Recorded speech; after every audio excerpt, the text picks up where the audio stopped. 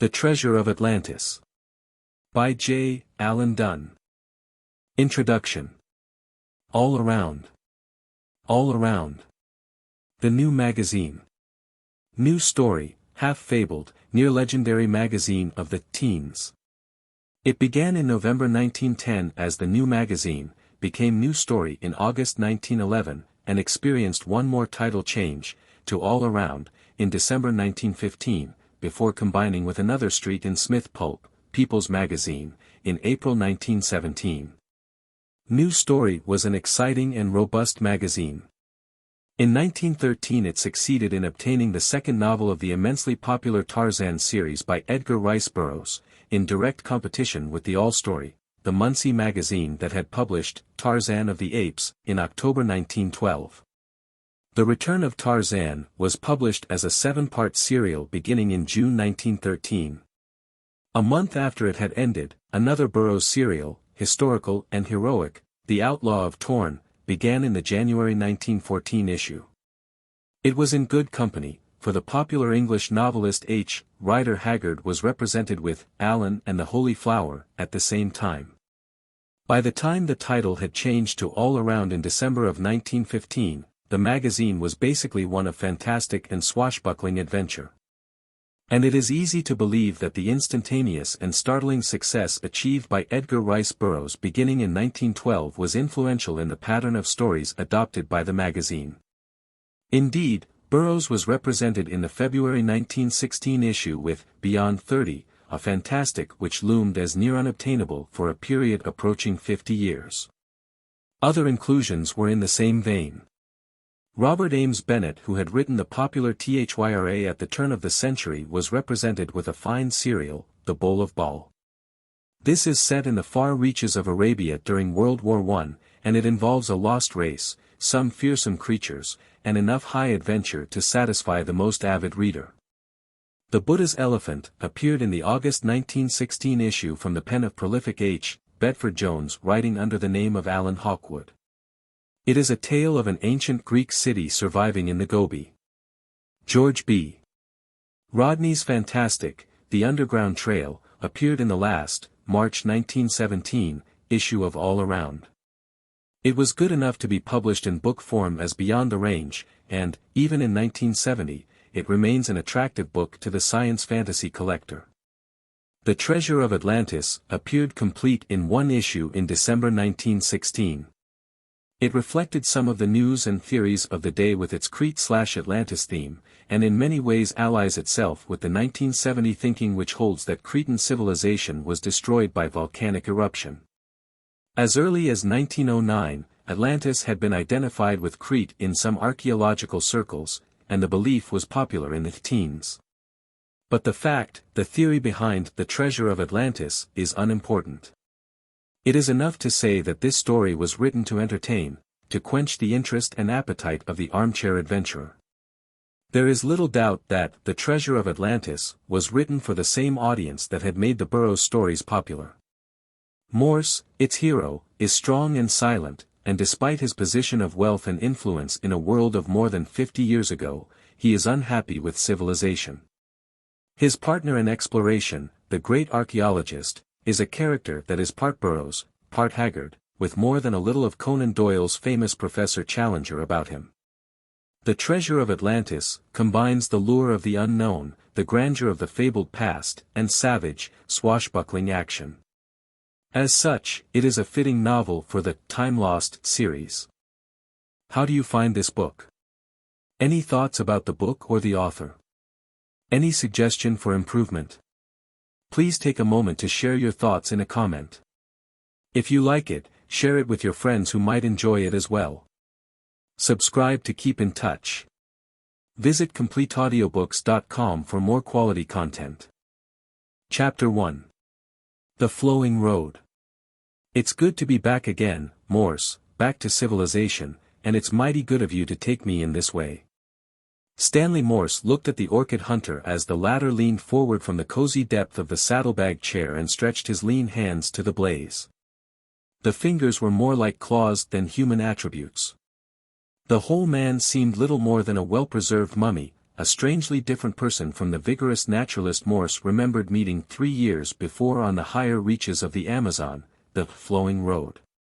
The man's clothes hung in ludicrous folds about his gaunt frame, and he shivered despite the heat of the blazing logs that almost scorched his chair. "Nonsense, Murdoch," he said. "I'm only trying to repay your own hospitality. Do you suppose I have forgotten the time you took me into camp on the Walagos River, when my raft had gone to pieces in the Chapaja Rapids with all my equipment? You've got the malaria in your system yet. Let me get you something to offset that ague. It's more than malaria, Morse. There's nothing in your medicine chest, or anyone else's, that can help me." He laughed a little hysterically and stripped back the sleeve from one arm.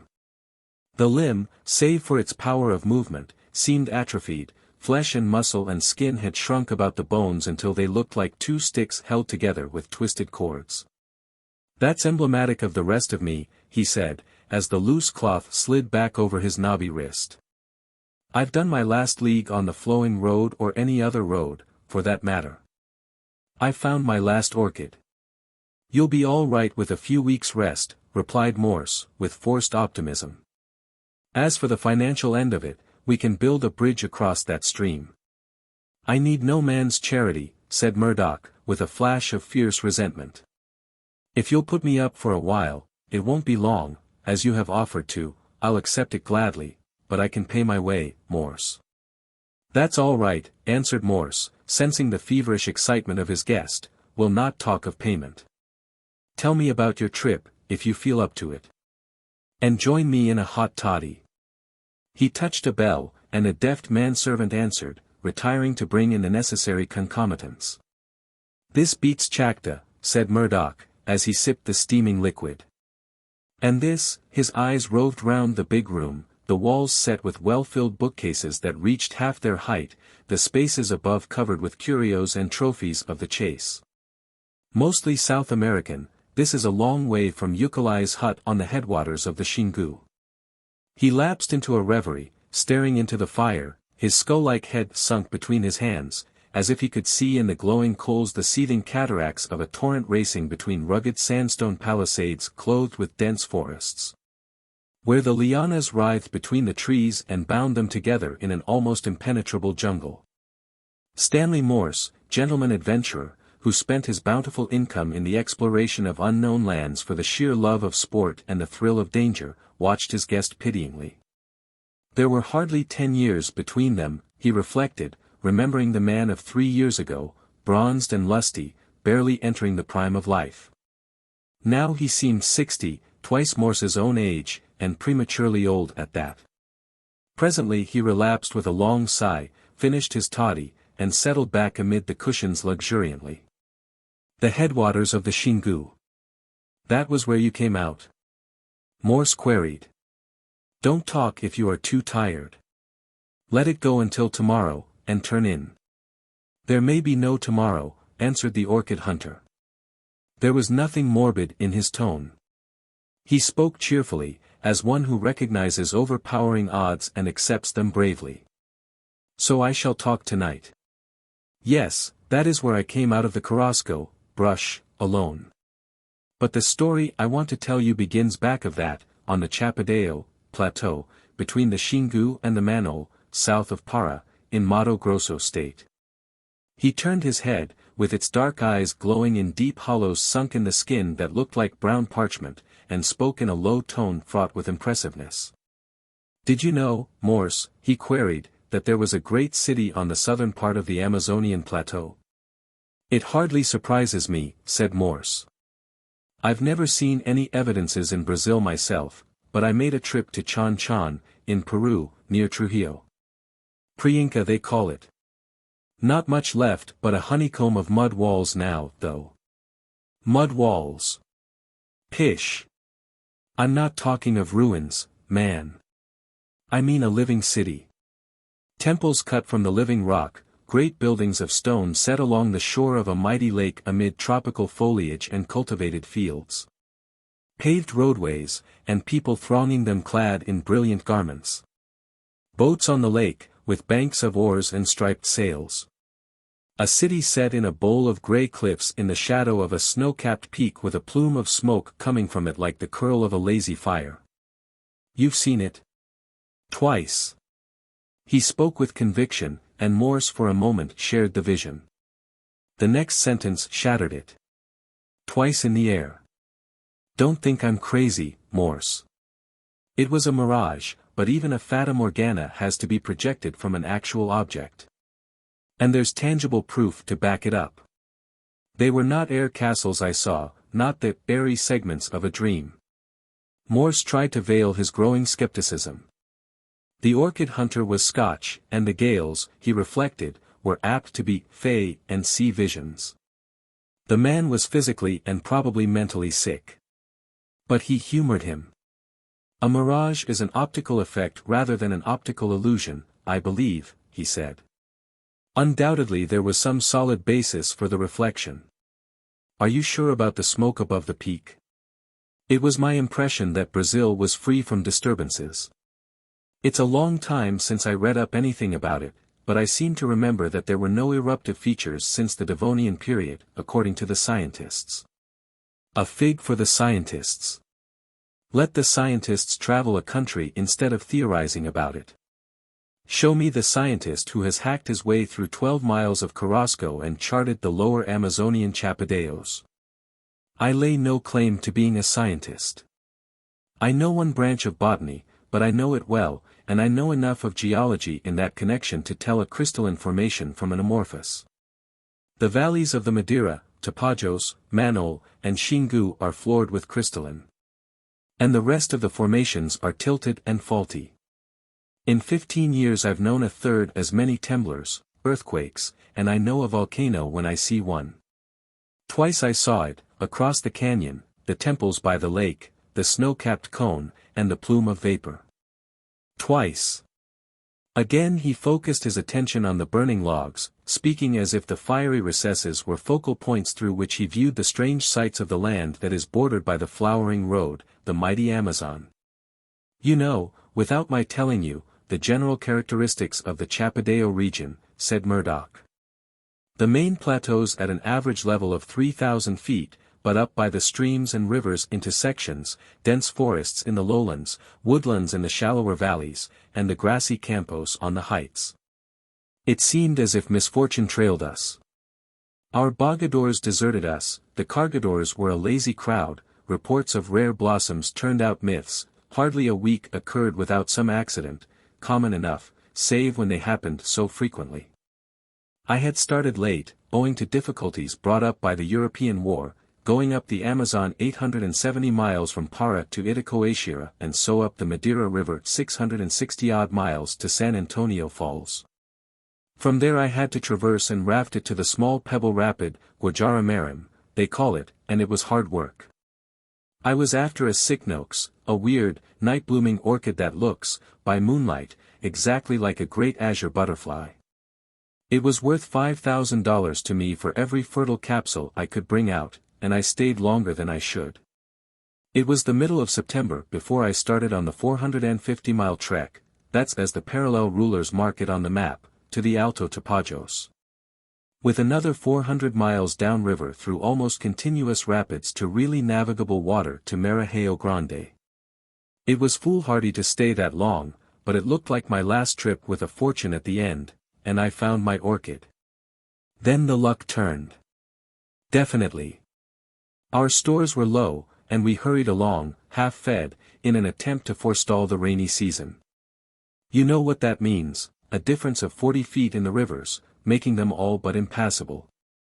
I never met with such a mat or jungle, lianas fighting us every foot of the way, and the gnats, flies, and beetles, to say nothing of the vampire bats and leeches, draining our strength and impregnating us with their poisons. I had a young chap named Gordon with me. I left him behind, poor fellow. He was a clever naturalist and a plucky comrade. We staggered on, delirious from insect venom often, the whole trip seems a nightmare, and, after crossing the Jainier, the ill luck culminated. We came across a settlement where the native chief was sick, and we were called upon to cure him, a common enough occurrence, but one that landed us this time on the horns of a dilemma. The man was dying, due to pass out in 48 hours or less, from enteric fever. You can imagine the situation. Fail to treat him, or treat him and fail. It made you either a beneficent wizard or a devil. I did the best I could, and kept him alive a week. He was grateful enough, poor wretch, but there were ugly looks as we left the pueblo, and I knew the news would be sent ahead by the jungle wireless, the hollow logs hung on lianas that they beat with a stick coated with rubber. As we advanced, I had evidence of increasing hostility. We had dogs with us, and they constantly warned us of lurking enemies. We extinguished all fires and buried the embers before dark, and all smoking was stopped after nightfall while we kept constant watch. We caught the sound of drums one afternoon, first in one direction, then in another, and I knew we were trapped. The cowardly cargadores started to pick up their packs and flee, but I made them stop, and we felled trees for a barricade. Well, they attacked just before dawn, and poor Gordon was hit with an arrow tipped with urari. We beat them off that time, and pressed on, with Gordon in a litter. He lasted 3 days, with his arm swollen up twice the size of his thigh, and passed out in coma. For times different bands tried to leave us in the jungle, and each time I lost 2 or 3 of the cargadores through flight that undoubtedly cost them their lives. The last time an arrow scratched me, passing under my arm through my shirt. I put leeches on the wound and took strychnine, but I was a doomed man from that moment. My heart failed me at every exertion and the poison was absorbed inevitably into my system. We shook them off at last, and 2 weeks later we crossed a campo of dried grass and came to a great cut in the plateau eroded by a stream that ran in rapids 500 feet below. I made camp there, hoping to gain strength. It was the next morning I saw the mirage. Not I alone, but the half-dozen carriers still left with me. It was as I told you, plain in the sky, temples, buildings, lake, boats, and the crowded causeways. I had practically no fever that morning. The cargadores prostrated themselves in terror. That afternoon they left, taking their packs with them while I was having my siesta. My 2 machete men stayed behind, not from any particular fidelity, but, as they expressed it, we were bound to be killed, anyway, and they might as well stay where they were comfortable and meet death rather than try and run away. You may imagine it was not a cheerful situation. I was on my last legs in the heart of the Brazilian jungle, the rainy season close at hand, practically all my supplies gone, without bearers. It was a tight hole. To crown the trouble, the cargadores had taken along my orchids in their scurry. There was nothing to do but to make the best of it, and that meant getting underway. My rifles and ammunition were in the shelter, and one of the dogs had stayed behind. There was no use crossing the stream, for the opposing cliffs were sheer and apparently unscalable, though I thought I saw traces of a succession of rough steps that almost looked like masonry leading to a ledge halfway up the cliff. But there they ended definitely in a smooth wall. So I decided to follow the stream downward. It ran almost due northeast toward the Amazon, and I hoped that later it would widen and become navigable for a raft. Short-handed as we were, that was a slim chance, but the only one in sight. It was useless to follow the carriers. The day was drawing to a close, and I determined to pass the night where we were. At sunset I heard a shout from the machete men, and found them groveling on the edge of the precipice. It was the mirage again, floating in a sky of pale green. It was no hallucination, Morse.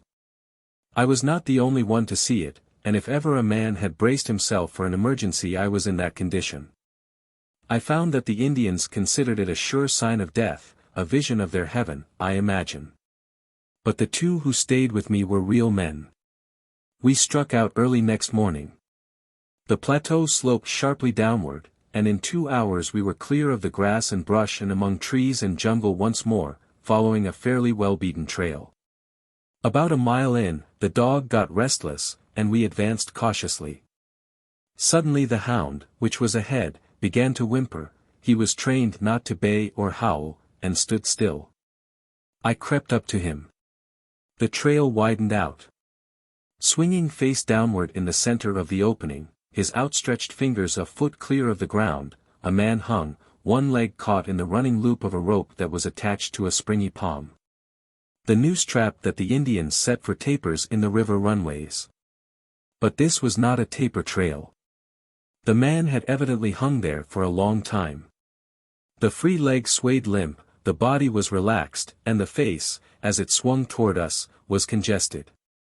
There was a red fillet about his hair that proclaimed him a chieftain, the alcalde of some pueblo. We had him down in a jiffy. I could send help to ourselves from his gratitude if he wasn't dead. We worked over him feverishly, and presently he groaned and opened his eyes, and then his mouth, down which I poured some chacta that helped him to tell his story. His name was Tagua, chief of a tribe inhabiting the village of Apra. He was an old man, but still too fond of life to suit his nephew who wanted his place.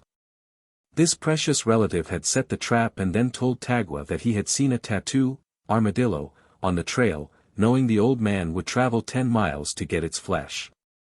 That was the day before. Tagua walked into the trap in the afternoon, and was jerked up in a second. It was fortunate for him that no peccaries came that way, or a jaguar. None of the villagers did. His nephew looked out for that. When we had kneaded and rubbed Tagua's joints into place and pliancy, his gratitude knew no bounds. He knew all about us by the wireless drums, and volunteered to send back a message that would leave us immune. He may have given up the information that we were murdered. When we marched into Apra, Tagua managing to put up a front for the entry, we created a sensation. Mbata, the nephew, had already usurped the leadership, but he was quickly convinced of his mistaken ambition. After a big feast, Tagua put me up in his own hut, and that night I solidly cemented the friendship. Mbata paid us a visit about 3 o'clock with a big knife calculated to sever all friendly relations. I woke as he came in, and dropped him with a revolver bullet as he leaned over Tagua, knife in hand. After that I owned the village. I had not only saved Tagua's life, but snuffed out that of the one man he was afraid of. He gave me 10 of his paisanos, villagers, 4 of them boatmen and 6 carriers, and all the yuca, dried fish, and bananas we wanted. More than that, he sent out scouts for my missing carriers, but they failed to find any trace of them. I left him my hound and poor Gordon's rifle, with a good supply of cartridges, and he forthwith adopted me. It was not all form, as I will show you. The night before we left, I spoke of the mirage and Tagua confirmed its existence. It was known to his people as Dor, and its inhabitants were not Indians, but men whose skins were white as mine. Long generations before, his people had been used as slaves over a period of years. When the work was complete they had been driven out through a hole in the cliff at the head of the masonry steps I thought I had seen, and the place closed up after them. His own great-great-great-grandfather had been among the captive workmen, and when he left he had stolen a vase from the house of his bondlord. This vase had long been a fetish in Tagua's family. It was one of the things Mbata had desired. But Tagua had hidden it cunningly in the floor of his hut, and Mbata had been unsuccessful. It had been a bad fetish, he declared, and to my astonishment, seriously gave it as his opinion that stolen goods never brought good fortune. So he insisted on my taking it. And it was gold. He said that twice a year the people of Dor threw many vessels and ornaments of gold and jewels into their lake for sacrifices. The city was sealed in by cliffs that could not be climbed, but it was rich in metal. Gold was used for ornaments, for plates, for drinking cups. Whatever his imagination though, the vase attested that he told at least some measure of truth. I took it. We got to the Xingu in the rains, and to Para. And the vase? Is here. I brought it with me. Chapter 2. The Vase of Minos. Long after the orchid hunter had gone to bed, Morse held the vase in his hands, turning it over and over while the ruddy firelight played upon the repoussé surface, speculating upon its history. Had he known what the cup held for him of perilous adventure upon the very rim of death, it is possible that he would have resisted the spell it gradually wound about him. It was untarnished and undented, despite the softness of the beaten surface of unalloyed metal, and it was of the most exquisite workmanship. Finally he set it upon the table beneath the glow of his lamp. The vase was an oval container, exquisitely symmetrical, supported by 4 serpents of solid gold whose heads met with forked tongues touching beneath the center of the bowl. Its main surface was divided into 2 panels by the duplicated design of a double axe. On one side a superbly modeled bull was being baited by a youth and a maid, clad in garments apparently Grecian. The figures were lithe in action, beautiful in pose. Darts clung to the snorting, wounded bull that pawed the ground with lowered head. The other panel was filled with ancient writings above which, in raised letters, was the word Minos that Morse easily deciphered, though the characters were ancient Greek. Here was a riddle, a golden vase brought back from the heart of Brazil, yet eminently Grecian. He turned to his bookshelves, the word Minos stirring his recollections. Far into the night he read of the great Minoan dynasty established on the Isle of Crete, in the Mediterranean, of its wonderful empire and powerful fleet, houses that possessed ventilating and sanitary systems far ahead of their time. And of the civilization that produced both pictorial and linear writing 2,000 years beyond Phoenician culture, for long credited as leader in such matters. He read of Minos, the sun god, son of Zeus, and of his wife, Pasiphae, the all-shining moon goddess, of the cruel sports in the Minoan bull rings, the tragic death of Minos, killed by a king's daughter, who poured boiling water over him in a bath.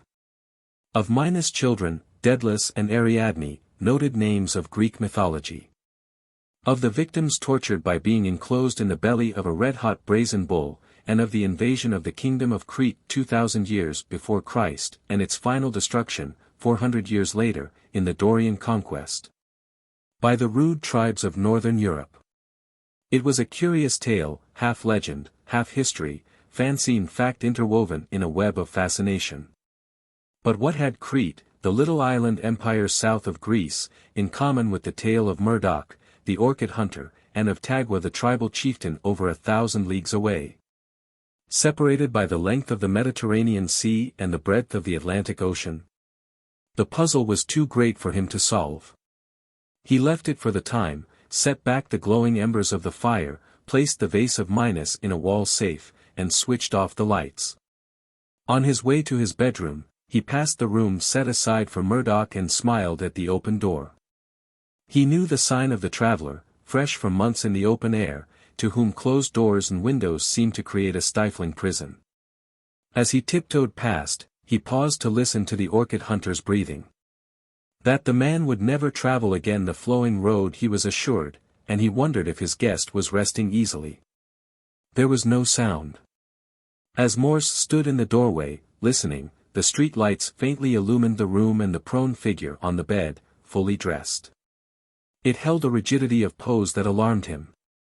He entered and bent above his guest, shook him lightly by the shoulder, then raised his arm.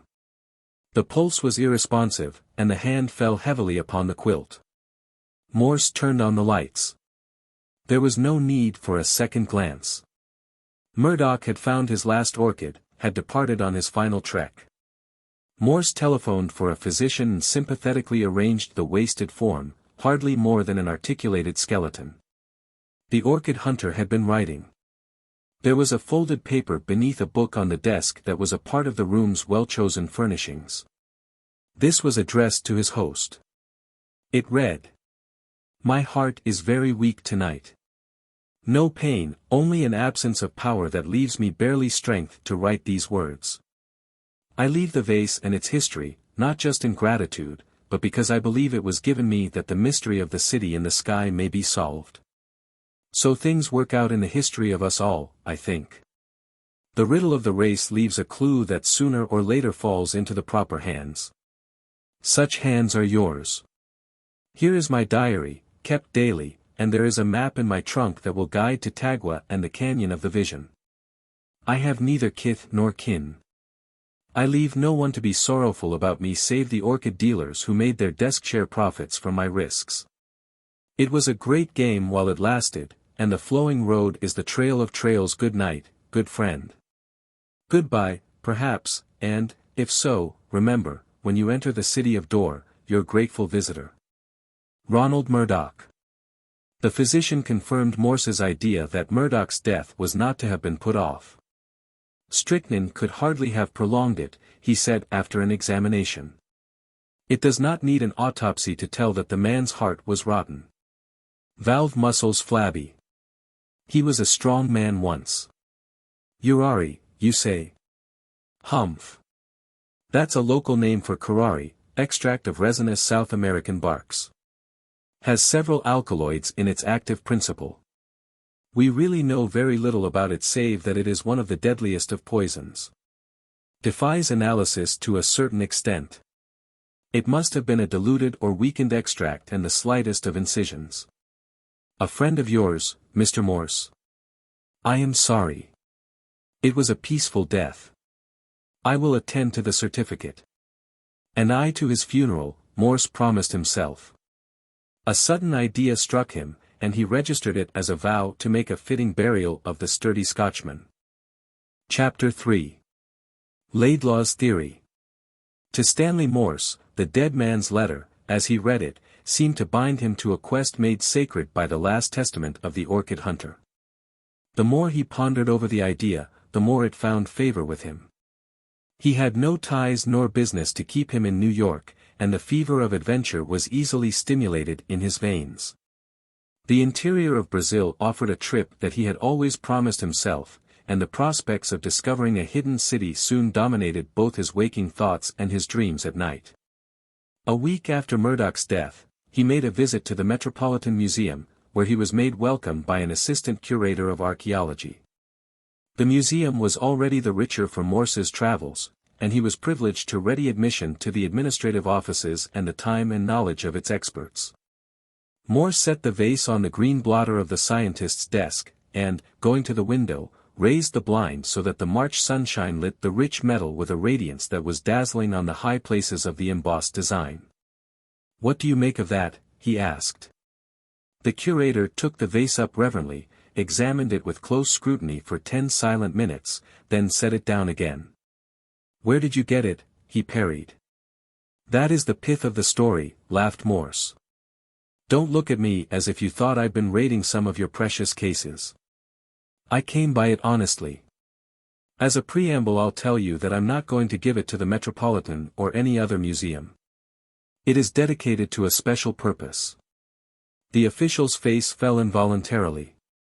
"Or sell it, I suppose." Morse shook his head. "It's worth a small fortune," said the curator. "It's a perfect example, a glorious example, of a Cretan vase. The tableau is undoubtedly connected with the Minotaur legend. None of the excavations at Knossos have unearthed anything finer. Crete, you know, was given autonomy in 1889 by the European powers, and the government exercises a jealous eye over all discoveries. Do you know anything of the ancient history of the island? I've been reading it up of late. I retained enough of my school days to make out the word Minos. What's the inscription?" The curator shrugged his shoulders. "You'll have to take that to Laidlaw," he said. "I can't decipher it." "Who is Laidlaw?" "Gordon Laidlaw, F.R.G.S. Archaeologist and anthropologist. Haven't you met him? He's a master scientist, but from my standpoint pretty much of a crank. He holds an unprovable theory that the lost country of Atlantis, or its remains, is to be found somewhere on the American continent. Where it was left after a mighty cataclysm split the earth into the continents of Africa and America and formed the Atlantic Ocean. The curator spoke almost contemptuously. Atlantis? Wasn't there some theory a few years back which tied Atlantis and Crete together? There was a long article in the London Times about 6 years ago. A man named Martin also advanced the idea. Why? Because this vase was found by an orchid hunter in the center of the Amazonian Chapadao, or plateau. Impossible. I beg your pardon, Mr. Morse, but are you sure of that? Absolutely. The curator sprang from his chair and paced his office in his excitement, talking staccato sentences. It's insane, insane. Can there be something in Laidlaw's theory after all? No, it's preposterous. Atlantis is a myth. A theoretic foundling. And you've never met Laidlaw. It's insane, insane. He picked up the vase and fondled it between his palms. May I keep this overnight, in the museum? He asked. I want to show it to my colleagues and tell them the story. You haven't heard it yet, said Morse dryly, but I'll tell it to you if you introduce me to Laidlaw. Surely. He lives up in the Berkshires. I'll wire him. He'll be down in the morning, tonight, if he could get here. Will you let me know when he arrives? You have my telephone. Of course. Now tell me about the orchid hunter. Morse's decorous valet awakened him the next morning before daylight. There's a person who demands to see you, sir, he said. Quite an extraordinary party, with a face, you'll pardon me, like a wild lion. Name of Laidlaw. Laidlaw. Morse shook off the filmy net of sleep and sat up in bed. Show him up, he ordered. A minute later he heard a bass voice bellowing in the hall. Which room? That one. All right. His door opened as if a gale had forced the lock and a man, half giant, half dwarf, waddled into the room. Large amber eyes were set in a weather-burned face, as much of it as was discernible in the frame of tawny, shaggy hair and beard that seemed to make up a continuous mane. His nose was beaked like an eagle's, his eyes aflame with a light that might have been equally that of fierceness or a proud invincibility of purpose. Below the broad shoulders, the massive torso was that of a giant. By all fairness the man should have been even feet in height, but ludicrous legs, short, curved like those of a Pekingese spaniel, supported the upper frame. He advanced to the bed, his glance compelling that of the half-awake Morse. Where? Demanded Laidlaw, and his great voice boomed like the roar of a bull. Where is the vase? Morse shook off his sleep and slipped on a dressing robe as he rose to greet his visitor. The vase is not here, Mr. Laidlaw, he said. Not here? You've not lost sight of it? Man, how could you? The visitor groaned and sat down on a chair where the effect of his dwarf legs was immediately discounted and he appeared a giant, a troubled giant, mopping his brow and gazing anxiously at Morse. It means comparatively little to you, compared to what it does to me, he went on. I have been scoffed at by my fellows for years on account of a theory that is absolutely sound, but which they smile at to my face and laugh at behind my back, or else say, poor Laidlaw, he's been overdoing things, and he's a bit cracked. I know them. And now comes the chance to choke them with their own laughter, to make them take back the sneers. To make the most important archaeological discovery of all time, and you've let someone get the vase away from you, the vase that would tell me in a moment whether I was a genius or a crack brain. The man's gestures, the tones of his bass voice, ranging from enthusiasm to deep despair, were almost enough to make Morse laugh.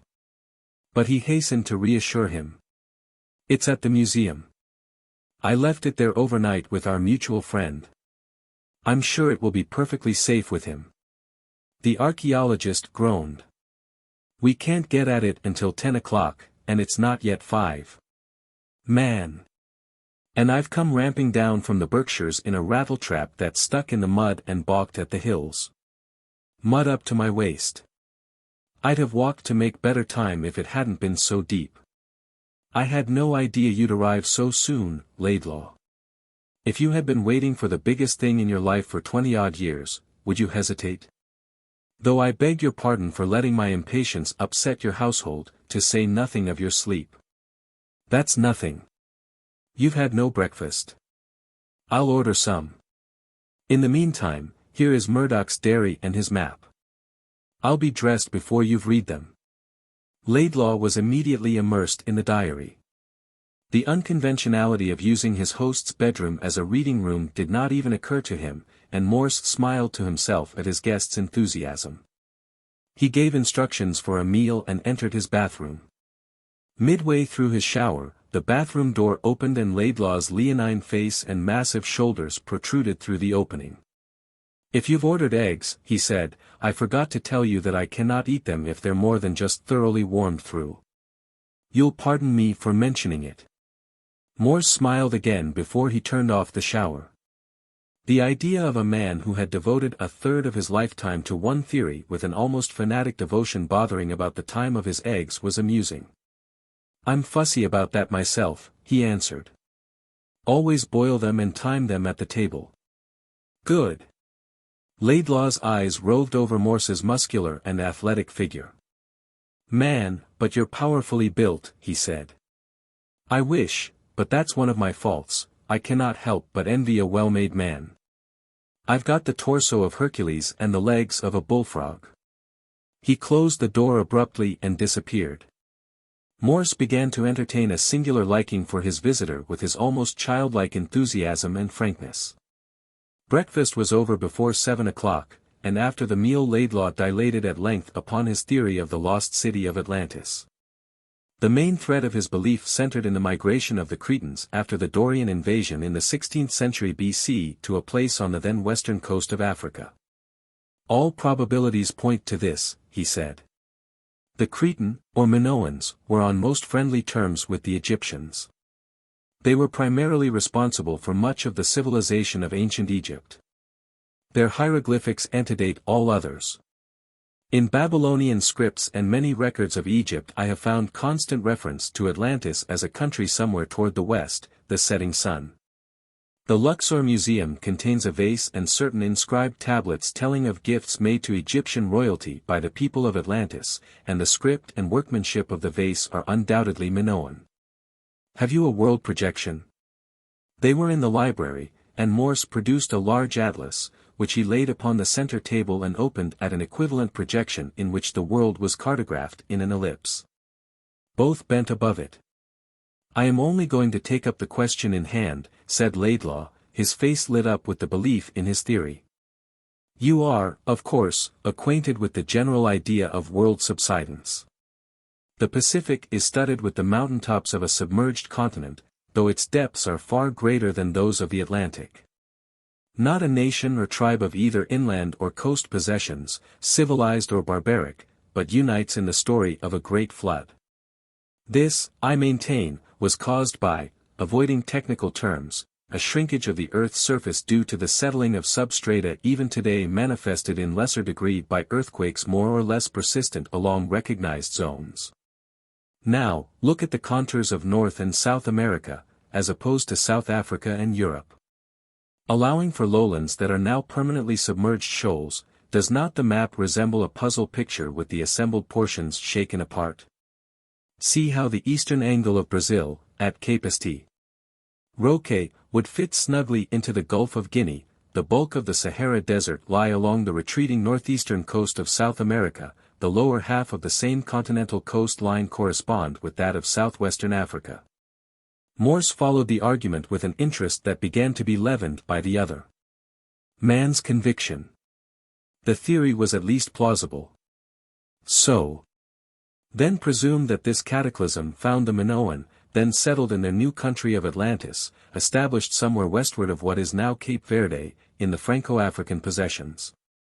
After the movement had subsided, the survivors found themselves on the Brazilian coast, in the neighborhood of Para, south of the Amazon, itself a subsidiary crack of the catastrophe reaching more than two-thirds of the way across South America. The sands of Sahara, the sandstone plateaus of Brazil are coeval. The idea was startling, revolutionary, yet to Morse, listening to the inspired voice of Laidlaw, it gained possibility. But would the Minoans or Atlanteans survive such a catastrophe? Why not? Other tribes did, and handed down the story of the deluge. There is no reason why their descendants should not be living today. Remember, there have been persistent rumors since the earliest explorations of white-skinned peoples living in the remote interior of South America. If we find a people in Dor who show the characteristics of Atlantis, or Crete, why then my critics are confounded, and you and I will have achieved no small measure of fame. What time is it? He broke off. 8 o'clock. I can't wait 2 hours, Morse. It's an impossibility. Where is your telephone? He called the assistant curator at his home and persuaded him to meet them at the museum within half an hour. Falling in with his mood, Morse brought his car around and within a quarter of an hour they were standing on the steps of the Metropolitan, with 15 idle minutes facing them. Morse lit a pipe and watched Laidlaw curiously. The latter paced up and down with the nearest attempt to astride his ridiculous legs would permit. It would be a rash man, Morse thought, who would make open fun of the scientist's physique. The mighty chest, and arms that swung below the knee, the leonine face, eagle nose, and keen eyes held a promise of more than ordinary strength that would easily offset the handicap of the bowed, short legs.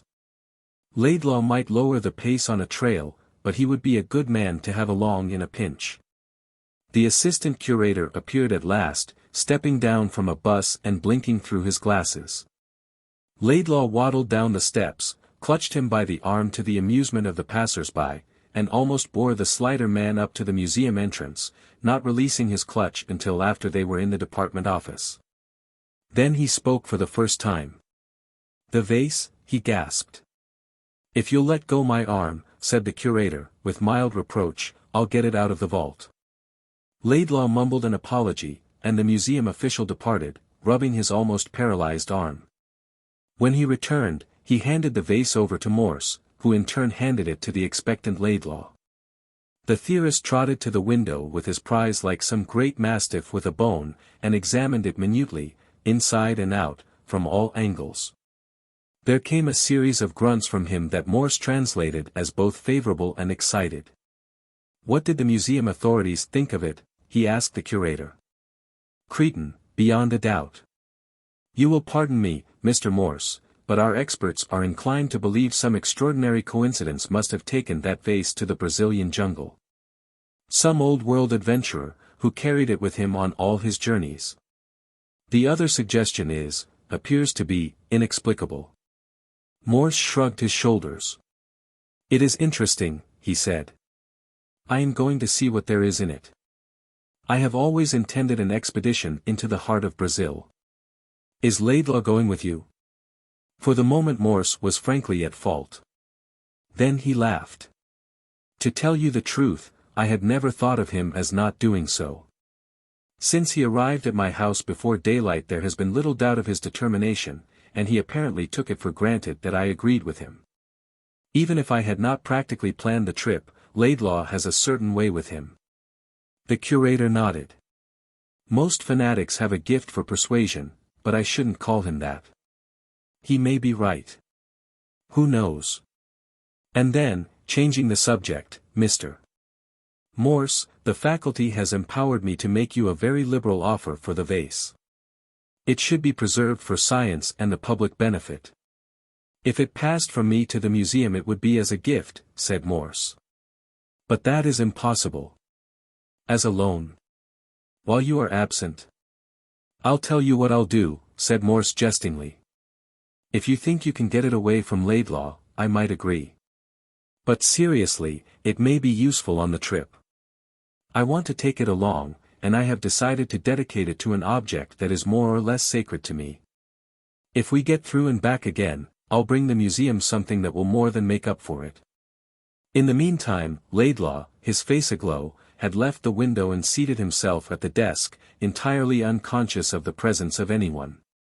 Vase in front of him, he was copying the characters of the script onto a pad, evidently intending to waste no time in deciphering them. "He'll do in a few minutes what would take us hours," whispered the curator to Morse. "He is the acknowledged authority on Minoan lore for all his tangential ideas." They watched him working energetically, arranging the symbols, grouping and comparing them. Presently, he laid down his pencil with a sigh and gazed into vacancy, exaltation irradiating his strong features.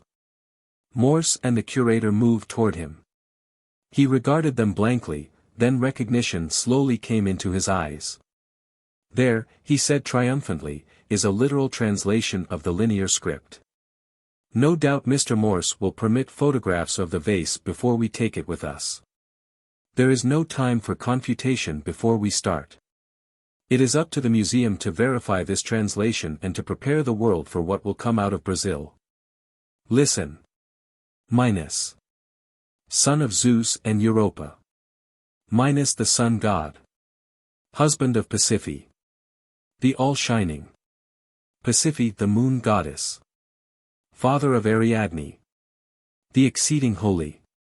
Ariadne the nature mother. Minos the king. The king of kings. Minos the law-giver. Made by Zal the artificer in the 49th generation after the great flood in the 7th year of the reign of the 5th Pda, descendant of Minos, king of the New Atlantis in his capital of Dor. Laidlaw brought his great fist down on the oak desk with a schwack that splashed the ink from the wells. "Ha!" he exclaimed. "Refute that if you can. The 49th generation after the great flood in the reign of the 5th Pda, king of the New Atlantis. The gift vase in the Luxor Museum bore the name of Pta I. He turned to Morse. "And I am taking the glory," he said. "It is you who have solved the matter. Wherever the name of Laidlaw is mentioned, that of Morse must be coupled with it." Suddenly his exultation faded, and his face grew anxious. "Mr.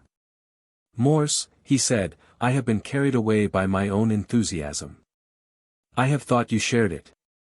You have been so interested, so cordial to me, crude and blustering fool who broke in on you like a thief in the night. I have assumed you were going to Dor. It is your discovery, I have no right to exploit it without your permission. I understand you are an explorer, that you know much of South America. Say no more, Laidlaw. I am going to Dor. I have a mission there aside from the adventure. You will join me, of course. You are a scientist, I am merely an explorer, and an amateur one at that. It would lend me dignity if you were to go along." The face of Laidlaw cleared and he gripped Morse's hand silently, his features working in their emotion.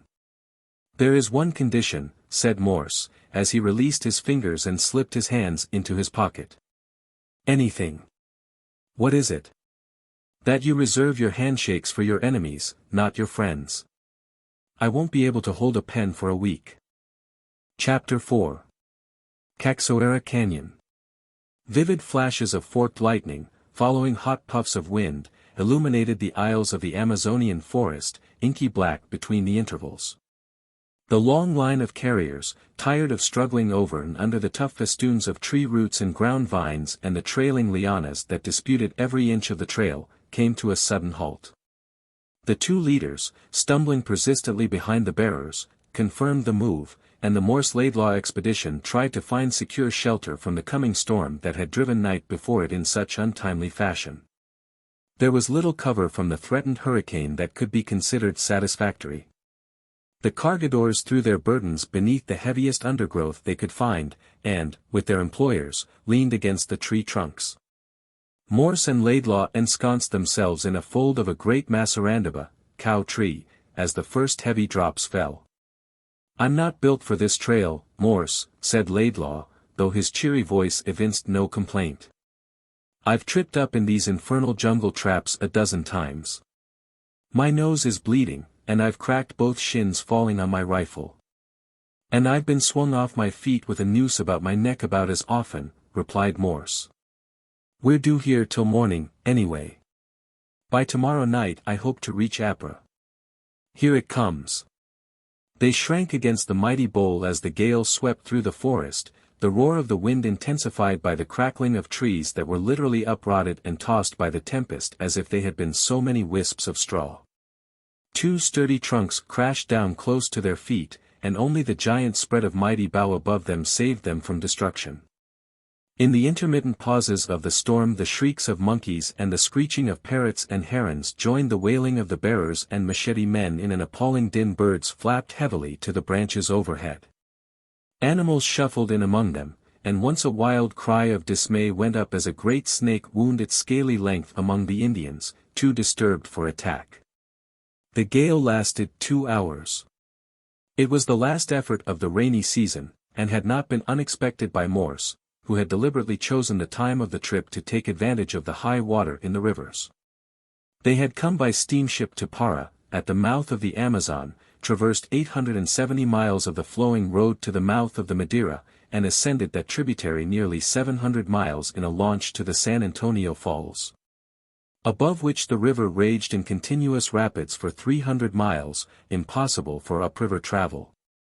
At San Antonio, they engaged their porters and machete men and struck eastward across the great plateau broken up into subsidiary chapadeos, crossing the Tapajos River at Taguarizino, and its tributary, the Manole.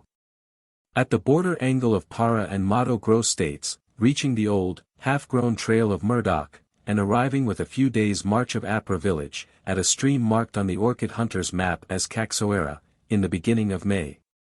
With 6 months of good weather in prospect. It had been a hard trek, and the caravan showed signs of the trying-out process. Morse had marveled at Laidlaw's adaptation to the trying conditions. Once eggs disappeared inexorably from the menu, he made neither murmur nor suggestion as to meals, accepting chameleon or monkey with manioc for vegetable and banana for dessert with equanimity. The drawback of his short legs was eliminated by his endurance.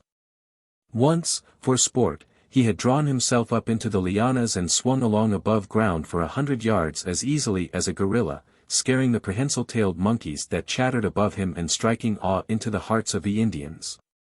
The quest well started, nothing seemed to disturb a certain humorous equanimity that characterized him and made him an ideal trail companion. Torrential rains soaked them, they steamed in their own perspiration. Gnats and gaudy flied, heavy-shelled beetles, all laden with poison sacs and natural hypodermic syringes, tormented them, but they proved immune to the fevers, and their formidable numbers and equipment secured them from hostile attacks.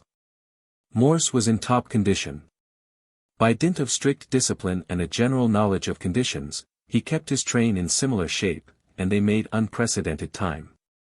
Across the grassy summits of the Chapadeos, the day's march was more often over than under 20 miles, and a general spirit of confidence in their own ability permeated the party. Morse had said nothing to the bearers concerning the real object of the expedition. He had consulted with Laidlaw, and they had decided to keep silent. "We may not be welcome at Dor," Morse suggested, and, according to Murdoch, the Indians seem inclined to be superstitious in the matter. "We don't want to lose them before we reach Apra."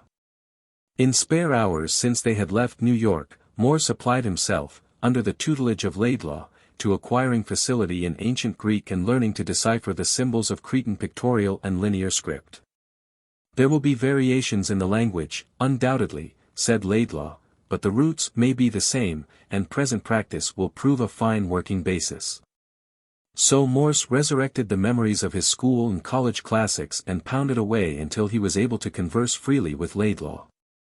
Except where the Greek held no equivalence for the names of modern articles, they practically adopted it in place of English.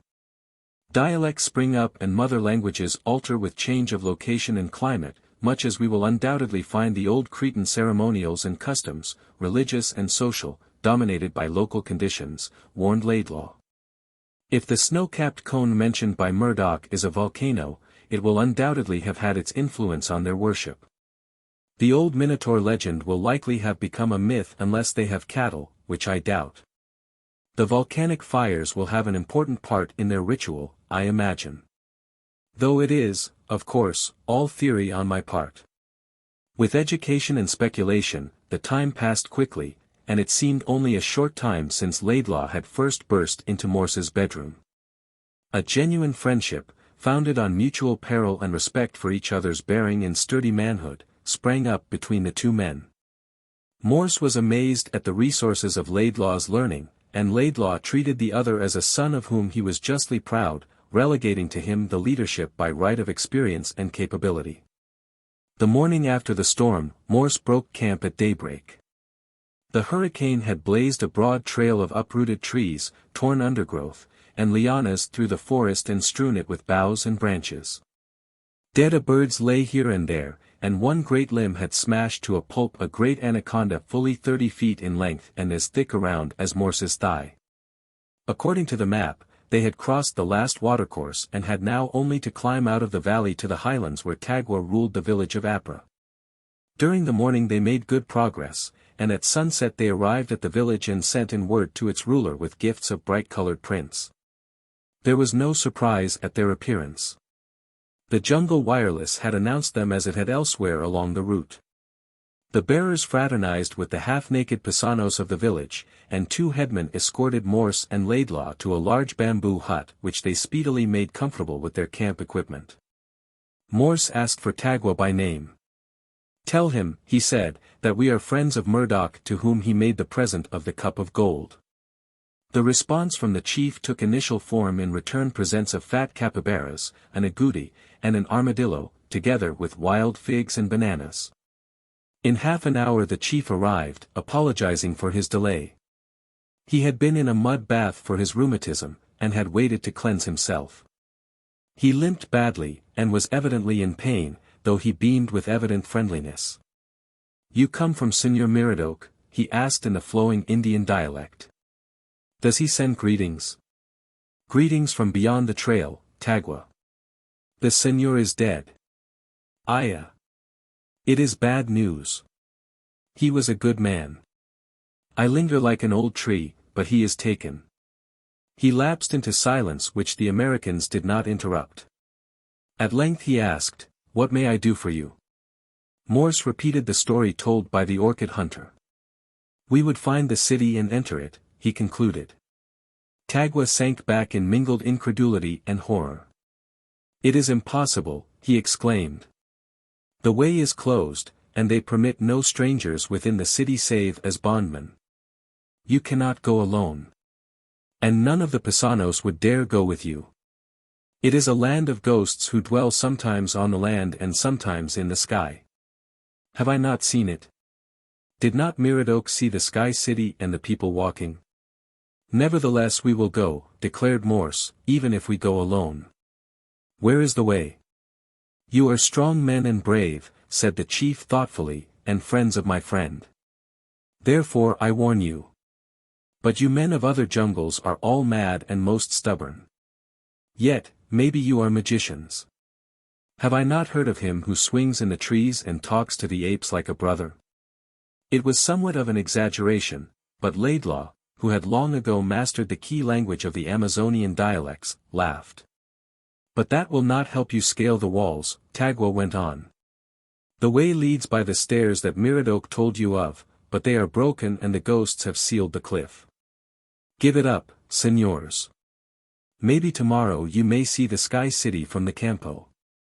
I myself will lead you opposite the stairway. Then return while still your bodies hold your soul." They quizzed him, but he could add nothing to the dim legend that once the Indians had been forced to work in the land of the ghost people and had been driven out at the end of their task. His ancestor bringing with him the golden vase he had taken. Morse opened a pack and produced it, setting it on the camp table. A cover for the vase had been made at his direction, carefully designed to conform with the original. This was soldered tightly to the bowl. "This cup," he said, "was given me by our friend. In it are his ashes. I shall give them burial within the city of Dor. I swear it," he added, setting one hand upon the urn. Tagua looked at him with astonished admiration. "If you say so, then I believe you will do it." Outside the hut, the night was filled with weird noises when they emerged. Tagua had declared a feast in his visitor's honor. Fires blazed at the ends of the mud-caked street, and villagers dressed in gaudy prints, bedecked with strings of alligator teeth, feathers, and lustrous bird skins paraded up and down behind musicians beating loudly on drums and blowing piercing notes through reed flutes in rude rhythm. With them mingled the bearers and machete men. Native liquors were in evidence, and the crowd sang and danced at will. At the appearance of Tagua and his guests the crowd entered a big hut decorated with fresh palm trees and lit by tallow dips along the walls.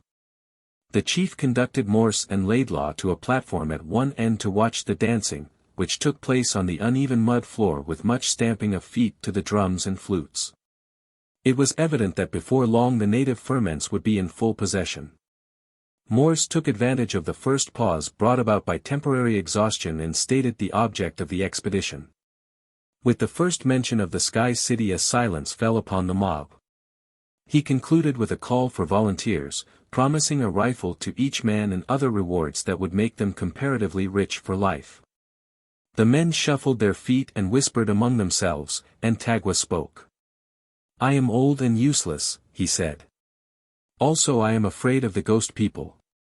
Yet would I go with these two if only that shame should not be set upon my village and Apra be called the abode of cowards.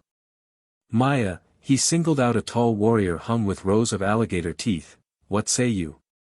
The men stepped forward.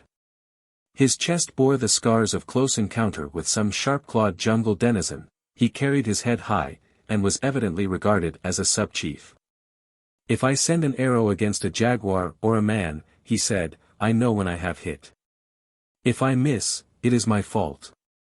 But how can one fight against ghosts when the arrow pierces a shadow and is lost in a cloud?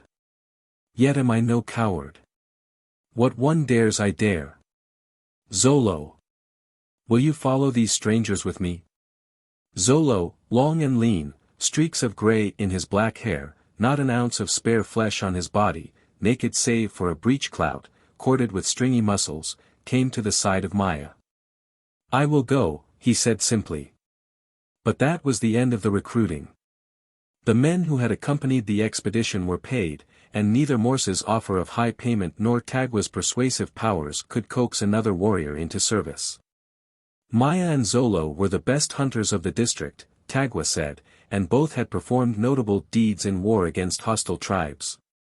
Better still, while both were adepts with spear and bow and blow gun, Tagwa had entrusted them from time to time with the use of the rifle given him by Murdoch, and they were accustomed to its use and fairly good shots. It was not Morse's idea to make an entry into the mystic city with any force that might be construed as an attempt at invasion, but he had hoped to secure enough men to bear the bulk of his equipment. With only Maya and Zolo available, he and Laidlaw were forced to spend the morning reducing their outfit to only the most necessary articles. The two Indians were entrusted with rifles. Morse and Laidlaw, besides these, armed themselves with automatic pistols. A few presents, a compass, powerful flashlights, some few canned provisions, with ammunition, made up the bulk of what they selected to take with them. The rest Morse gave into Tagwa's charge. If we do not return for these before the rainy season, they are yours, he said, after opening one bale that contained cotton goods of startling color and design, which he gave outright to the chief. They set out in mid-afternoon for the spot where Murdoch had camped across the canyon from the stone steps. Tagwa accompanied them. Close to sunset they came out of a clump of carrasco upon the edge of the precipice. The wall dropped almost sheer 500 feet to the torrent, which, swollen by the recent rain, swirled and seethed from bank to bank. The opposing cliff was far higher than the one they stood upon, a perpendicular scarp of rock on the rim lifting up to almost 1,000 feet. The setting sun was almost level with the flat summit of the plateau behind them and painted the farther cliff with a broad band of rose. Beneath their feet the canyon was in shadow, in which the foaming rapids showed like a cavalry charge of gray horses. Morse imagined that he could dimly make out the stone steps leading halfway up the cliff. Laidlaw was gazing at the summit of the opposing wall, sharp against the eastern sky of pale turquoise matrix green, flecked here and there with little rosy clouds, the heralds of the gorgeous afterglow to follow. Suddenly he drew in his breath sharply, and Morse looked up. Tagwa, Maya, and Zolo were on their hands and knees, their heads resting on the ground. In the sky, ethereal, slightly tremulous, but distinct, was the vision of a city built upon the shores of a lake that held the reflections of its stone buildings and of colonnaded temples that seemed to be hewn out of the solid rock. On the lake, ships were being rowed shoreward with banks of oars, some propelled by sails of striped material. A multitude of people were passing along a paved highway by the edge of the water. Luxuriant verdure set off the buildings, and, reared from the back cliff, there rose a snow-capped dome with a plume of smoke lazily curling from its peak. As the sun dropped behind the western edge of the plateau, the colors of the mirage blended with the afterglow, the waters of the lake seemed to slowly rise and inundate the city, the plume of smoke became a floating cloud, and the vision vanished. Morse and Laidlaw turned in common impulse and clasped hands. There was no need for words. It was the city of Dor, cloud-painted indeed, but a sky canvas copied from an original that lay somewhere beyond the high precipice that now bent a grim frown upon them. The rosy band vanished with the descending sun. Chapter 5. Kiron.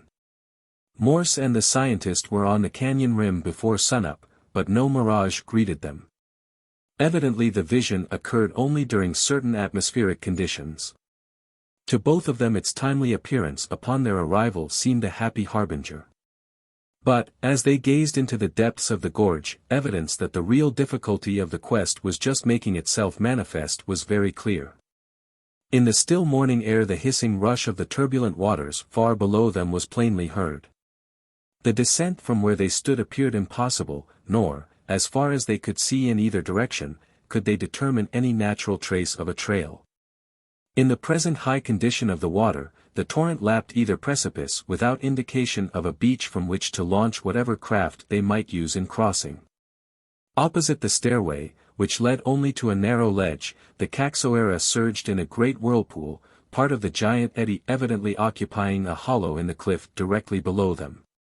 As they gazed, great logs came riding down the current, tossed about like matches in a mill stream, rearing half their length out of the wild race of tawny waters as they struck against submerged rocks, plunging, splintered and sullen. Back into the tide to be carried on the circle of the whirlpool till they were sucked into the vortex or spurned from the outer eddies into the main current. "We'll have to wait a day or so until the water goes down," said Morse. "We could get down the cliff with ropes, but to cross that flood is a different proposition, even if we had a raft ready built and at water level." Laidlaw shrugged his shoulders resignedly. "I suppose so," he answered, scanning closely the stairway with his binoculars. "There is no doubt but that has been built up with a masonry of boulders and cement," he said. "But either it led to a higher ledge which has fallen away, or Tagua's story of the opening appears to be sheer legend. I can't find a sign of any entrance, past or present. But it must have been built for some purpose and led to or from somewhere." Tagua had returned to his village the night before, and neither Maya nor Zolo could offer any enlightenment. Maya volunteered the information that the stream was 15 feet above its usual height and might be expected to return to normal within 48 hours. "But the whirlpool," he added, "is always present. A mile upstream, the cliff could be descended to a stony beach as soon as the water subsided. We should find plenty of stranded logs to make a catamaran," said Morse. "We can use lianas to bind it together. They are even better than rope. And we'll need poles and paddles." He gave the order to Maya and Zolo to descend to timber level and secure these, with sufficient green lianas, when Laidlaw, who had continued his examination of the stairs, grasped his arm and drew him back from the brink of the cliff, motioning at the same time to the Indians to follow the movement. "What is it?" asked Morse. Laidlaw's face was flushed, his eyes blazing with excitement. "Crawl out to the edge, and you'll see," he answered, setting the example. Flat on their stomachs they cautiously moved to the brink, Maya and Zolo wriggling behind them like snakes. The face of the cliff that backed the ledge to which the stone steps led was no longer a blank wall. In it appeared two openings, symmetrical, equal, evidently the work of man, separated by a narrow strip of rock that protruded like a tongue across the ledge. "A slab that swings on a pivot," muttered Laidlaw in Morse's ear. "Worked from within only, in all probability. But an entrance nevertheless. Look." The word was superfluous. The attention of the four pair of eyes was glued to the openings not far below their own level. Through the right-hand portal came a figure, clad in a loin-cloth of red and yellow stripes, fringed to the knees. A short cape of jaguar skin hung over one shoulder. In one hand he bore a long wand tipped with metal. His skin was copper-colored, but worn and weathered like some piece of driftwood from the sea. Through their glasses, Morse and Laidlaw saw, with growing eagerness, that the man was an Indian, but unlike any they had ever seen. Laidlaw's hand rested on Morse's shoulder, and his powerful fingers sank deep into the latter's muscles. For more Indians issued from the heart of the cliff. These wore only short clouts of yellow. Between them they bore the naked figure of a man, bound with arms tight lashed to his sides, the ropes encircling him to his ankles so that the body was stiffened with the wrappings. His skin was in marked contrast to the others. Where the sun had not tanned it, it was white. Through their glasses they could see the man's lips move, though the noise of the river drowned his words. His face was calmly contemptuous, the features regular, the hair smooth and dark. His captors made no attempt at answer, but laid him down on the ledge, helpless. The man with the staff bent over him and ordered some loose boulders to be set between him and the rim of the ledge. Then he motioned to the others, who preceded him into the dark mouth of the tunnel. 10 seconds after their disappearance the slab turned on its pivot and fitted into the cliff so completely that the powerful glasses failed to reveal a trace of its existence. Morse sprang to his feet, followed by Laidlaw. "He's not an Indian," he cried. "He is a Greek, distinctly a Greek," said Laidlaw. "Whatever he is, we've got to get him off of that," said Morse, and suddenly cupped his hands and shouted. The man, by frightful effort, had succeeded in slightly arching himself upon the soles of his feet and the top of his head and was trying to edge himself to the verge of the narrow platform. "He can't get by those boulders," said Laidlaw. "That's what they put them there for." "I'm not so sure of that," replied Morse. "He's making a desperate attempt." "He didn't hear me. I wish we had a megaphone." "You try it, Laidlaw. Tackle him in Greek." The next instant the scientist's stentorian voice bellowed its message. It bridged the noise of the stream and the bound man turned his face toward them as Laidlaw repeated his brief sentence of friendship and promised help. A slight smile passed over the man's face, but he renewed his efforts, only to abandon them temporarily from exhaustion. "He understands me, I am sure of that," said Laidlaw. "But he seems bent on killing himself. I wonder what he's afraid of." The question was answered by a shadow that slid over the ground among their own. Looking up, they saw a great bird soaring in the blue. Higher up was another speck, and beyond that yet another. "Urobu," said Maya briefly, as the vulture planed downward in a great spiral. "That's what he's afraid of," said Morse. "Before we could reach him those brutes will strip his bones. I imagine he's afraid of losing consciousness. And they may not wait until he's dead, seeing him helpless. He prefers a quick death to a slow one. Well, we can discourage their little game." The scavenger of the sky wheeled so close above their heads that they could feel the draft from its outspread pinions, the naked, repulsive neck craning from a ruff of dirty white feathers, its eyes regarding them curiously but unafraid. Laidlaw raised his rifle. "Better wait till he lights and make sure of him," said Morse. "And look out for a ricochets." "I'll leave it to you," said Laidlaw. "You're the better shot. But don't leave that poor devil down there in suspense, tortured like a modern Prometheus."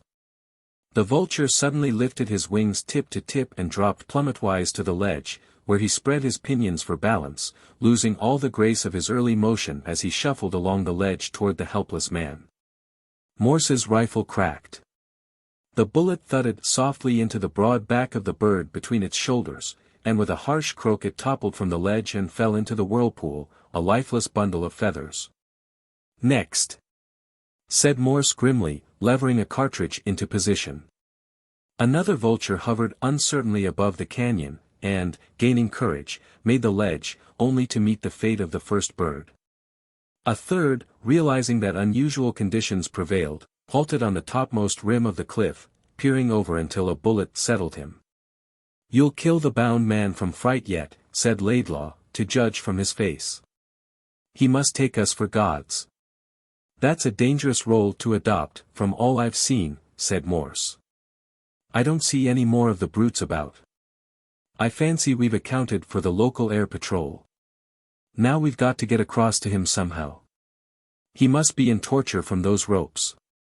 Tell him we're coming, Laidlaw." The scientist roared his message across the gulf, and the man nodded. Apparently the summary slaughter of the birds inspired him with confidence in the men who spoke to him in his own tongue, for he ceased struggling. "Now then," said Morse, "we've got a man-sized job ahead. Let's get at it, Maya." The Indians disappeared on the run, and Morse and Laidlaw overhauled their store of strong hempen line, set aside some provisions, and cached their rifles and the remainder of their goods in the thick brush, retaining only their automatics. Maya and Zolo returned with a supply of lianas and half a dozen stout poles which they had trimmed with hand axes. There was no time for shaping paddles, and Zolo explained that they would not be necessary. He studied the whirlpool intently, and Morse passed his field glasses for better observation.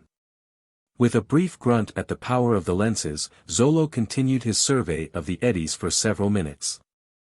"I think," he said, "there is a big cave below, so." He scooped out an imaginary hollow with his arms and squatted on his haunches. "We will make a raft and find the current." He traced the proposed course with his finger in the soil. "If we keep close into this side, we will follow the water to the other. Then Maya and I will jump ashore on the steps. There is a big rock there for anchor." Even from the height it seemed a desperate venture, but Morse knew the skill and knowledge of the Indian raftsmen, and their two companions were superb examples of courage and strength. Gathering up the equipment, they followed Maya to the point where he declared descent was practicable. It was a hard climb, encumbered as they were, with sheer descents from ledge to ledge, but they accomplished it at last and stood on a great, level-surfaced boulder a foot above the rapids. Zolo took the hempen lines they had brought and busied himself in the manufacture of a lariat, while Maya carefully surveyed the preliminary eddies. Speech was only possible by shouting above the thunder of the raging water, racing by with tawny manes, fretting at the rocks that curbed its mad career to the Amazon, 1,000 miles away. The Indian poised himself, his fellow standing clear of the whirling loop, holding with Morse and Laidlaw the slack of his line in readiness to take up the sudden tug. A log came riding down the cataract, its heavier but lifting the lighter upper half. Zolo tossed the lariat, and the noose settled fairly behind the projection of a broken branch. The swift pull almost dragged the four men from the boulder before Morse could snub the line about a smaller rock and bring the log to rest alongside their impromptu wharf. In half an hour they had secured 6 fairly matched logs and dragged them on the boulder. Then they set to work to make 4 of them into a rude platform, binding them together with the lianas. Laidlaw's strength was a notable aid in hauling tight the lashings. The 2 remaining logs they arranged as outriders, rigging them with some branches that the current had already washed among the rocks. When it was completed they were smoking with perspiration and ready for rest and food. "We'd better strip, Laidlaw," said Morse, as they finished the meal. "We may stand a better chance if we have an upset." "Small chance of getting free of that maelstrom," said Laidlaw, as he began to peel his sweat-glued shirt from his massive chest. "What do we do?"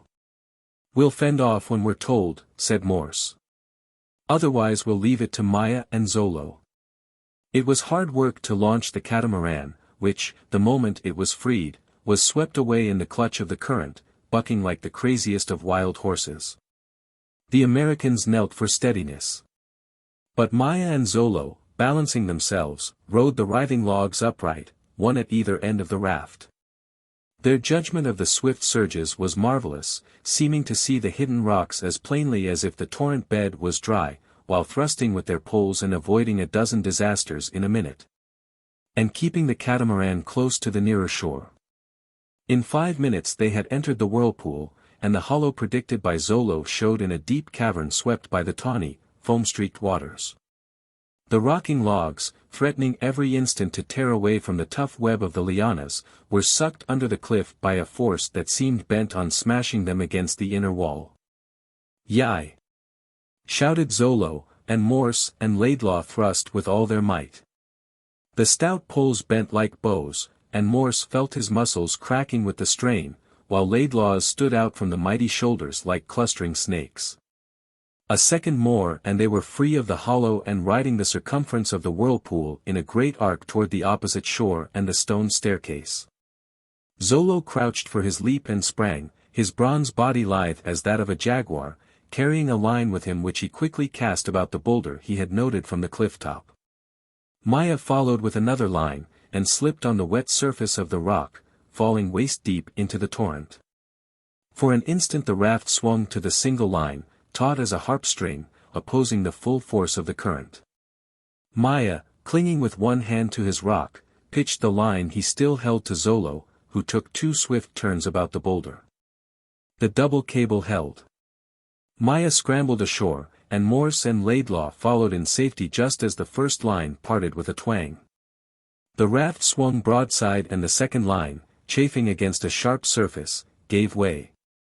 The logs, suddenly released, entered the whirlpool at a tangent and were rapidly drawn into the vortex, disappearing in a broken jumble. "Touch and go, Laidlaw. There goes the grub." "How do we get back?" replied his companion with a grin. "If I wait till that stream goes down I'll be too weak to wade, much less swim." "We won't go thirsty, anyway," answered Morse. "Where's that bundle?" He looked for a special parcel of restoratives bound tightly with the lesser lianas that he had tossed ahead of him. It had dropped safely on the surface of the steps, and he picked it up. The lower treads of the stone stairway, and they were obviously cut by human hands, were submerged. The remainder led steeply up the side of the cliff, broken away here and there, but easily surmountable. The party hurried up them to the ledge where the prisoner lay. As the 4 came into sight of the bound man, they stopped dead in their tracks. Close by the prostrate form poised a great vulture, beak ready to plunge into the unprotected man's face. Morse's pistol flashed from its belt holster, and the foul creature fell, flapping feebly, across the form of its intended victim. Laidlaw, as swiftly as his short legs would allow, reached it and flung it by one wing far out into the canyon. The man had fainted.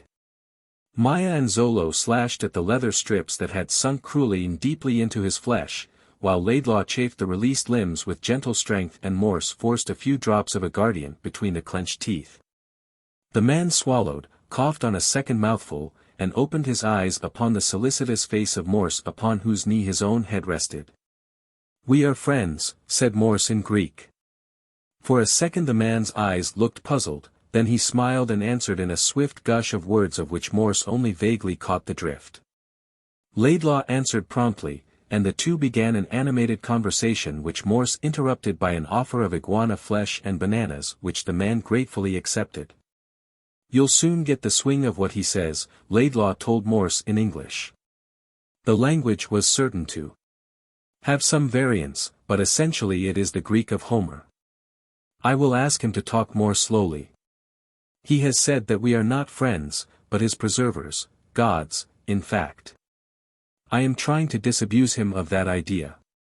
When their patient had completed his meal, Laidlaw looked whimsically across the scraps at Morse.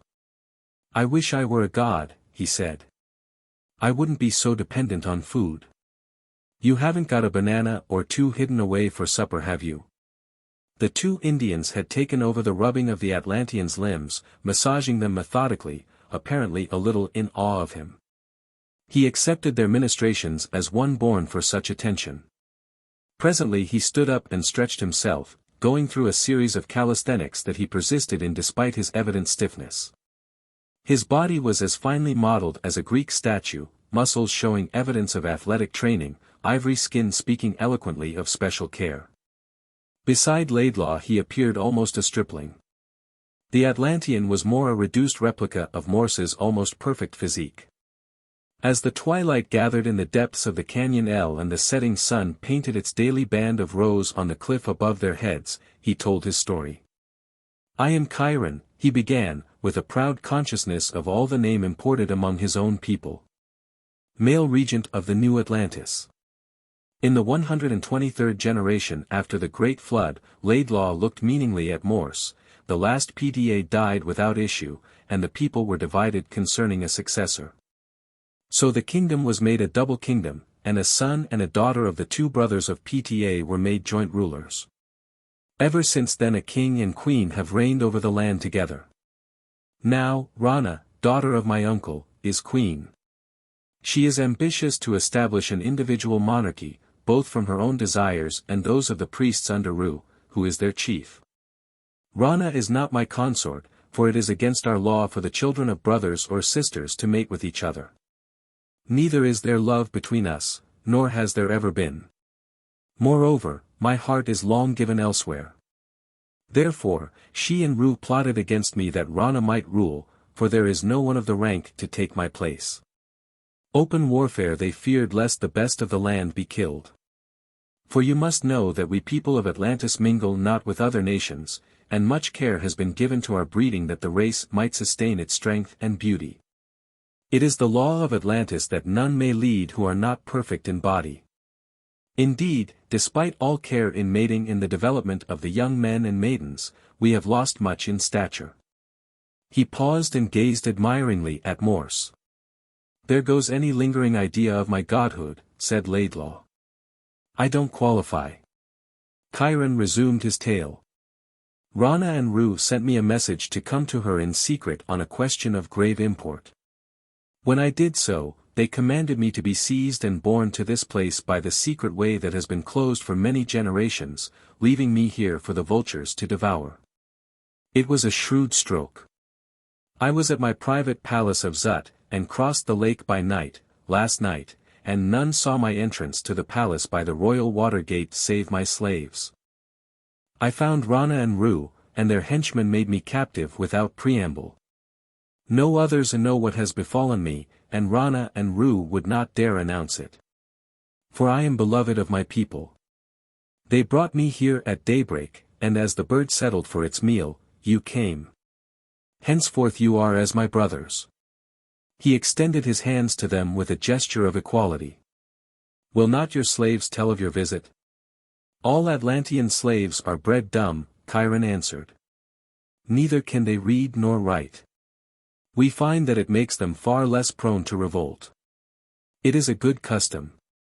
He looked casually at the two Indians, squatting apart, and they seemed to catch the import of his words. Now, my brothers, said Kiron, tell me of your purpose and of your own land, in which doubtless you are princes. Laidlaw complied, Morse listening with increasing ease as the familiar accents of the scientist's voice aided him to catch the change of phrasing and of word endings. The scientist dealt lightly with American customs and democracy, and soon included Morse in his story with the discovery of the vase. Kiron's interest evinced itself by his rapt silence. Night fell as Laidlaw told of his own researches in Europe and Northern Africa, of his theory and its apparent proving. The stars came out and the shining constellations changed as they swung above the canyon gap, but Laidlaw still boomed his tale in sonorous Greek. They were 3,000 feet above sea level. The night was warm and two men, one naked and the other practically so, listened to a third, whose mighty upper body showed grey in the dusk, tell his strange story. The two Indians, smudges of silent statuary, hunkered with heads on their knees, appeared to sleep as Laidlaw knitted together the ravelled web of bygone ages and annihilated the years. While below them the torrent laboured at the never-ending task of world-shaping. By all the gods, that is a mighty tale, said Kiron. And you may hold me witness that it is the truth. As Prince Regent, I was taught much of our lore that is hidden from all save the priests and monarchs, and your story bridges the chasms and throws light upon the dark places. Ru shall hear you and be abashed before your knowledge, and all Atlantis shall proclaim your wisdom. He turned to set a friendly hand upon Morse's arm. And you, brother, who are formed even as Minos himself, son of Zeus and god of the sun, greatly will we reward you. And, because of your manhood, Atlantis shall make you a first noble and you shall enter the brotherhood of Cal. You do us honor, said Morse. But how may such things be accomplished? It seems to me we sit outside a barrier beyond which lies your kingdom and the fulfillment of your wishes toward us. Kiron laughed. Truthfully, he said, I had forgotten. On the third morning slaves will come to find what the vultures have left and cast the remains into the river, and then report that Kiron has been disposed of. We will stand aside until the way is open, and it shall be the slaves who are fed to the water. If you care not to soil your own hands, I will slay them with mine. He spoke with an arrogant confidence in his powers. So we shall descend the pathway of the burned-out fires and come to Dor, he continued. It will be a rare sight, the faces of my cousin Rana and of the high priest, Ru. They will say nothing, for even Rana's people would not dare to seize me and would rise against her. A king of Atlantis may not be judged save by universal consent. You will do well to watch Rana's face, my brothers. It is as beautiful and yet as cruel as the flower of the long sleep that slays you as you bend to inhale its fragrant, deadly breath. But where is this vase you speak of? It is across the canyon with the rest of our weapons and some of our supplies, said Laidlaw, sighing half out of weariness and half out of hunger. We may cross the river by nightfall tomorrow, said Kiron. I fear I have left you hungry, yet what is hunger compared with the gain of knowledge and of friendship? Let us sleep here on the ledge. Tomorrow we shall pass to your encampment and return to punish the dogs that Rana entrusted with her treachery. Morse spoke to Maya and Zolo and, without a word, they found a sleeping place and settled themselves for the night. The Americans and the Atlantean were soon to duplicate their example. They cat-napped away a good part of the following day, with some time devoted to fruitless exploration. In the late afternoon the torrent had subsided sufficiently for them to cross the stream, wading and leaping from boulder to boulder, and to climb to the summit of the cliff. While Maya and Zolo prepared the meal that was so badly needed, Kiron examined the vase. It is from the royal treasury, he said, though the cover is of strange craftsmanship. See here the double axes of Minos and Pasiphae. I would like to meet the dog who stole it. He is long since dust, said Morse, and he explained to Kiron the presence of the funereal ashes of Murdoch within the vase and his intentions concerning their disposition. The idea caught the young king's imagination. It is a worthy deed, he proclaimed. It shall be carried out, and the name of your friend carven upon the walls of the temple along with your own. Have you not brought great news to Atlantis? After the meal he examined with unconcealed wonder the rifles, the field glasses, compass, and chronometer, following intelligently the explanations of Laidlaw of their use and mechanism. The compass was new to him only in form. The flashlights excited his particular delight. They are little suns, he exclaimed, little suns that shall light us through the fire path. They recrossed the stream with little difficulty in the grey of early morning, relying on Kiron's assurance that the slaves could not reach the ledge before dawn. Carefully and quickly they disposed themselves close to the gate that led to a lost race. The sun rose behind the cliff, touching the plateau with a glorious golden color. The Indians were motionless statues on the stairway. Morse, Laidlaw, and Kiron stood quietly against the cliff on either side of the opening. Time passed slowly. Suddenly, without a sound, the great slab of basalt swung upon its pivot and ears strained for the footfalls that must follow.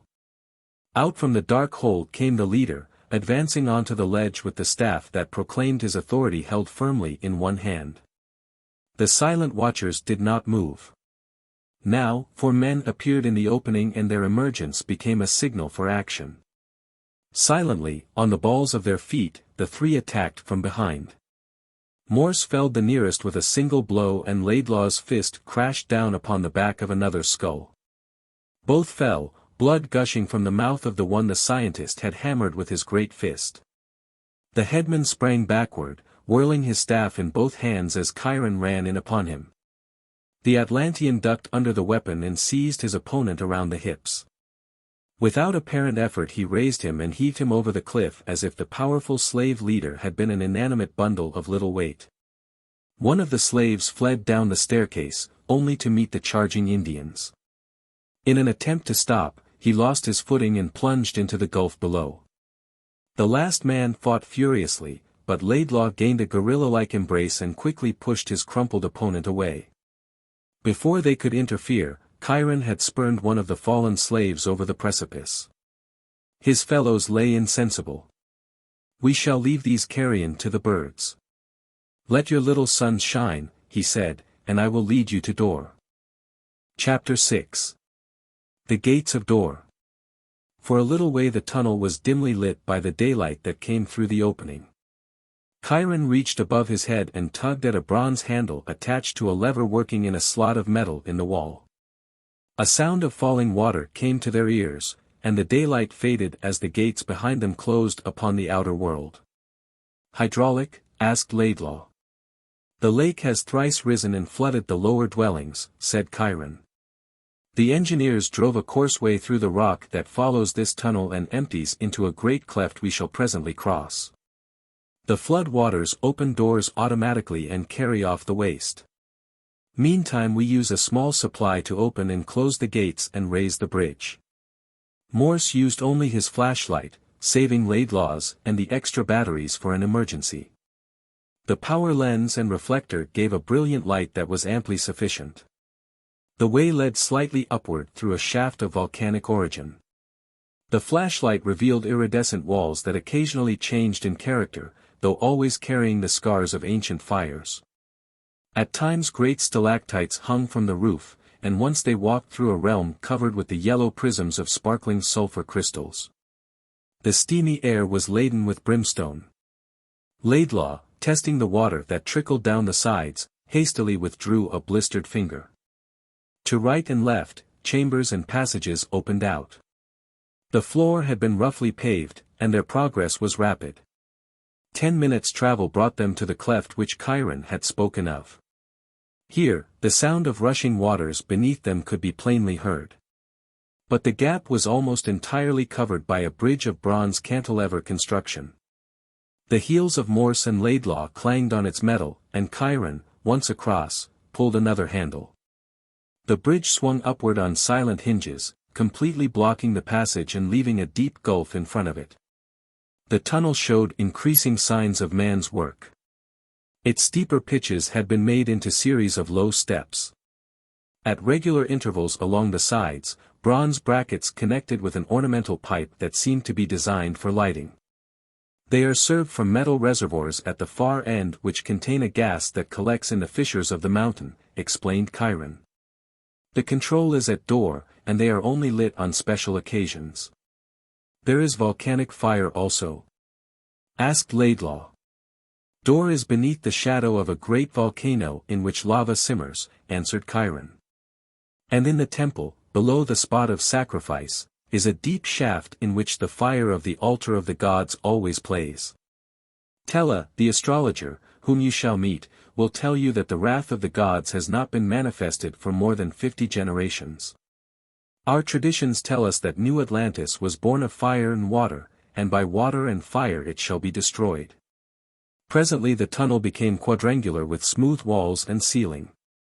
Frescoes appeared, painted upon a plaster background with occasional bas-reliefs in the same material, showing rows of processional figures treated in the style of decorations found in the ruins of early Greece and Egypt.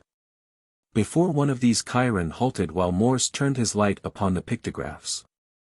They represented an enormous creature, seemingly as large as a hippopotamus in proportion to other figures. It stood erect on hind feet, balanced by a great tail, its sides covered with scaly armor. Parallel lines of servants and warriors in crested helmets, with broad-bladed swords, framed the monster.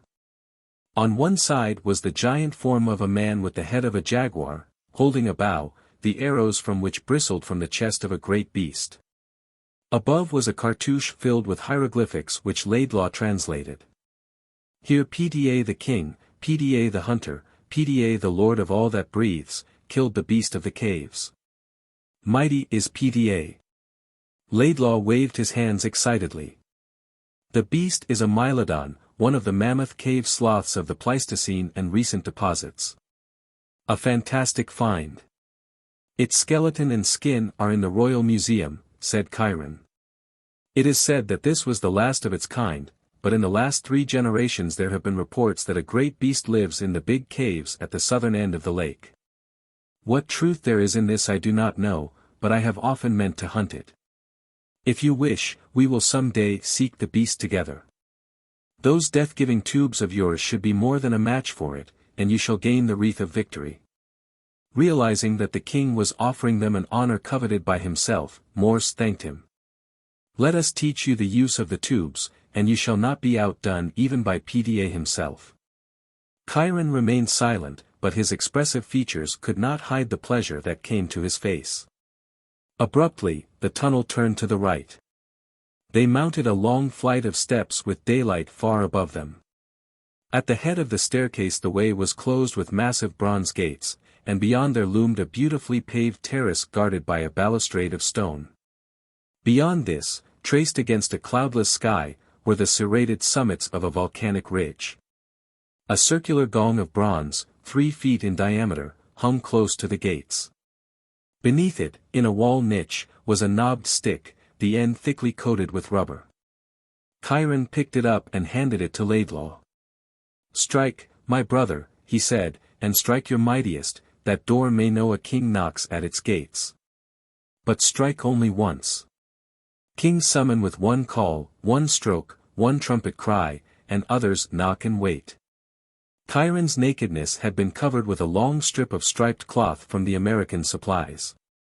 It was draped about him and belted to form a flowing skirt that fell halfway between knees and ankles, making a mantle that covered his shoulders and left his right arm bare. Zolo had made him a pair of sandals from broad forest leaves such as he himself wore. Morse, watching Laidlaw grasp the rubber knob, smiled to himself at his companion's soiled and stained khaki, the trousers tucked into high, laced boots, a dingy solar helmet upon his head. He became aware of his own disarray and wondered briefly how this lost people might regard their travel-worn appearance. Laidlaw swung his arm, and the rubber knob struck its target fair in the center. It tilted heavily at the ponderous blow, and the deep cry of its vibrations echoed in the tunnel and beat against their eardrums. The sound had not reached its height before a man in a short skirt and a jacket that resembled a bolero appeared. The surprise upon his face changed to consternation as he beheld Kiron and the strangers. For a moment he hesitated in apparent bewilderment. "Open," pronounced Kiron somberly. The man produced a curiously pronged key, inserted it in the lock, and turned it. As he pressed his foot upon a metal stud in the paving, the gates rolled noiselessly aside. The man groveled. "Pardon, O great king," he stammered. "I had thought." "Let it be your last one," said Kiron sternly. "Thoughts can be dangerous at a time like this. Send quickly and bring us litters." "It would be better, I think," he said, as the man disappeared at a run, "if we go in closed litters to my wing in the palace. There we can attire ourselves fittingly. You will permit me to offer you clean linen?" Morse accepted, pleased at the Atlantean's delicacy. "Give me a long robe, Kiron," said Laidlaw, "that these legs of mine may not too early disgrace your standards." "Would that mine bore as stout a body," replied Kiron. Then he continued, "The rains are over, and this is the month of Minos, the festival month of the reappearance of the sun god. At noon, when he looks through the roof of his upper temple, the people will assemble and give thanks. Ru will address them and doubtless Rana will as well. She may lament my absence," he added satirically. "I shall be glad to be on hand to reassure her." By this time 3 litters of carved wood inlaid with carved ivory panels on which the double axe was conspicuous were at hand. Morse and Laidlaw climbed into 2 of these, and pulled close the silken curtains at Kiron's direction. The strong shoulders of the bearers took them along in comfort. Lying on his side, Morse could observe the lake through a crack in the curtains. Stretching toward purple hills, the water was dotted with islands. On the nearest one rose the white columns of a temple surrounded by trees. Boats with striped sails glided over the water. The lake seemed to occupy the bowl of a great crater. Its waters were strangely blue and placid, the blue of another world. Off in the distance came the distant sound of trumpets. A deep-throated chant echoed mournfully across the water. But no one was encountered, and the bearers' feet padded along tirelessly en route to their unknown destination. They entered a doorway and traversed a passage lined with white stone on which the double-axe sign was endlessly repeated. Finally, the litters were set down, and Morse and Laidlaw stepped out into a paved courtyard in the center of colonnades. Palms grew in great vases between the pillars. The bearers disappeared noiselessly. Kiron stood beside the edge of a pool in which a fountain splashed in the sun. "Welcome to Dor," he greeted them. "I will show you your apartments. My own slaves will attend you." He led them to a room of great size. The walls were frescoed in gesso duro, with unglazed window openings cased in bronze lattice, over which trailed flowering vines. Low couches and chairs shaped to the figure stood about. Through a doorway they caught an inviting glimpse of water in a pool. Kiron pointed to another door of paneled wood. "There is your bath," he said. "When you have bathed, will you join me in the pool?" Morse gazed in astonishment at the lavatory fittings. "Hot and cold water," he exclaimed.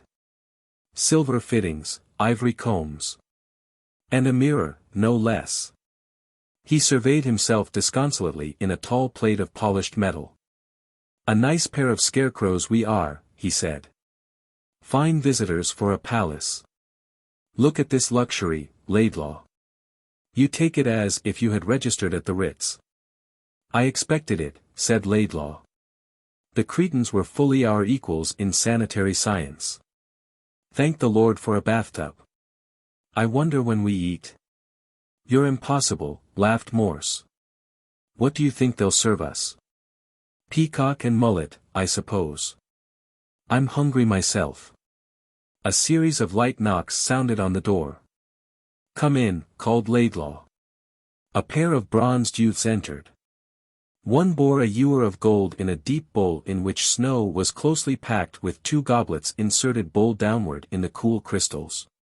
The other carried linen cloths and a cake of what might have been soap. They retired without uttering a word. "Kiron's silent system," commented Laidlaw. "I wish this soapweed cake were edible." "What's in the pitcher?" asked Morse. "Try it." Laidlaw poured the silver cups full of a ruby-colored liquor that smelled of spices and grapes. It was sweet, cloying to their palates, but nonetheless invigorating. After a hot bath, they crossed the main apartment to where Kiron awaited them. Without a word, the 3 moved simultaneously, diving into the inviting, emerald water and racing for the far end of the marble tank, 100 feet away.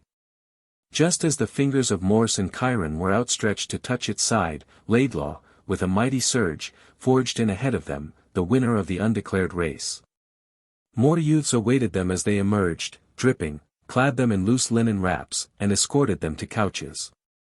There they were massaged with sweet-scented oils. A servant brought a pile of garments, dividing them into 3 groups.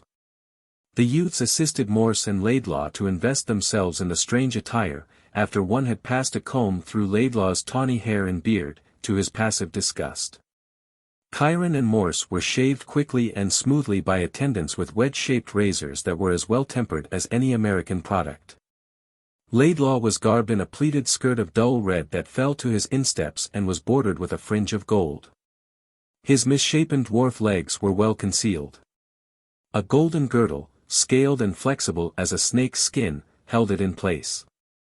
Above was a tunic of fine wool, purple in hue, the left arm short-sleeved and the right bare, showing Laidlaw's Herculean proportions to their full advantage. Gilded sandals, bound with thongs of soft leather, and a fillet of the same material about his brows completed the costume. Like some lord of ancient Assyria, he walked the length of the pool, squaring his shoulders before the critical eyes of Kiron. Morse wore a double chiton of white wool, sleeveless, caught at the shoulders with gold fibulae brooches, and belted with vermilion leather encrusted with gold filigree set with pale green olivines. The skirt of this singular garment touched his knees, and its cloth was bordered with golden brocade. His sandals were scarlet, his garb almost a duplicate of Kiron's. Morse enjoyed the freedom and coolness of the costume, and his naturalness brought an exclamation from Laidlaw. "You look like an Atlantean to me, Morse." The discarded clothing lay on one of the couches of the main apartment when they entered. Kiron showed them a space in the wall, masked so cunningly by a part of the design that the uninitiated eye would never suspect its existence. In it they stowed their goods, and Kiron revealed the secret of its opening by pressing the paneled eye of a big cat creeping over ivy-covered rocks and about to spring upon a pheasant-like bird. "Now," said the Atlantean, "let us eat. We have an hour before the middle day." Laidlaw did not try to suppress a sigh of pleasure. In the courtyard, a trestle table and seats had been arranged. Glossy leaves bearing red waxen flowers were entwined between goblets and platters of gold on a white cloth. The peacocks of Morse's imagination did not make an appearance, but the mullets were typified by a lake fish of delicate flesh, served in a sauce of thyme and cucumber. This was followed by a pudding of meal, surrounded by a number of enormous frogs' legs. A sweet pudding filled with chopped fruits ended the repast, at which time even Laidlaw attempted to loosen the links of his girdle. There were litters in attendance, and the three were borne from the palace behind silken curtains. When they halted in a paved alley between high walls, Kiron dismissed the bearers and led the way to an entrance barely the height of Morse. The Atlantean struck his foot upon a disc of metal that protruded slightly from the threshold, and a bronze gateway slid into the wall. 50 steps stretched down to a corridor leading to a blank wall. A flower of bronze, hollow-centered, projected from a stone slab. Kiron advanced and spoke into the petals. Immediately there was a light sound of clicking. A section of the wall descended into the floor. Kiron turned his head to Laidlaw. "We, too, have our inventions," he said proudly as they passed through the opening. "This is a hidden entrance to the temple." A long incline appeared before them, rising to the antechamber of a great hall, and ending in a high screen woven from golden threads into a weird design of foliage and fruit. The workmanship was so fine that the light pierced it, and through it came the sound of a high, querulous voice. "That is Ru," said Kiron, anger rising in him. A blare of trumpets followed, a burst of voices in a swelling harmony. A strange incense penetrated the antechamber. A woman's deep contralto, ineffably sweet and alluring, reached them. Re has removed the veil from his face and smiles once more. Great is Re. The blossoms are invested with his breath and speak of golden fruit. The land sends up incense. The hearts of youth listen to the mating cries of the birds and are glad. Atlantis smiles beneath the glory of Re that now descends upon us. And now a chant sounded. His glory descending. Our hearts fill with pleasure. Our voices ascending in manifold measure. Proclaim adoration. The joy of a nation. To greet thee, O Re. Re. Re. Giver of light and life. Our hearts with joy are rife. Hear us, O Re. Beyond the screen, the hall was suddenly flooded with a golden glow. Presently the woman's voice broke the silence. The golden flower opens. Lo, our prayers are acceptable. Gladness shall come to Atlantis, and fertility. Yet there is a shadow upon the radiance that showers down. Kiron, our king, beloved of Re, is missing from the festival, absent from this gathering. A cry arose of Kiron. Kiron. But Kiron did not move, and a sardonic smile crossed his face. Wait. Rana has not yet ended. You call for Kiron, and he answers not, said the queen. Some grave misfortune must have befallen him. The oracles are silent, though Ru, your spirit lord, has besought them. The holy fires smoldered sullenly at his questioning. Kiron. Where is Kiron? Called a voice, quaveringly. Has he lost favor with the gods? I cannot answer you, my people, said Rana. Like you, I can only ask, where is Kiron? Here. Beckoning Morse and Laidlaw to follow, Kiron strode around the screen. Bearded priests in flowing robes encircled a platform.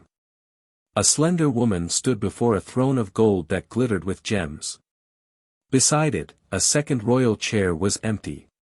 The emblem of the double axe, gleaming blades on ebony staffs, loomed between them.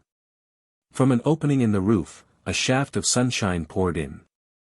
Beyond it the Americans vaguely glimpsed a multitude of shifting forms. Here, repeated Kiron, one arm upraised, advancing until he stood in the center of the dancing motes of sunray.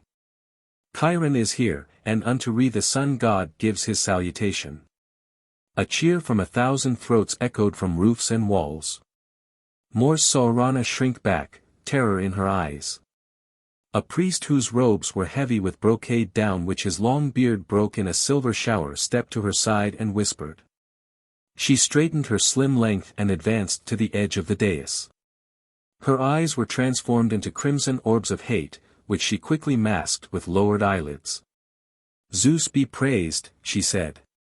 "Chiron, chosen of Rana the queen rejoices with our people." She extended a hand that was like a white flower.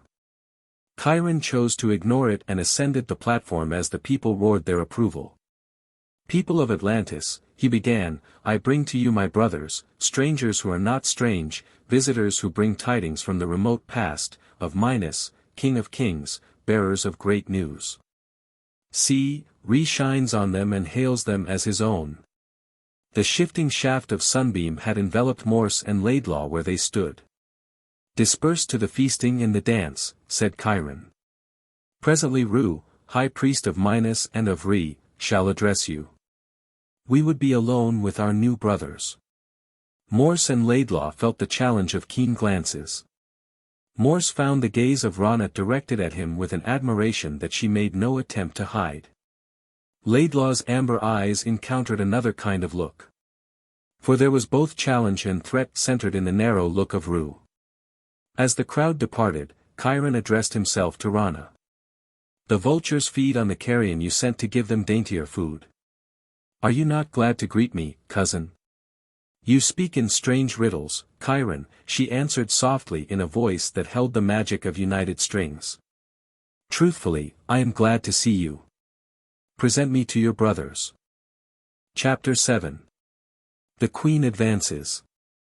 After his one speech to Rana in which he acknowledged her treachery, Chiron, strangely, made no further mention of it.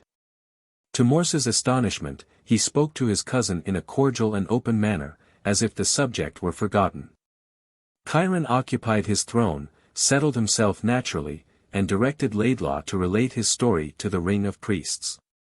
Rana, in the meantime, had beckoned Morse to her side with a slight motion and a strange magnetic look in her deep and unfathomable eyes. In spite of his knowledge, and he could not shake the picture of Chiron lying bound upon the ledge as food for the vultures, he felt an attraction to this beautiful woman. He fought it wonderingly. Rana was beautiful by any standards, and her manner was an entrancing combination of swiftly changing vivacity and languor. Insensibly Morse began to place much of the blame of her actions upon Ru, who made no attempt to hide his antipathy for the strangers, even as he acknowledged the wonder of Laidlaw's story. The ring of priests stood wide-eyed as Laidlaw told of the discovery of the cup, and showed keen interest in his account of the island of Crete and its history. There was unbridled enthusiasm at the disclosure of a living race who were at least remotely related to them. And there was wonder and disbelief as Laidlaw promised to display a collection of photographs of Greek art and architecture, the American describing as simply as he could the nature of a sun picture. Ru listened with a scowl deepening on his brows, alternately watching Laidlaw and Morse, or noting the satirical smile that continually played across the face of Chiron. Rana plied Morse with 1,000 questions, and her expressive eyes and red, pouting lips were a magnet to him. Were there many men like him in his own land? Yes. Ah, he was surely too modest. In Atlantis such a man might aspire to anything. Even a throne. Morse, in almost a hypnotic trance, tried to affect an ignorance of her plain speaking. She halted and appraised him, a trace of puzzlement on her brow. And all at once the vivacity flamed again. She covered him with a flattery that made no attempt to hide her delight in his person. She praised his Greek and promised to be his personal tutor of Atlantean idioms. She outlined a tour with a score of things to see with her as guide. And she made it clear that any attempt to include Laidlaw would prove distasteful to her. "Let him prate to the priests," she said. "He is old and I do not like his legs." Evidently her keen eyes had judged their hidden proportions, despite the long robes. "His face is hairy, and he is a musty creature. Knowledge is for age, when the joys of manhood are mere fruit husks. Let us not waste our time upon rinds when the luscious pulp is before us." At last Laidlaw was finished, but there was further talk with the priests. There were games in the afternoon, and what better time was there that Ru might present the strangers to the people? He can sit in the priest's benches, said Rana, indicating Laidlaw. You shall sit with me. Somehow, the imperiousness, the totality of her manner began to penetrate his consciousness, and beyond the outwardly beautiful shell he began to see her more clearly. Morse began to wonder what her purpose was in showering him with attention. He was limp and perspiring when he left her spell, aware that he had been fighting with himself for nothing more than his own right to think, aware of her beauty and her magnetism. And suddenly and vividly aware of how Kiron had been tied and left to die at her command. He shuddered. Laidlaw was full of talk and excitement. He was in his element. He had talked past a meal and had not even missed it. Now that the great archaeologist had a few minutes apart from this hidden people, he could not silence his hoarse voice. And while he had been addressing Morse all along, he suddenly realized that his fellow American was there. The Queen is a beautiful woman, he began, a question in his voice. She is that, replied Morse unfeelingly. Remember Kiron, admonished Laidlaw, for once laconic. Morse nodded slowly, and was silent for a time. There is something about her, he said at last, searching carefully for words. When she was near me it was almost as if that part of me that knew what she had done was blocked out, there was something powerful about her. She is powerful. Rue is powerful, too, said Laidlaw. He hates us, and someday he means to fill a throne. If that day comes. Laidlaw stopped and drew a finger across his throat suggestively. Then he continued. The old struggle between church and state is here. And the Atlantean priesthood is losing its grip. The people are over-civilized, too sophisticated. They demand to be amused, and the theologians are unable to satisfy them. Rue recognizes this and realizes that his only way of retaining power is to seize the throne. Oh, I found out a few things, said Laidlaw. Didn't talk all of the time. Kiron is a cultured aristocrat, the kind out of style in most of the world. He was born to privileges that he will not give up lightly. Rana is a woman. One thing only dominates her, sex.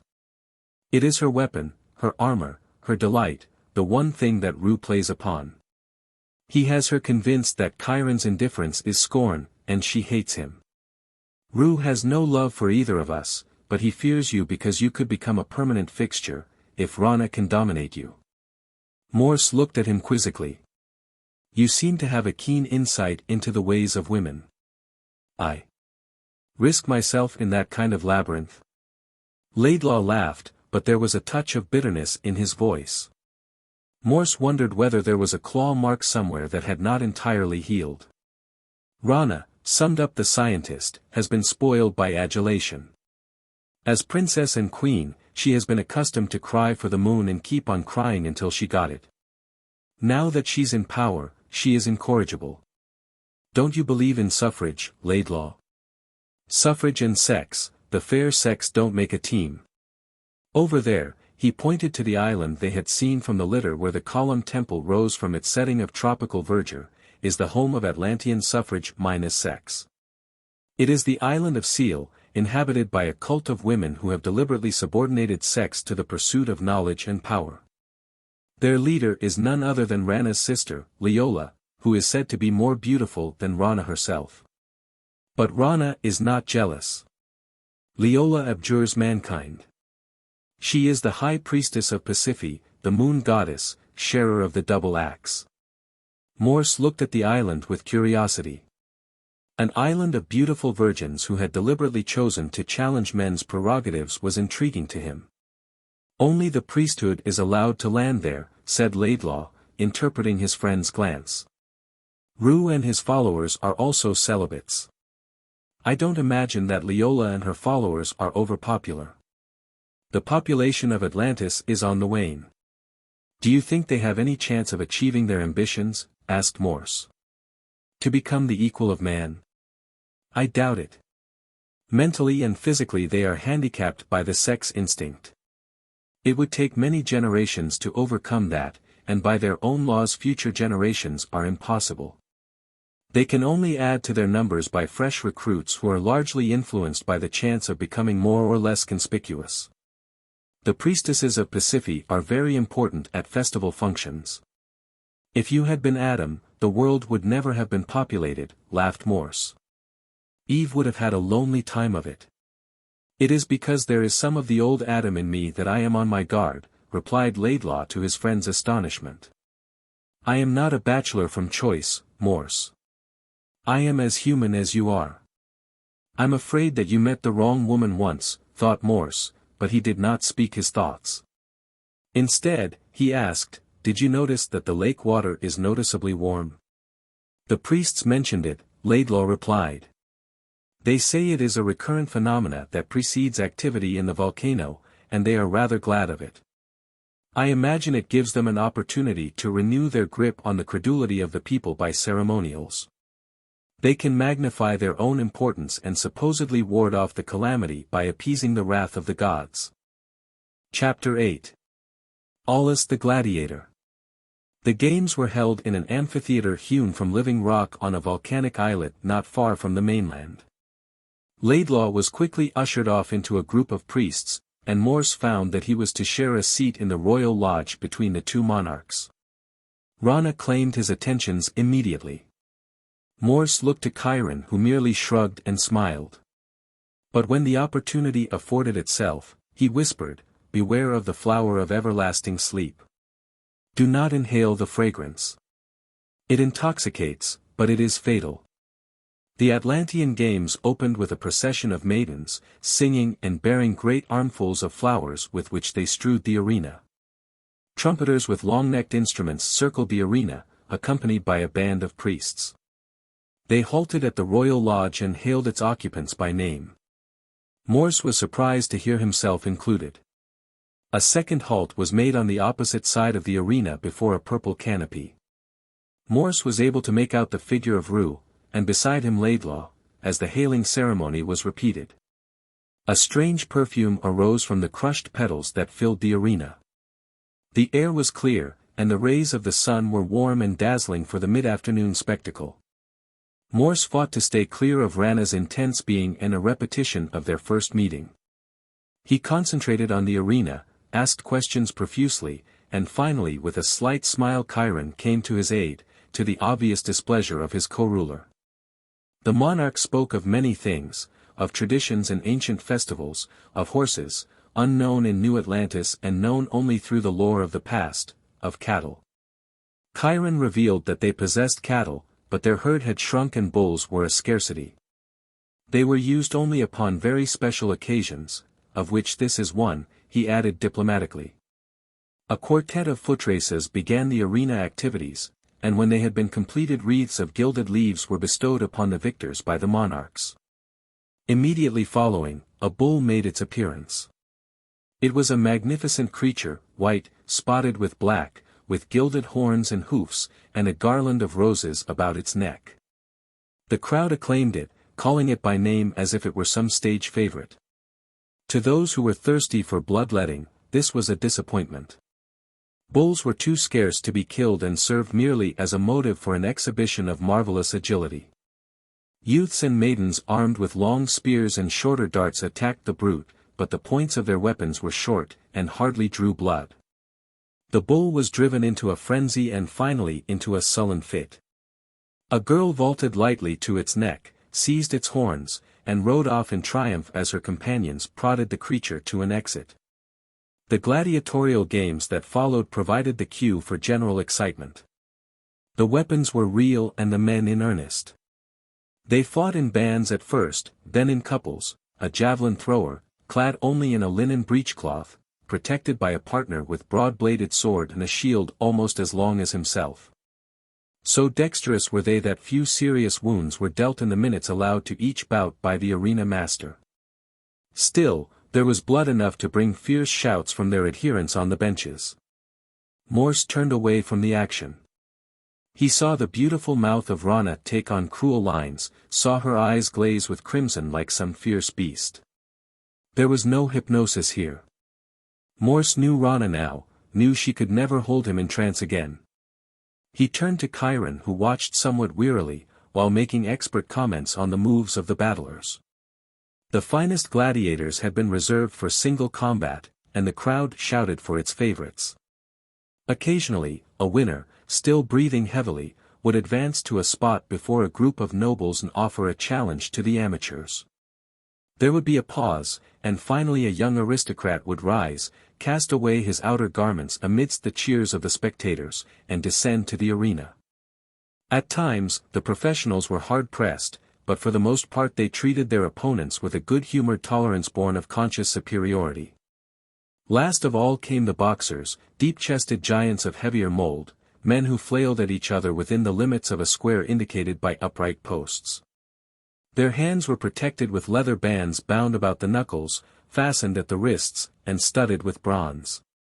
Two slaves fought ferociously for a prize of freedom, one felling the other with a savage blow upon the temple, and watching with a grin as the loser was dragged away, dying and insensible. The Atlanteans fought stripped save for the cestus on the knuckles, and adhered to rules that precluded wrestling and kicking.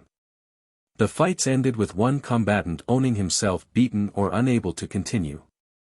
The winners that came for their victory wreaths were badly bruised, but apparently they were Rana's favorites, for she added to their wreaths gold coins from a bag brought by an attendant. Few of the boxers challenged the spectators, and there were no takers, a fact which brought jeers of derision from the populace. Apparently they were not keen to face a possible disfigurement or bad beating. The final bout ended with a victory for the champion of Atlantis. He was a massive man, weighing well over 250 pounds, his powerful body a mass of gnarled muscles and brute strength. The sympathy of the spectators was with his opponent, a lighter, younger man who circled about his foe, raining upon him a torrent of quick swinging blows.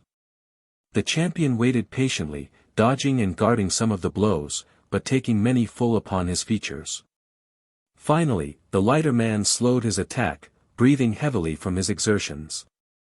And this seemed to be a signal for the champion's strategy. He leaped forward with ponderous arms swinging, too suddenly for his tired opponent to dodge completely away.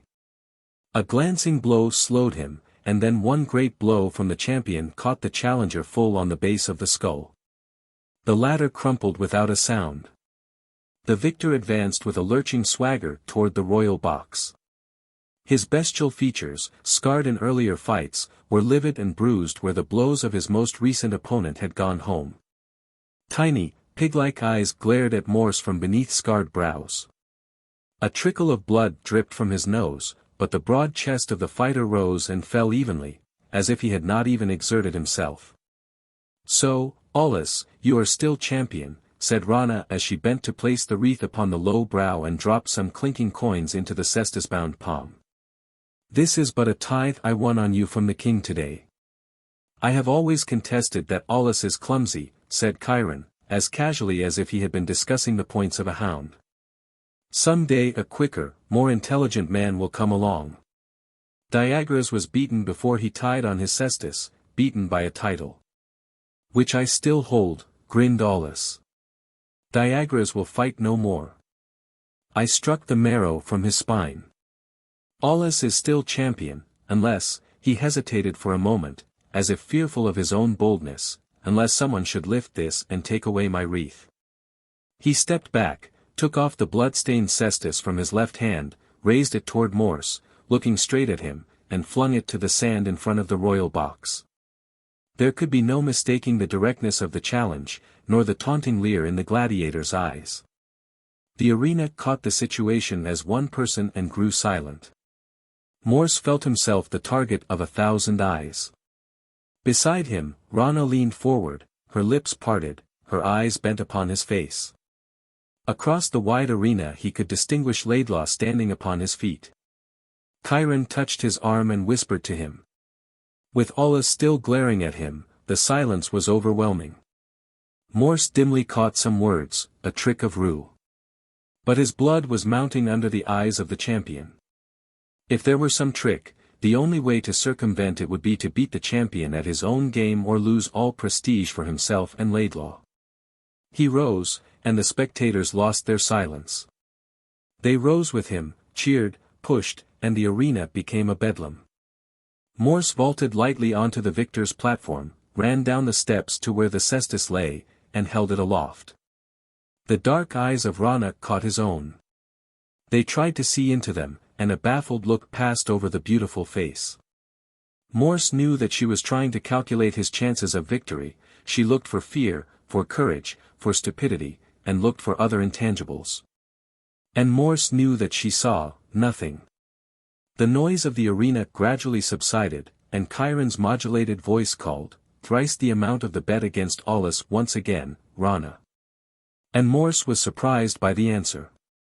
You tempt me to discourtesy. I wager on our guest. At these words, the face of Aulus turned into a scowl. He took up the cestus that Morse tossed upon the platform, and looked long into the crowd. Morse had turned without a word and followed the arena master into the gymnasium. Strange butterflies crawled within his stomach, for he was not one to seek out a fight. Still, he told himself, the Atlantean boxers were clumsy punchers. He believed in his own skill, and he had taken lessons from modern experts. Morse hoped that his boxing ability, his speed of hand and foot, and his conditioning would offset the superior weight and brute strength of Aulus.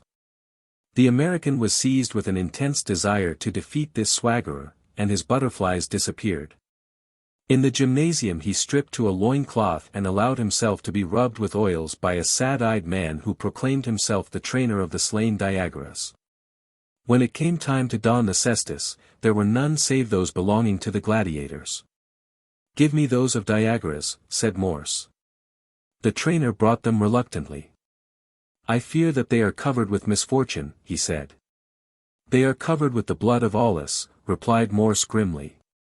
More of it will wipe away the evil. That is well spoken, said the trainer, and then, in an aside, beware of his right arm. And if he appears to weaken in any way, then be most wary. Morse nodded understanding and stepped into the arena, knowing now that civilization was far behind. A throaty roar greeted him as he crossed the sand. Flowers flung by half the populace littered his path, as many tried to emulate their rulers by making him their favorite. But many were quiet, and Morse knew that they had wagered on the professional. As he advanced, Morse felt a strange sense of exultation, as if some ancestor, or he himself in a former incarnation, had once trod the arena to pit his strength and skill against another's. Aulus waited disdainfully, leaning his bulk against one of the pillars of the fight space. When his opponent was only a few paces away, he coiled suddenly like some great reptile ready to strike. Morse waited expectantly, but the arena master hurried between them, and with a few words led the two before the royal box. Right arms extended, they hailed the monarchs. Rana gazed at them in anticipation of the savage sport that was to follow. The fire of her eyes held those of Aulus, but Morse turned his glance to Chiron's face. The monarch's lips moved silently and quickly, and the American read the words, right lower ribs. Accompanied by the arena master, the combatants moved in a measured step to the square that was to be their place of conflict. The two were of a height, but the shoulders of Aulus were broader, and his chest and hips formed a square torso, in distinction to that of Morse, whose frame sloped inward to narrow hips. The American's muscles were long and less visible than those of the professional, and his legs, though well developed, were saplings beside the huge boughs of the Gladiator. Morse's trip through the jungle had left him in fine condition, without an extra ounce of weight. Aulus was a trifle gross with good living, although his wind had seemed excellent in the earlier combat. Morse remembered the wild swings of the Atlantean boxers and planned to treat the populace to an exhibition of jolting straight-arm punches. He hoped they would be a disconcerting surprise to Aulus, who owned a 60-pound weight advantage. Jabbing and footwork, he told himself. The combatants took their places, and after a look to Chiron, the arena master dropped his baton, the signal that commenced the battle. Disdaining his opponent for a moment, Aulus carefully placed his right foot forward, the left hand on guard, and the right hand opposite his breast in the now familiar Atlantean form. Morse opposed him loosely, hands high, poised on both feet ready to move in and out with lightning thrusts. The arena had fallen silent again, and the battlers could hear the chirp of a bird from an outer tier. Aulus stood like a rock, derisively smiling with swollen lips that disclosed teeth broken from cestus blows. Morse felt a fury to erase the mocking grimace. He advanced, feinted with his left, drawing up the right hand of Aulus.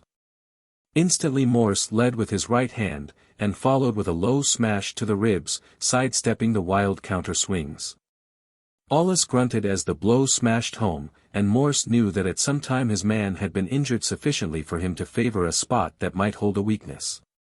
The cruel cestus studs had ripped the skin, and blood ran down the gladiator's flanks, bringing a shout from the benches. Raging, Aulus wheeled and charged with a flurry of blows. So swift and determined was the attack that Morse had barely time to deliver a straight left hand to the face before he was forced to cover and retreat. The hammering of the great arms, hard as bronze, threatened to smash down his defense. Feeling left his forearms. And while a clinch would have given him a breather, grappling was forbidden in the arena. A roar told him that he had retreated beyond the limits of the square, and he sidestepped nimbly to gain the center. Aulus floundered after him, and Morse saw that he had opened up a flowing wound above the eye and on the cheekbone. The Atlantean dashed the blood aside and charged with a thunderous growl, only to run into another straight jab. Morse ducked under a wild swing, and as the gladiator pivoted off balance he was pounded heavily below the heart. Aulus' left eye was closing fast. He bellowed his rage at this agile opponent who fought in so unorthodox a manner. Morse danced in and out with quick, sharp blows, but he did not go untouched. Once a glancing swing had all but paralyzed his shoulder and left arm, and on another occasion the cestus had cut his cheek. He felt the blood dripping down as he countered to the lower ribs and once again got a responsive grunt of pain. Morse's arms ached from blocking punches, but Aulus' face was now a gory mask. And yet there was no weakening to the Atlantean's blows. Aulus now stood in the center of the square, revolving like some clumsy turret as Morse moved around him. His unclosed eye glowered red with a venomous determination, and as Morse planted an uppercut squarely on his jaw, the gladiator shook off the blow with a laugh. The man appeared as invincible as an oak. The sound from the benches seemed far away, as breaking waves on a distant beach, and the American found himself longing for Queensberry rules and the attention of deft seconds during a breathing spell. With a third blow to the ribs Aulus staggered back, mouth open, face distorted, arms lowered. Morse leaped forward to press his attack. And suddenly the gladiator regained his full strength, his features demoniac with anticipated triumph. Morse knew that he had been lured into the trap against which he had been warned. A smashing blow stung him sideways, and before he could regain his balance another pushed past his guard and caught him over the heart. His lungs failed. The air grew dark, he reeled dizzily. Only the absolute condition of his legs kept him on his feet as he crouched instinctively. Thunder sounded in his ears, and he felt that the end had come. But no blows fell. The mist cleared away, and he looked out from under his guard. Aulus was on the ground. The force of the misjudged blow he had meant to end the combat had brought him crashing to the sand. Morse summoned all his reserve and sprang at him like a tiger. The gladiator was rising from his left knee, his right arm extended upward. There was a livid bruise on the ribs where Morse had made his target, and as Aulus straightened to full height the American punched with all his force to this spot. Aulus groaned and dropped his hands. The blow had cracked his ribs, sending the splintered bone inward.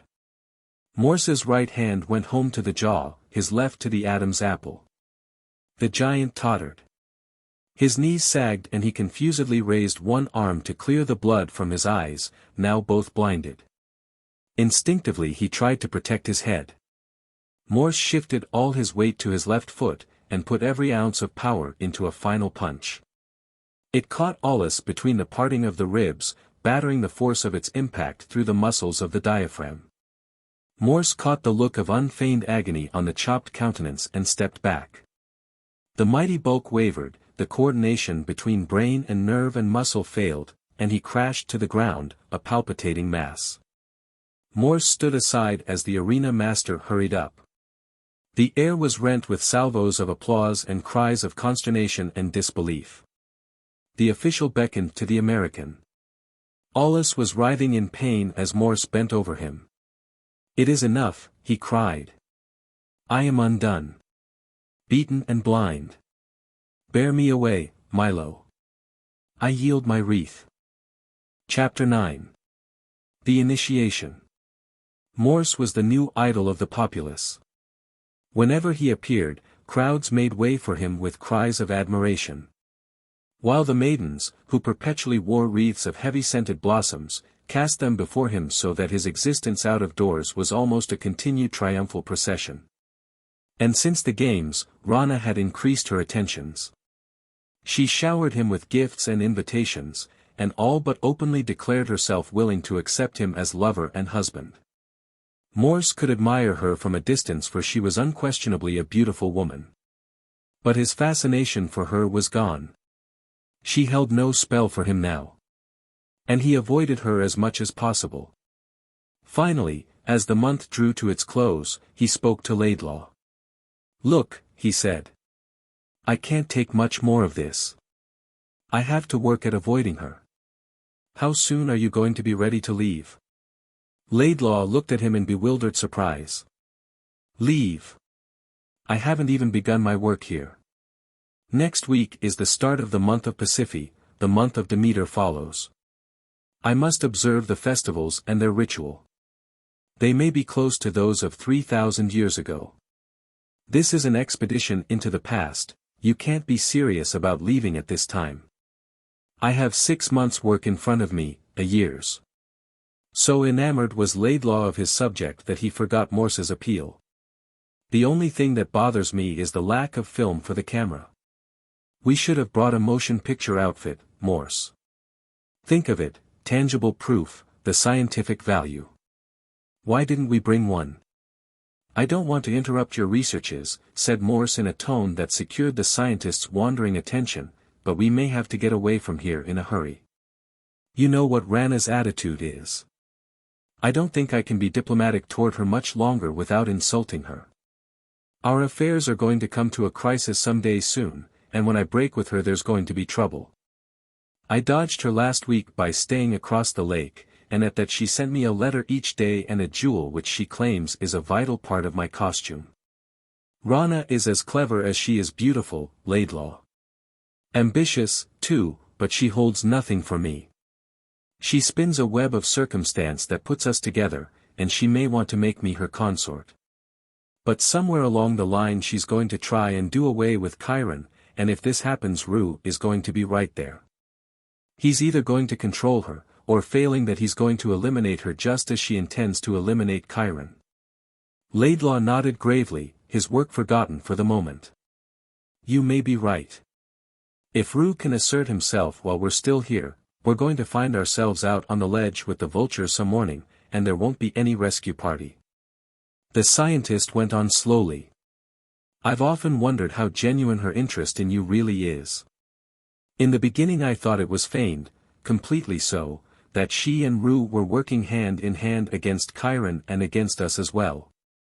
Now, I'm not so sure about Rana. You're too strong of mind for her, and you baffle her.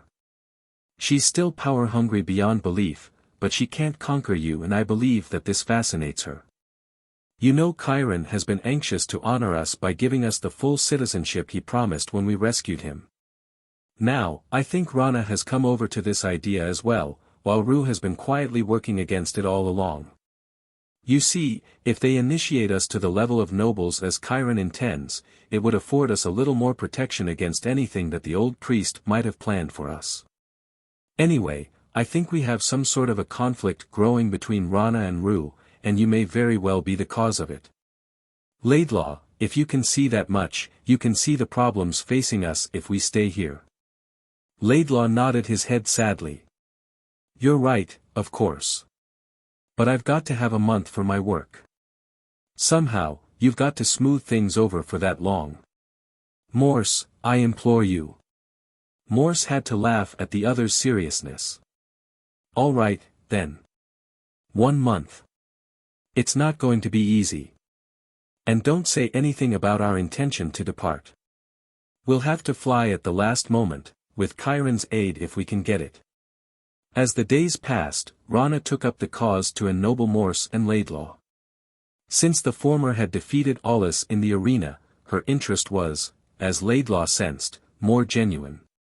And when she finally, in a public speech, championed the honor due the visitors, Rut's powerful opposition fell silently away with the applause of the populace.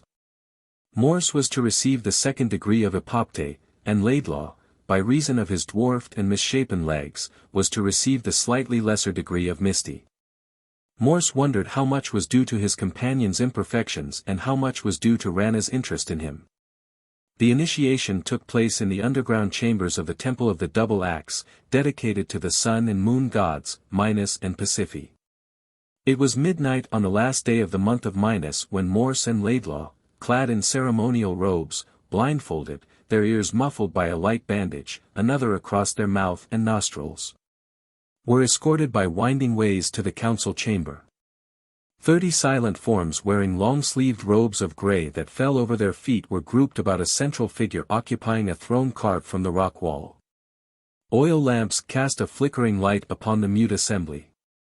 The silent figures all wore masks representing jaguars, human skulls, and the heads of great beaked birds. The man on the throne was distinguished by a headgear representing a bull. Frescoes dimly showed upon the walls. In the semicircle formed by the initiates stood a glowing brazier supported upon upreared and intertwisting snakes. Incense rose from the green flames of a burning liquid. Morse and Laidlaw were led to a point directly behind it. Neophytes. The voice, despite its resonance, had a strident quality that assured the Americans that Rue was speaking through a megaphone-like object in his mask. You have been instructed in your behavior. Courage conquers all things. Fear breeds weakness.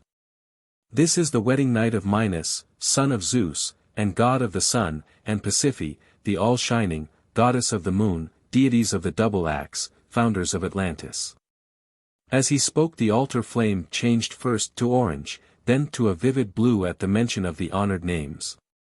May you be found worthy in their sight to become as their children.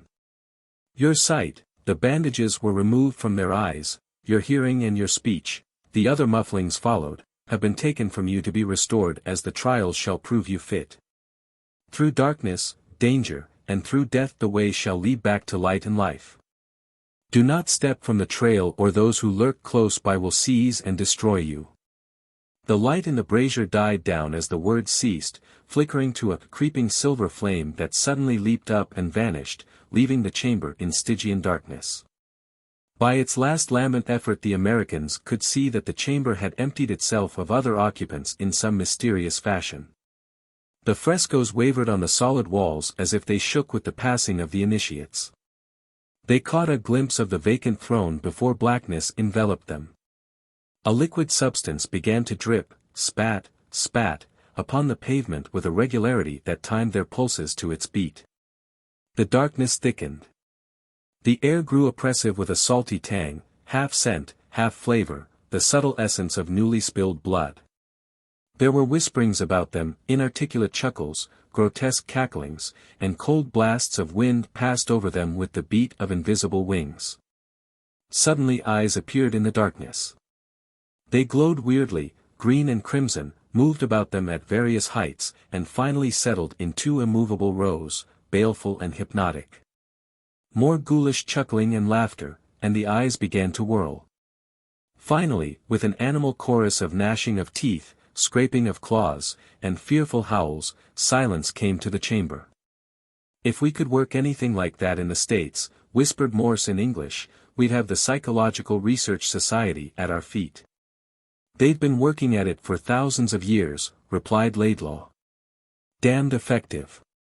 The dark slowly became less intense, the air laden with the delicate fragrance of spring blossoms. Black turned into purple, and purple became gray, and finally they could see the walls in front of them dissolving in whirls of mist.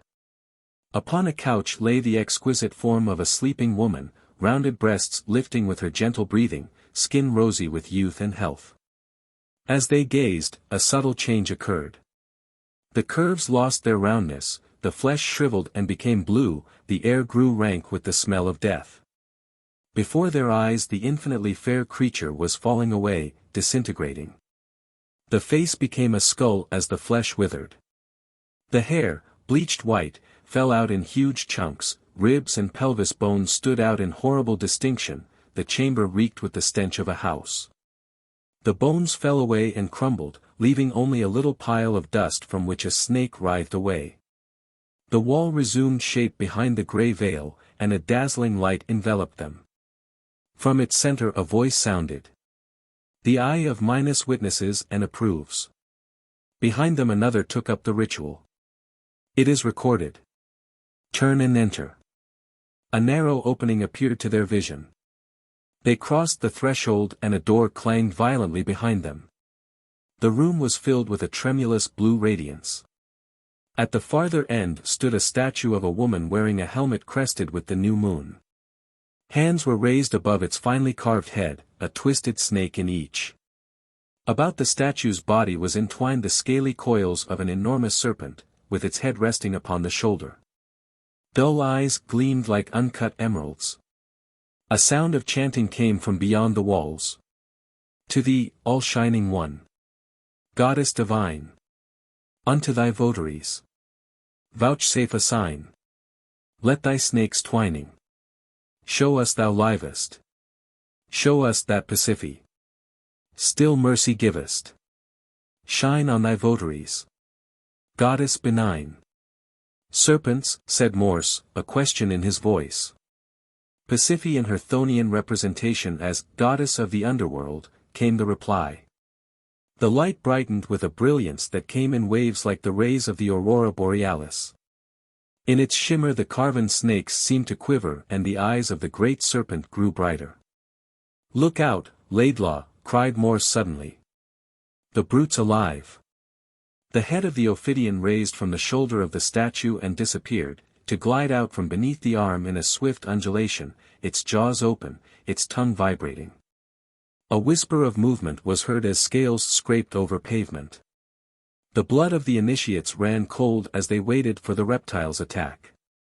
The obscene slithering was the only sound to be heard in the chamber, and they could only guess at its position. Rue, snarled Morse. Laidlaw kept silent. He had thought from the first glance that the snake was alive, but he believed it had been coiled about the statue in a sluggish state of coma. There was no question of its identity. More than 30 feet in length, it was the most powerful and ill-tempered of all the big serpents, the anaconda. Suddenly Morse felt a coil encircle his lower leg in a lightning loop and mount to the thigh, compressing it until it seemed that the bone must break. He set his hands on the writhing, clammy body, trying to reach the head, but encountered only a continually thickening coil. He let out an exclamation and it was echoed by Laidlaw. The anaconda had attacked both Americans at the same time, using Morse as a support on which to base the leverage of its constriction. The firm, unyielding body of the snake offered no hold. The coil about Morse's waist was as thick as his thigh, hard as a hempen cable, resistless, inexorable. His case was desperate, and both men were without weapons. A choking cry came from Laidlaw as Morse strove again to loosen the deadly twist that was slowly squeezing his leg into jelly, at the same time holding him powerless from moving. Laidlaw, he cried. The choking sound changed to a great sob of relief. Ah, sounded Laidlaw, strength emanating from his voice. I've got him. He had me about the waist. Now then. The long length of the snake whipped into wild action. Morse was thrown violently to the ground, and he felt Laidlaw close beside him. Between them, the infuriated reptile writhed and thrashed, dragging them over the hard stone floor. Laidlaw's breath came in great gasps as he exerted all his strength. Morse felt the coil about his thigh relax, and dragged at it until he freed himself. He tried to rise, but his leg refused to carry his weight. He half crawled toward Laidlaw. How can I help you? He cried. A grunt answered him. The snake's body lay across that of his friend, writhing more and more feebly. Laidlaw rolled over on top of it. "I've choked the hellish thing," he gasped. "I think it's dead, but I don't dare let go of it." A series of dull thuds came to their ears from outside the chamber. The chanting was taken up again. "Hear us, O Shining One. Grant our desire. Pasiphae. Pasiphae. Dread we thy ire. One to the other. O bountiful Mother. Accept the gifts we bring. As at thy feet we cling. Pasiphae. Pasiphae. All Shining One. I think we were intended to be the gifts," said Laidlaw. "That could well have been our funeral ode." The flickering radiance was gradually returning, and Morse, now with his own weight on the lower half of the anaconda, saw Laidlaw battering its head, already a shapeless bloody stump, against the stone floor. One loose coil was about his middle, and Morse tugged until it came limply away. The two sat up and looked at each other as Laidlaw flung away the battered head, and Morse kicked at the convulsively twitching mass with his sound leg while he tried to rub the other back to sensibility. "Cheerful little trick," he said angrily. The snake of the goddess resenting the intrusion of strangers. That would have been the verdict, I suppose. Rue full of regrets and the snake full of us. Ugh! How did you manage to get hold of its neck? Good luck. The devil has ruined my digestion forever, though. Morse started to laugh, and Laidlaw found himself echoing him. In the reaction to their danger, they laughed half hysterically until they could force themselves to their feet. The scientist rubbed his stomach. "My diaphragm is jellied. How's your leg?" Morse prodded it and winced. "It's sound, but it's sore as the devil." "Well, if Rue planned this," said Laidlaw, "he did a good job. He had an alibi ready." The mystic voice broke into the chamber. "Advance, O neophytes." A section of the wall slid downward and they passed through the opening into natural light, leaving the dying snake behind. At a junction of the low corridor, a grey and shapeless figure with a skull mask stood beckoning to them. Had this proved to be Rue, Morse felt that he could have done away with him then and there. But the voice of this sentinel quickly betrayed the presence as Kiron. "The Misty to the right," he said, "your test has ended. Yours, Epopte, to the left," adding in a lower tone, "and courage, brother, even in darkness." Laidlaw held back a moment, but Morse urged him on. "If they plan to do us harm we can't escape it," he said, and took the left-hand passage. It ended almost before it had begun in another gloomy chamber that grew totally dark when the door closed behind his entrance. A voice like that of a ventriloquist, its source indeterminate, accosted him. "Now comes the final choice, Epopte. Perhaps it lies with you. Who knows? Perhaps the gods direct. Yet it is on your action that the issue hangs. Gaze and ponder before your body answers to your settled will." With a clang, a door slid back, and a gush of heat surged into the room.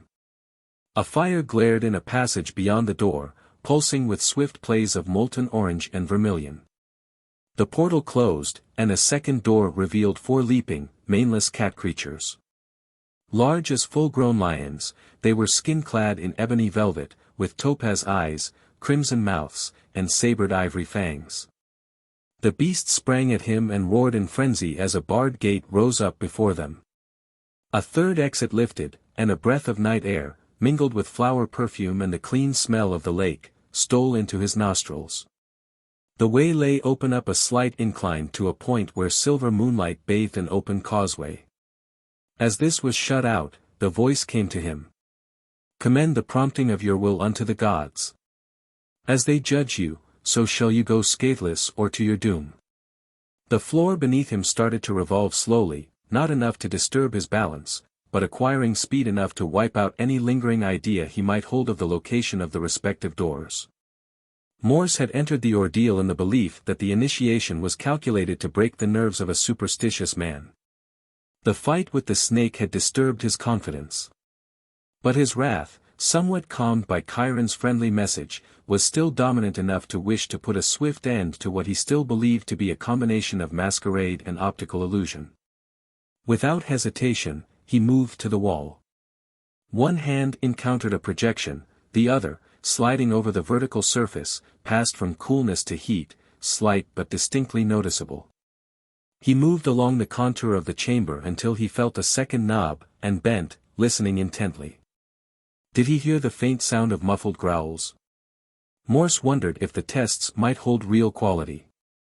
Swiftly he sought the third latch, found it, clutched and pulled. It resisted, but then slid readily before a side thrust. Before him rose the incline to the moonlit causeway, and pure air met him as he ran up the rise. Gulping the sweet air into his lungs, he reached the causeway. Behind him the egress had closed, and the carven facade of the temple showed in grey and purple silence. Morse crossed the causeway to a balustrade and leaned upon it. The crescent moon faintly outlined the temple on the Isle of Sele. Here was the realm of Leola, sister of Rana, and her Diane.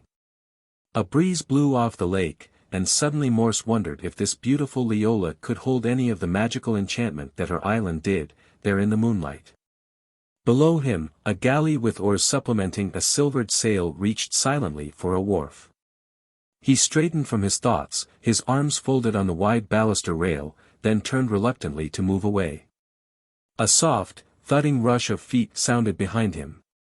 A cloth was thrown over his head, and the gathered folds pinned his arms to his sides. Morse fought against the arms that sought to hold him and lift him from his feet. Coarse oaths came to his ears, sounding dimly through the muffling linen. Then, still struggling, he was lifted from his feet and borne away. A voice rang out. It was high-pitched and as sweetly clear as the sound of a silver trumpet. His captors paused and set him down.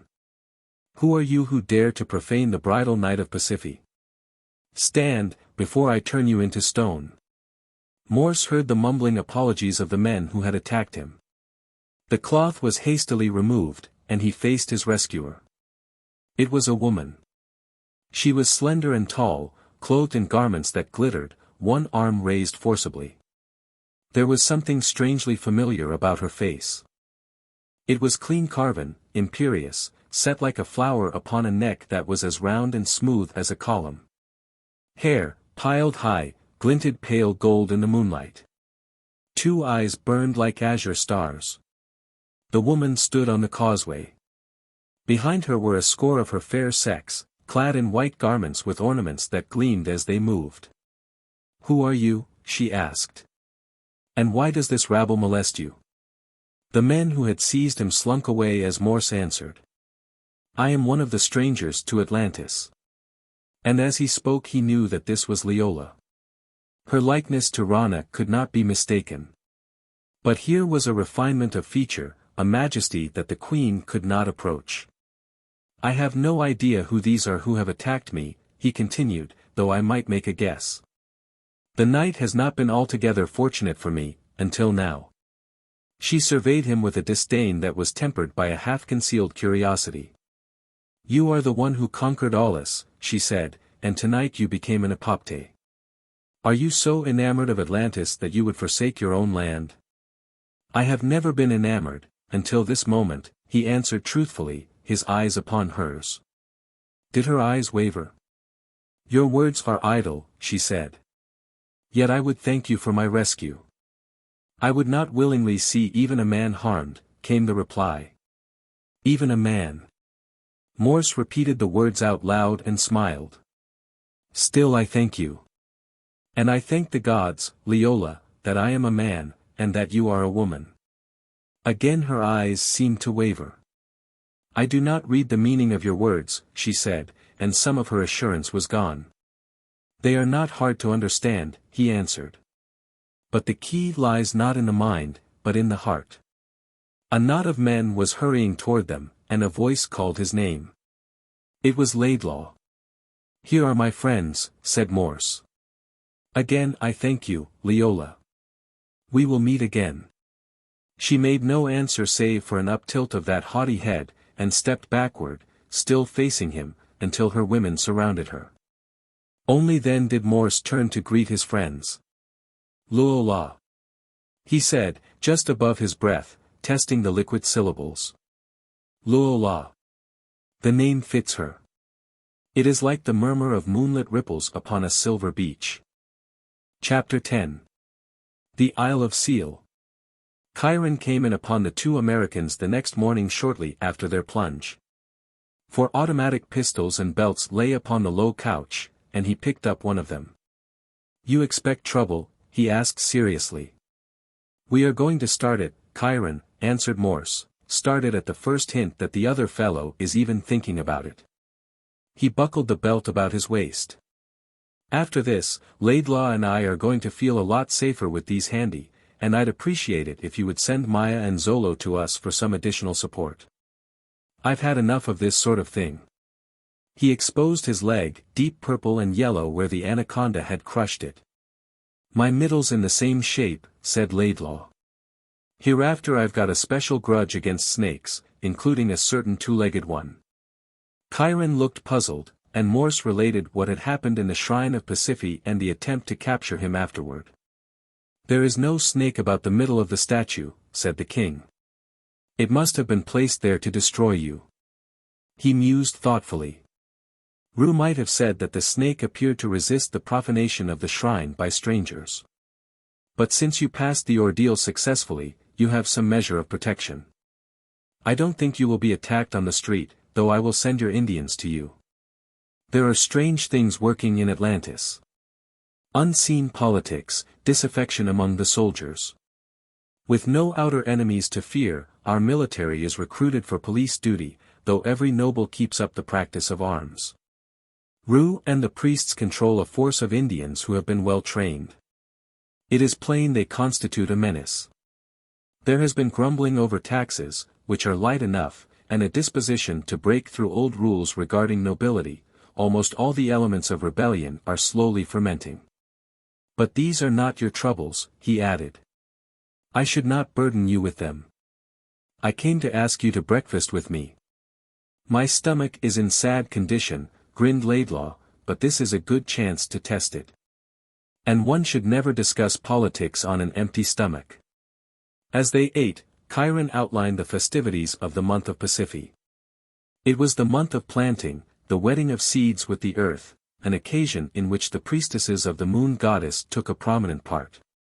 Many gifts were thrown into the lake to propitiate the god that dwelt beneath the water, and these Kiron expected to be unusually valuable and numerous owing to the gradually increasing warmth of the water. The festivals would end with a joint service in worship of the double-axe deities. "Not too many years ago the priests used to sacrifice maidens to Minos," said Kiron, "and youths to Pasiphae. But this custom is no longer practiced, for which I am thankful. Rue resents this loss and loses no opportunity to prophesy trouble in consequence. But the people are tired of innocent blood being spilled." "By the way, Morse," asked Kiron, "did Leola speak to you?" Morse felt his face grow hot. Even as Kiron had been speaking, his mind had been wandering to thoughts of this priestess. He had dreamt of her through the night, and he pondered a little that she had so filled his thoughts. At the same moment Kiron had questioned him, Morse was wondering if he had fallen in love. "Yes," he answered, still embarrassed. "She did speak to me. As a matter of fact she referred to me as, even a man, as if she was issuing an order to her followers not to tread on worms." "That's the way she feels about us," laughed Kiron. "I have a grudge against her myself. She won over the girl who was learning to return my love. Now she is Leola's first priestess." "Who is she?" asked Laidlaw. "Lassida," returned the king. "A beautiful creature. And far more human than Leola. We'll see a good deal of both of them in the next day or so.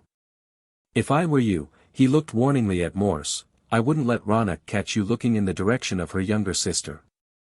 She's loved her a lot more since Leola took her stand against men and went off to Sele." Rana welcomed Morse to the stand erected for the royal court upon the palace steps. She did not even acknowledge Laidlaw.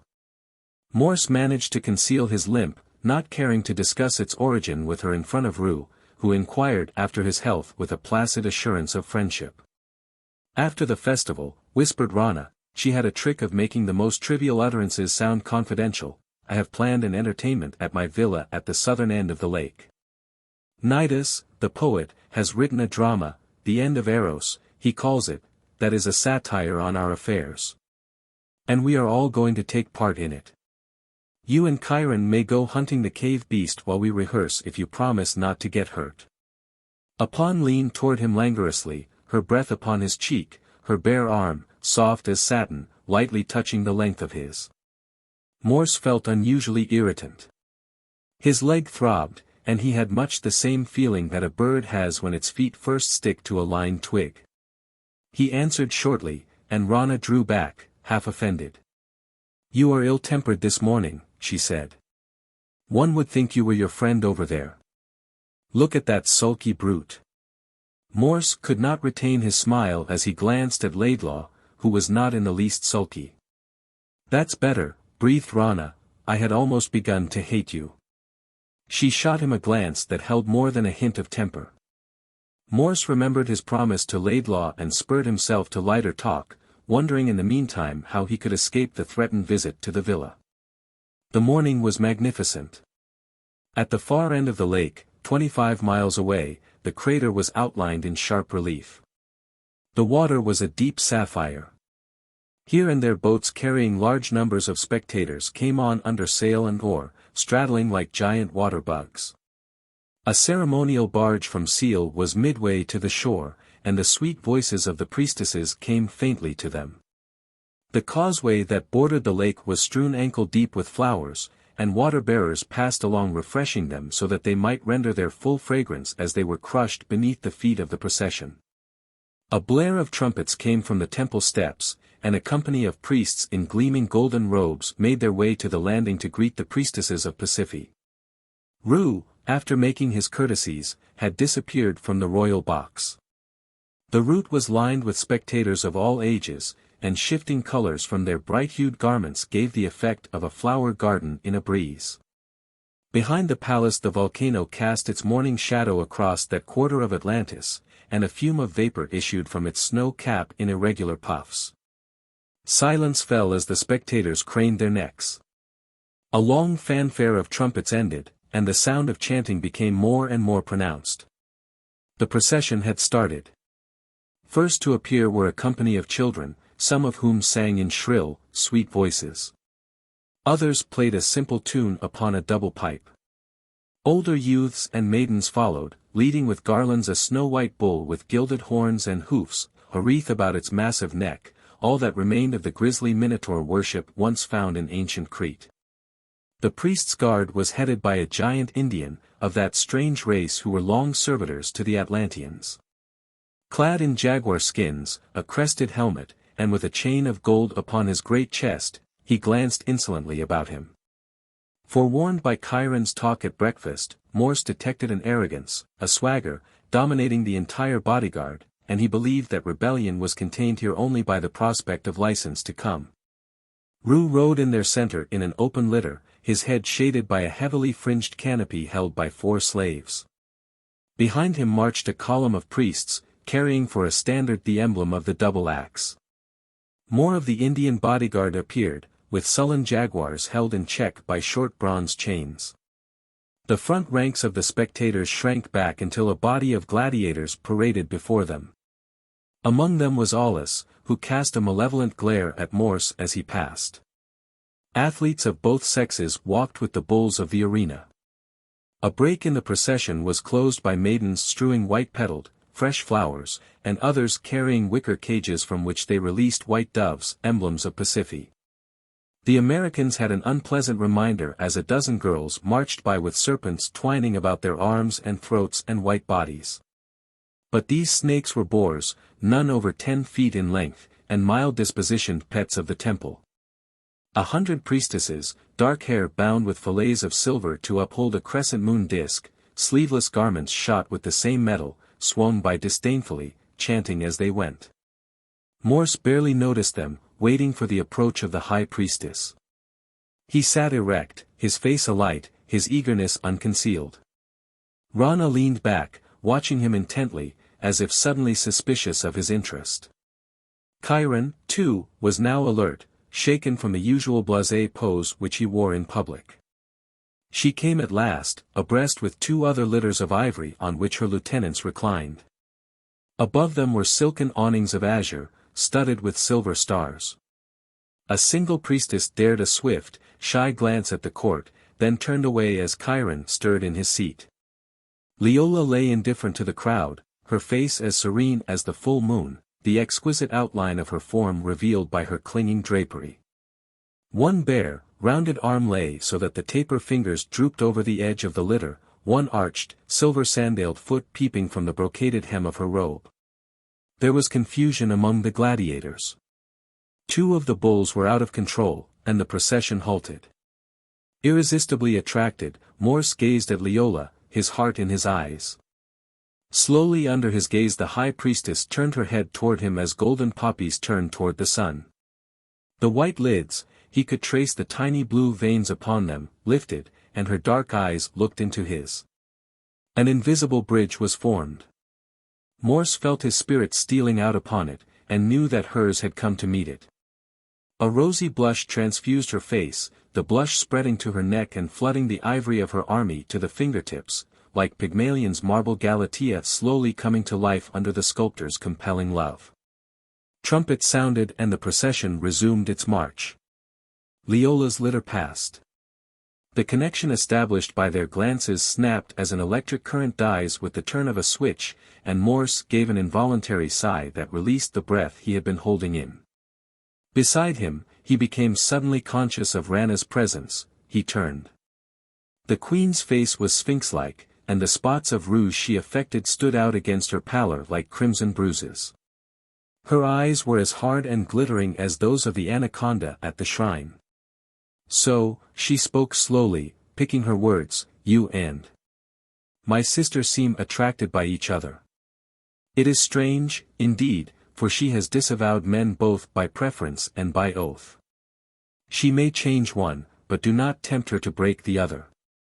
It would mean death for both of you, unless—" She stopped speaking, her hands shaking like a wintry leaf, her voice trembling.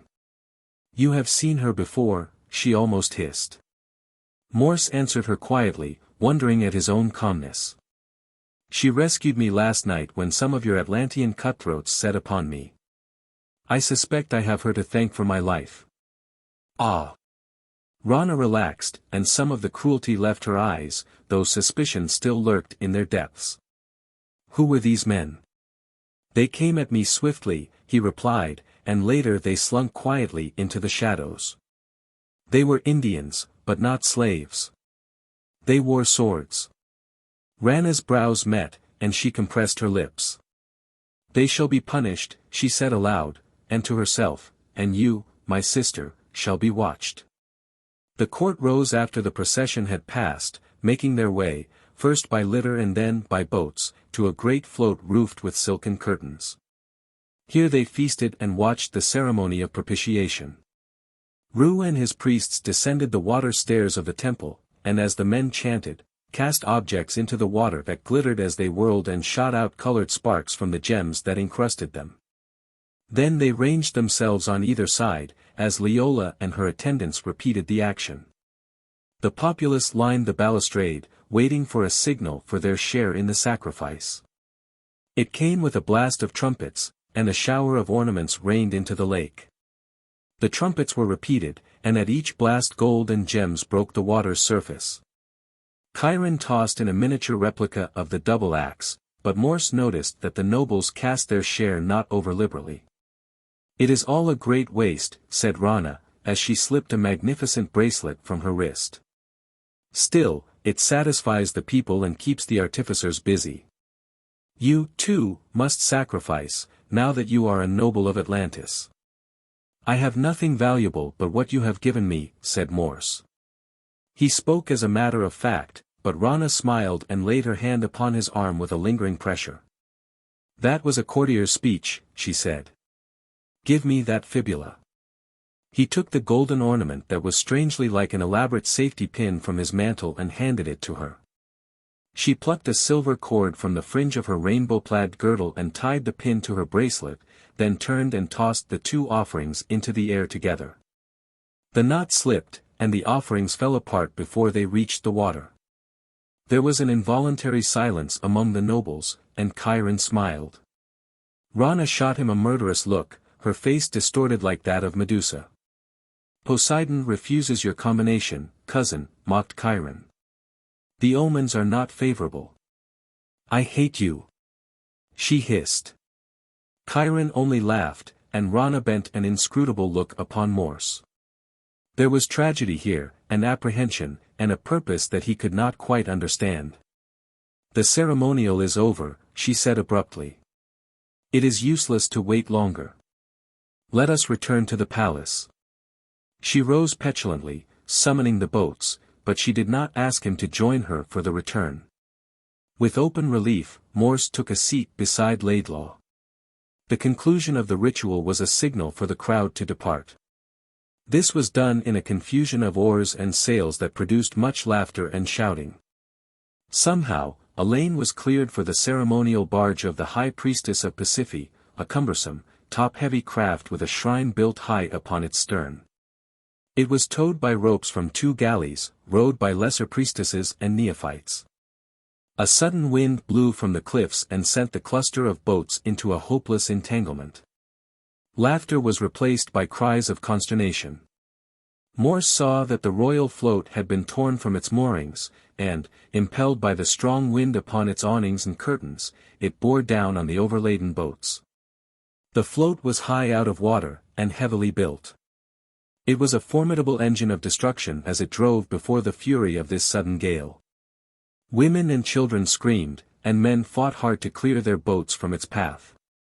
It smashed into an open shallop, driving the craft beneath the water as its occupants were dragged aboard a larger vessel. A second float was destroyed, and the float now threatened the barge of the priestesses. The oarswomen towing the barge faltered in their stroke, undecided as to a course of action. Morse, recognizing the frail construction of the barge, urged his rowers forward. In the face of imminent danger, Leola remained calm, but below her women huddled together in fear. The heavy float crashed into the stern of the barge, and the shrine, insecurely attached, first rocked and then toppled into the water amid the shrieks of the onlookers. Leola moved suddenly as the platform tottered, springing to clear herself. As she reached the water, weighted down as she was by her heavy, silvered robes and ritual ornaments, she fought to swim away from the wreck, but the supports of the silken awning struck her and she sank below the surface. A score of boats raced to the rescue of the High Priestess, and the one which carried Morse and Laidlaw was as close as any. Morse flung off his outer garment and dived into the water. An oar struck him a glancing blow on the side of his head as he leaped, but it did not deter him. He surfaced, wiped the mingled blood and water from his eyes, and sought his direction. The blue and silver awning floated 30 feet away, and there beyond it he made out a gleam of silver tissue and the clutching fingers of a hand that barely showed above the surface, then disappeared. Morse pushed himself through the water with frantic strokes, and, nearing the point where he had glimpsed the hand, he dove. Below him he saw a confused mass of garments outspread in the current, and streaming from them a mass of golden hair. He reached for the hair, seized it finally, and struggled upward. His lungs seemed about to burst before he broke the surface into the world of bright sunlight. For half a minute there was silence about him, and then a roar of excited cheers. Morse turned on his back, paddling with his legs in one hand, letting go of the girl's hair and managing to throw his free arm about her shoulders. Leola's body, heavy with the soaked robes, dragged down, but her head was securely on his shoulder. Her face, pale as the petals of a water lily, dark eyes closed, lay turned toward his chest. Laidlaw suddenly loomed above the couple, anchored squarely in the stern of the boat. A moment later, his powerful arms gathered in the limp form of Leola, and Morse was pulled over the side by 2 oarsmen. "Row to the float," Morse ordered gaspingly, as he fought for his breath. The sudden gale was over, and the big platform that had caused the damage had been secured. Now it swung on its broken cable, held by men in boats who had come up too late for the rescue. Morse stepped onto the float and took Leola from Laidlaw's arms, laying her gently on the rugs and cushions that had been provided for the royal party. He knelt over her. There were no visible bruises.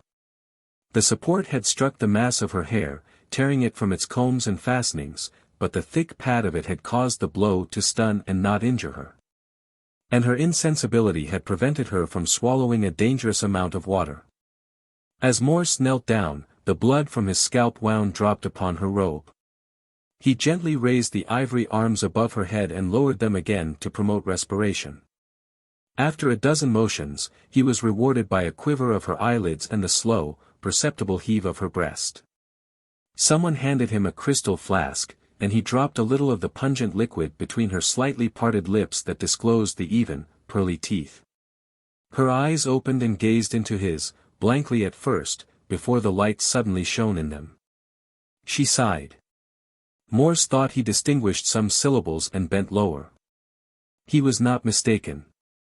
It was his name that she murmured for a second time, not the harsh surname, but his first name, softened by the Greek tongue to Stan Nali. Then her eyes closed as he whispered her name in return. A faint tinge of rose appeared in her cheeks. A group of protesting priestesses surrounded them.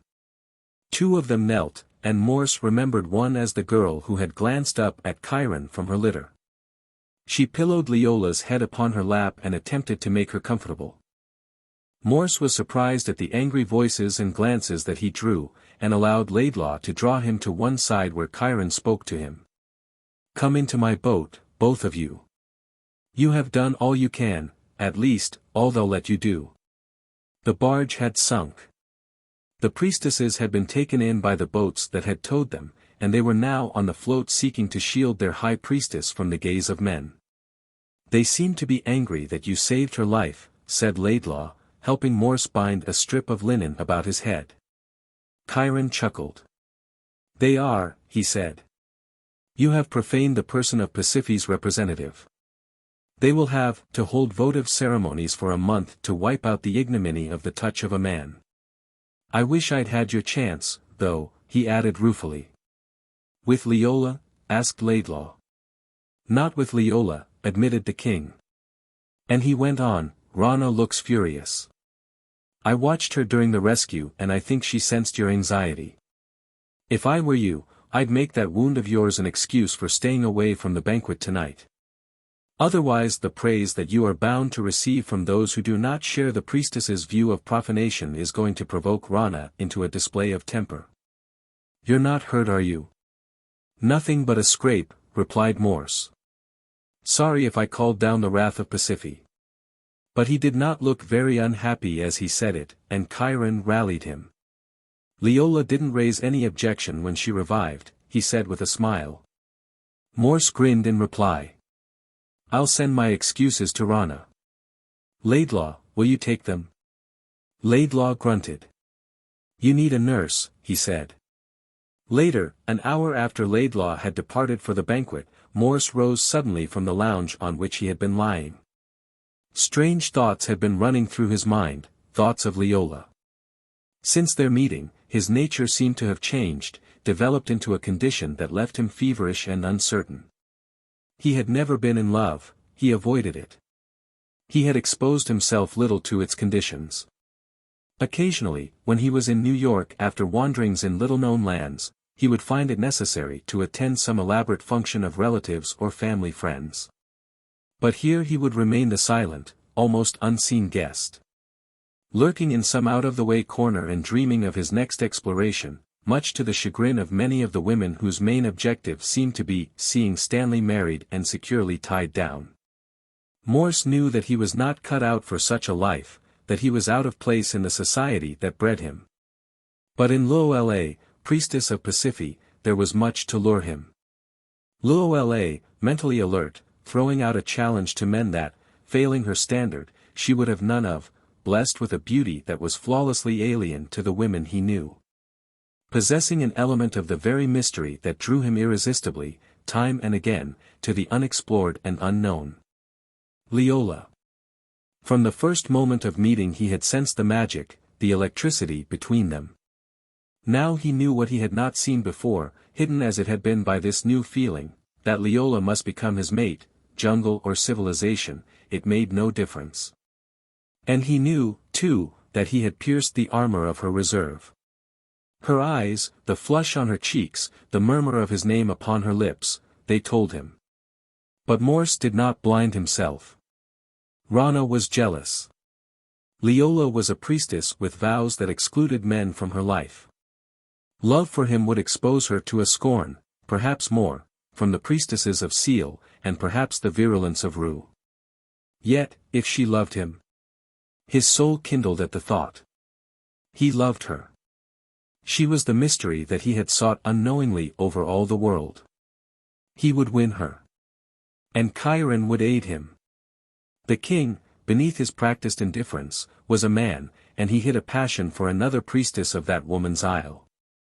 They would flee Atlantis, its intrigues and threat of revolution. Morse's thoughts could not wait. Before him was a night of freedom. Unseen, he could slip across to the Isle of Sele, forbidden though it was to men, and confront Leola in the very shrine of Pasiphae, if that were necessary. He dressed himself with scrupulous care and lingered before the metal mirror in a fashion that would have been laughable to the Morse of a day before. It had been only 24 hours since he had first seen her. Since then she had looked at him with eyes that hinted at understanding and spoken with lips that had betrayed her.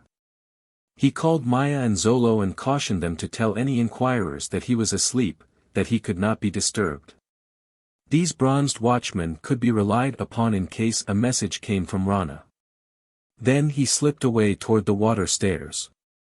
The night was brilliant, the deserted causeway illuminated by moon and stars. The nobles were at the palace fete. The populace, tired with the day's excitement, in their homes. Kiron had given him the key to a bronze lock that chained a light boat, and Morse stepped into it. He took up the strange, square-bladed oars and rowed the shallop swiftly from the shore, sending wavelets back along the calm surface.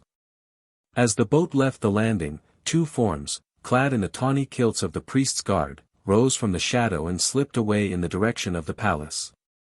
Morse turned his head and saw the Isle of Sele, its temple columns white beneath the moon. A bluish ray, made more conspicuous by the smoke that curled in the spreading shaft of light, lifted from behind the pillars. The lake was destitute of other craft, and an almost invisible mist hung over it in patches. Morse ran his hand through the water and was startled at the temperature. It had been warm when he rescued Leola, but now it seemed to be almost the temperature of blood. As he approached the island, the sound of singing came to his ears. It was the chant of women's voices in a simple, pleasing harmony carried to him on the breeze. He faced the city, grey against the background of trees and cliff. The snowy cone of the volcano appeared silver, and from it came great puffs of cloud, purple-bodied, laced at the edges by the moonlight. Morse noticed that they were on the increase from the morning. Soon he was in the shadow of the isle. The water was deep close up to the steep and rocky shore which was thickly set with tall trees and a profusion of palms and semi-tropical undergrowth. Flowers grew everywhere, on the ground, amid the shrubbery, in the treetops, and between them the vivid blossoms of orchid swung free, hanging from branches or trailing along the lianas. Morse avoided the main landing, and paddled along easily, looking for a place to step ashore.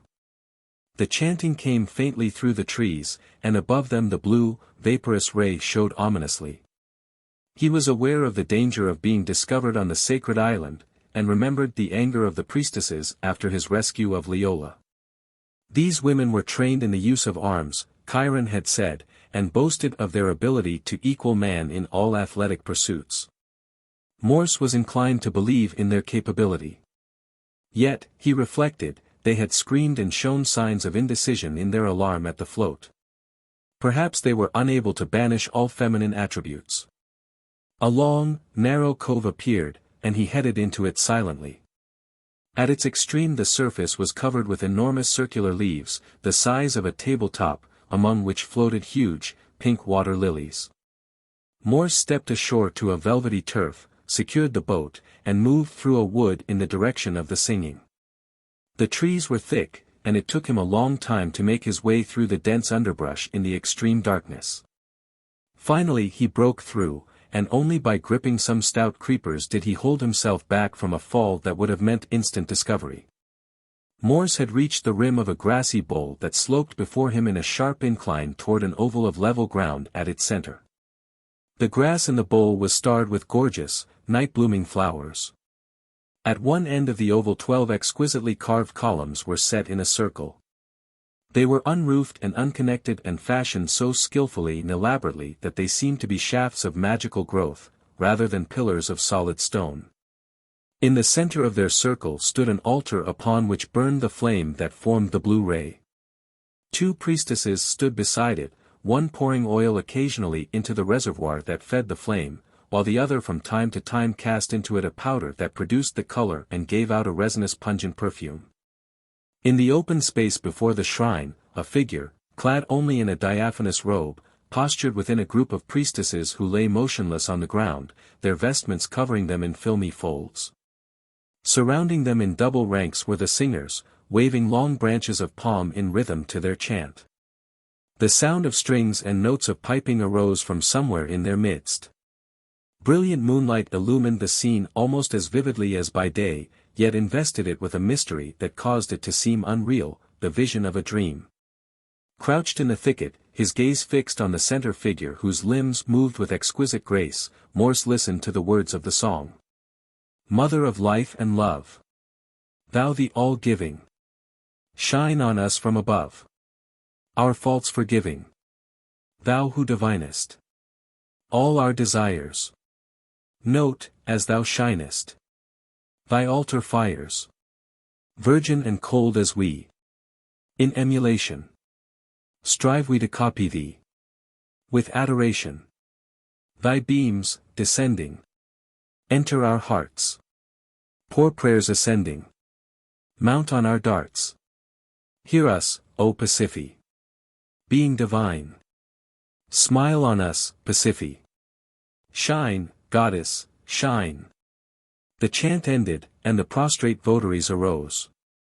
With arms aloft, they wove in and out the measures of a stately dance about their high priestess who stood in an attitude of appeal. Her arms were extended to the moon, its beams full upon her face, subduing the pale gold of her hair to frosted silver. Faster and faster moved the dancers, their garments streaming with the pace until they formed a continuous, swiftly moving chain of shimmering silk, lowering their arms to shoulder level and linking fingers, while their naked feet seemed hardly to touch the ground. The motion was reversed, the steps slackened, and the chain broke into separate links, each with a silent, motionless figure of supplication. The palm branches were raised moonward. The altar attendants left their fire and advanced toward Leola.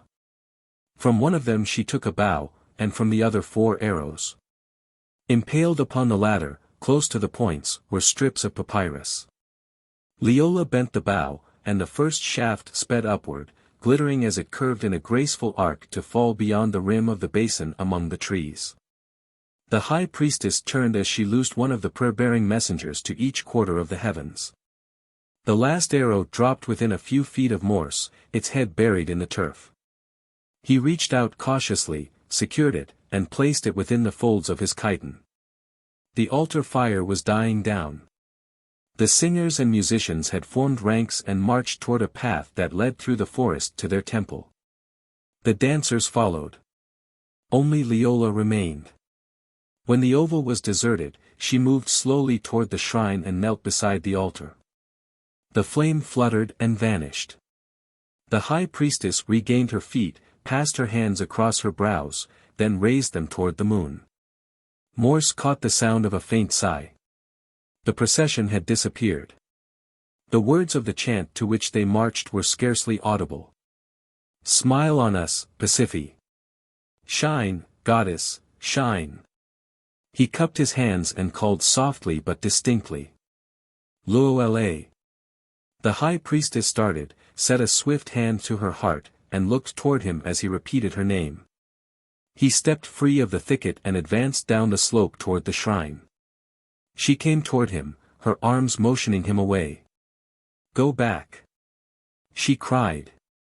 "You must not be seen here. It means death. Go back." Morse's heart gave a sudden leap. She did not want him discovered. She wanted to shield him, high priestess though she was. "I will not go back unless you come with me," he said simply. "With you, where?" she answered, a little wildly. "To the edge of the forest, where your last arrow fell at my feet." "Where my last arrow fell?" she repeated slowly, a strange look of awe upon her face. "Yes," he insisted. "Come." He held out his hand, and she slipped her cool fingers into it unresistingly.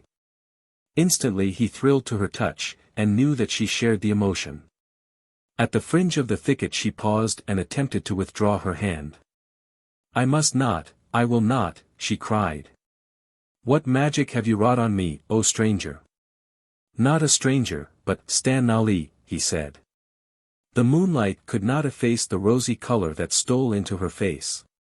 "As for the magic, it was not I who used it, it was you, Leola." "I. You. For never until now did I know for what I have been seeking. As you have lived without need of man, Leola, so did I live without need of woman, until I met you. Then, as the seed breaks through the dark earth and bears a blossom, my spirit flowered. But the flower blooms only for you." "You must not talk to me this way," she said. "I spoke to you, I came this far with you only to repay the life you saved this afternoon." "Only for that, Leola?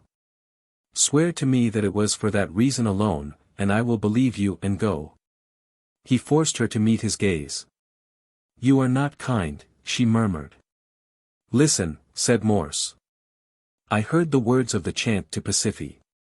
She drew back with a gleam of anger in her eyes. "You dared." "I dared," he answered quietly. "And you know why I dared, Leola. It was not to witness forbidden rites. But I heard the last of the singing. You asked the moon goddess to receive the prayers impaled upon your darts. You believe that she can answer them? Surely." He took the arrow from his robe and read the linear script inscribed upon the papyrus. "Grant, O Pasiphae, the dearest wish of our hearts." "It fell at my feet," he said. "Your hand guided its upward flight, but surely the goddess directed its descent. Am I not the answer?" He had dared a great deal, and resentment flamed in her glance.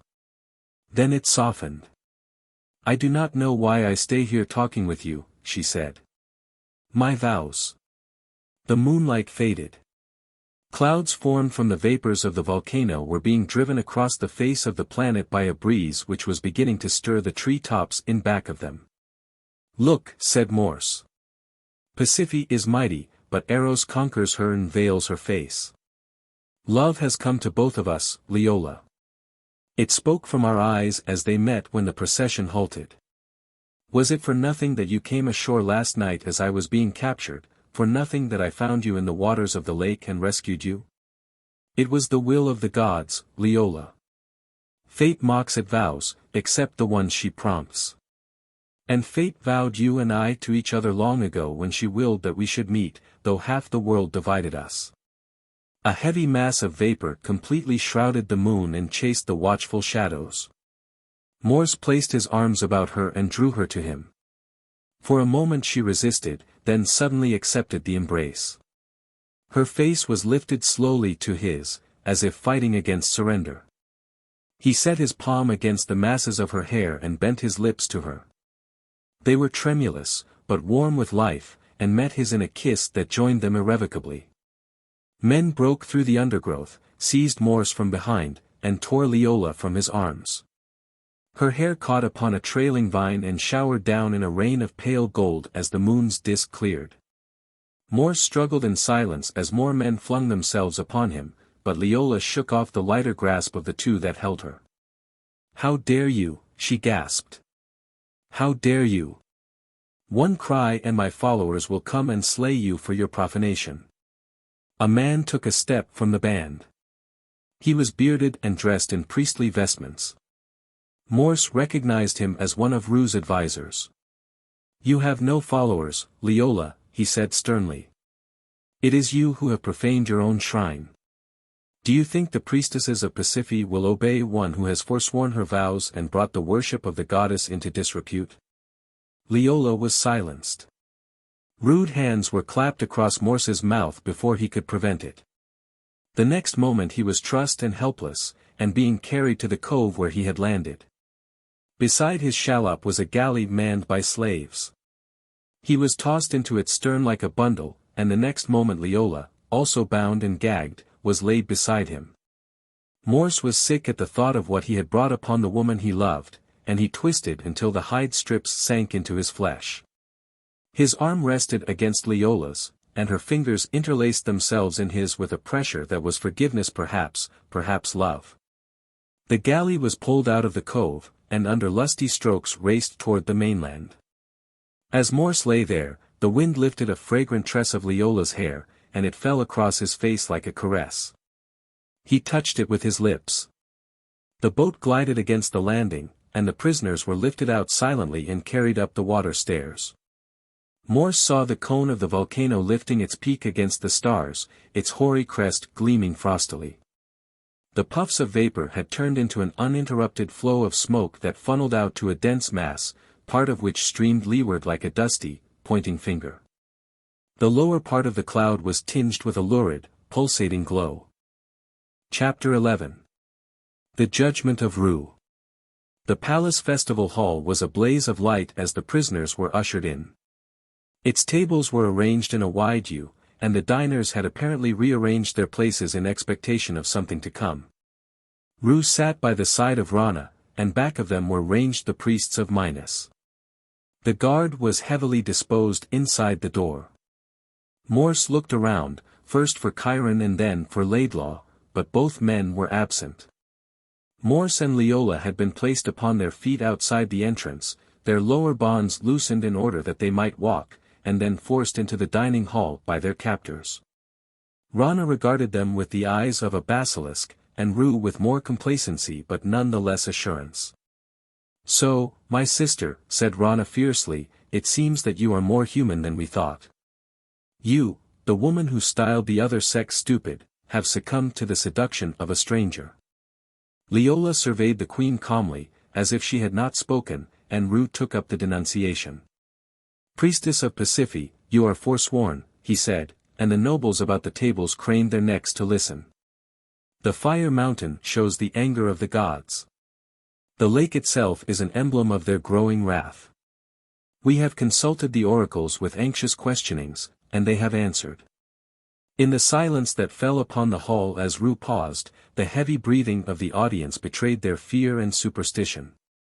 Ru looked at them with the air of an animal trainer who had been doubtful whether his performers had forgotten their tricks, but now he knew that they were held well in hand. "The oracle has said, from fire and water was Atlantis born. When fire and water mingle, then the beginning shall be the end. Watch carefully, lest destruction come from without. Desert not the gods, lest in time of peril they in turn desert you. When fire and water mingle, the lake will soon begin to boil unless the danger can be averted. Vapor hangs over it tonight, vapor born of the mingling of the elements. Watch carefully, lest destruction come from without.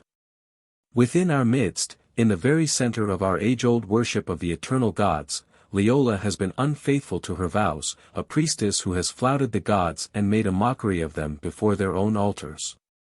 A muttering broke out along the line of tables. Rana alone said nothing, but she bent a venomous gaze upon her sister who looked through her as if she had not been present. "From the outside have come strangers with talk of peoples who are so much more powerful than Atlantis. If they are so great and wise, why do they come to spy upon us? Why are they not content to remain in their own land as we are in Atlantis? Yet, we would have treated them courteously, but they have conspired with this recreant priestess to pollute our sacred shrines. Their penalty must be death." The mutterings grew louder, but under Ru's piercing stare no one dared show signs of dissent. "And simple death cannot atone for, nor avert, the gathering displeasure of the gods. Sacrifice alone will appease them. A slight tremor rocked the building, and the lamps swung on the chains that supported them. Ru's eyes blazed with triumph. "See," he cried. "The gods answer and accept." The mutterings changed to audible exclamations of awe and wonder. Into the faces of the nobles, men and women alike, crept the look that they had worn in the amphitheater. Their eyes hardened and their mouths grew cruel. There had been no human sacrifices in Atlantis for some time. It would be a rare spectacle. "The false priestess shall stand upon the spot of sacrifice while Re touches with his shining finger the rays of his emblem," said Ru. "As for the stranger, let him learn the embrace of the bull of Minos." Morse, wondering what horrors might lie in the fate decreed for Leola, dimly sensed what his own would be. He knew the ancient torture of the Minoans described in the frescoes of Knossos, where strangers were presented to the bull, shut up within the belly of a brazen image made red-hot to receive them. Doomed and without hope as he believed them, strangely, death seemed far away, unfathomable. His mind was misty, and idly, without feeling, he wondered what they would do to Laidlaw, and if the scientist had already been condemned. Dimly he heard the thrill, almost the pleasure, in the tones of the nobles as they repeated, "The bull of Minos." He turned to Leola, and her eyes held an open avowal of love before they saddened to farewell. "Forgive me," he said hoarsely. The mist was clearing from his mind as the hands of the guards took hold of him. "There is nothing to forgive," Leola answered quietly. "You have given me love, and that is more than life." "Silence, you wanton."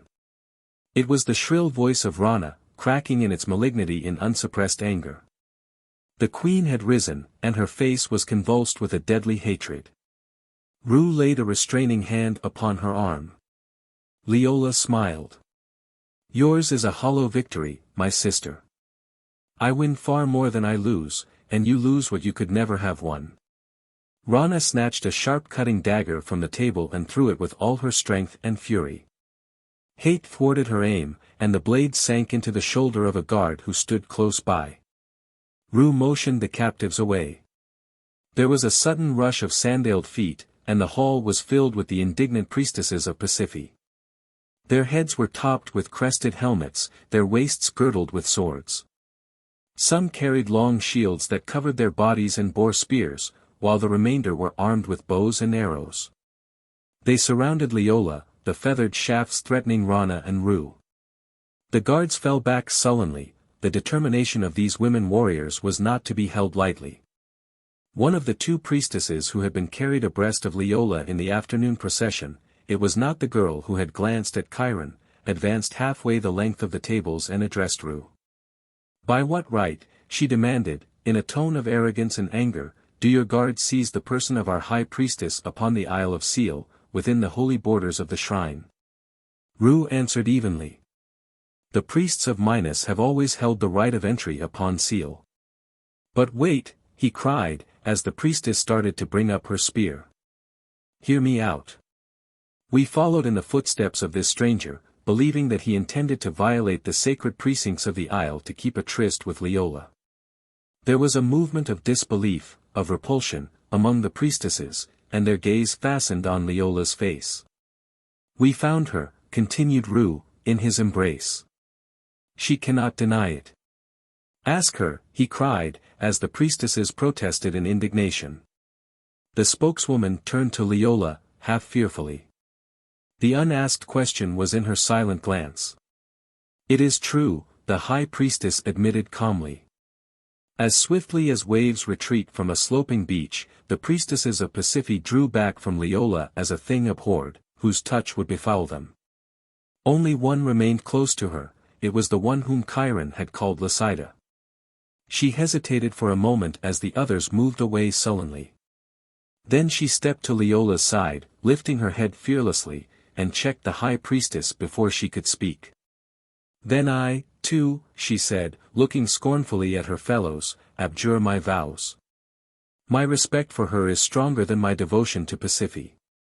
The vows of friendship to flesh and blood are stronger than those to a goddess in the souls of whose followers humanity is as lifeless as the flame that died last night upon the altar of the shrine.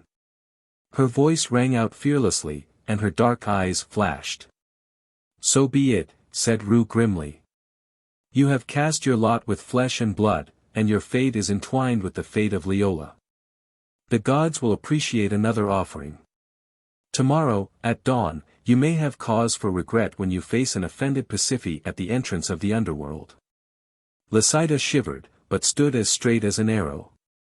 We will give them into your keeping, continued Rue to the priestesses. We will await you in the hall of sacrifice an hour before sunrise. It was a shrewd move that allied the irate votaries of Pasiphae with him in the judgment that he had declared. He had no wish to offend them at the present. There was time enough for that later on. The first priestess, whose eyes already held a look of satisfied ambition, hesitated for only a moment. At a sign from her, the armed priestesses closed in about Leola and her companion and led them from the hall. The sound of their departure had barely died away when there was a noise of confusion in the antechamber. The clang of a shield, the quick clatter of weapons, and the imperious voice of Kiron ordered the guards to stand aside. A little phalanx of nobles entered, swords in hand. They were armored in helmets, breastplates, and greaves, and their sword arms were protected from wrist to elbow by plates of bronze. With them were the personal attendants of the young king, the Indians Maya and Zolo who flanked Laidlaw, and Kiron himself. The scientist and the two Indians held rifles. Thrusting the guards aside, they surrounded Morse, their shields welded into an unbreakable barrier. This time, Rue, you have usurped your prerogatives, said Kiron. This man and this, he indicated Morse and Laidlaw, can hardly be called strangers. On the contrary, they are citizens and nobles of Atlantis, members of the Brotherhood of Coal, Epopte and Misty of the ritual over which you presided. They can be judged only by the will of the people. Rue's face grew scarlet, and the veins on his forehead stood out as if he had been lashed. This we will not countenance, he shrieked. Our shrines have been profaned. Their lives are forfeit. Be careful that you do not involve yourself. He struck a gong that hung upon a tripod close by him. Above its sound broke a heavy detonation, and again the palace shook to its foundations. Listen to the voice of Minos, cried Rue.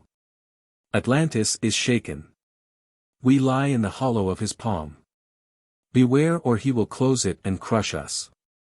In answer to the sound of the gong, a company of guards appeared behind Rue to strengthen his position. Consternation reigned among the feasters. The violence of the tremor and the ferocity of Rue's speech frightened them, and the priest was quick to recognize this.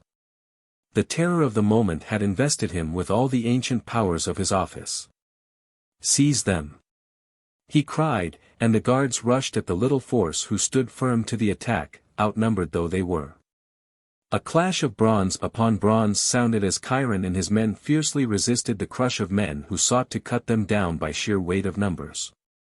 Morse and Laidlaw, joined by Maya and Zolo, forced their way into the front ranks, and opened fire, the first use of firearms that the Atlanteans had ever witnessed. The noise of the rifles and automatics was almost lost in the fierce combat, but Rue's guards saw the spitting fire and shrank back before the stream of lead that smashed through flesh and bone and left a dozen of their number on the floor.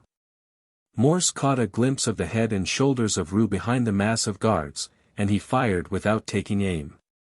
The bullet smashed against the golden headpiece that the high priest wore and sent it banging to the floor. Rue bobbed low with surprising alacrity and kept out of sight behind his guards. Quickly, shouted Kiron, as the attack slackened. Before they can cut us off. Still facing their opponents, the little band backed slowly through the door and then hastened along the corridor to Kiron's quarters. A few of the party had been wounded in the short conflict, and these were treated as Kiron revealed his doings to the Americans. I sent a messenger to your apartments and learned from the Indians that you had left instructions not to be disturbed. After a little while Rue was interrupted by some of his men who talked excitedly, although I could not hear what was said.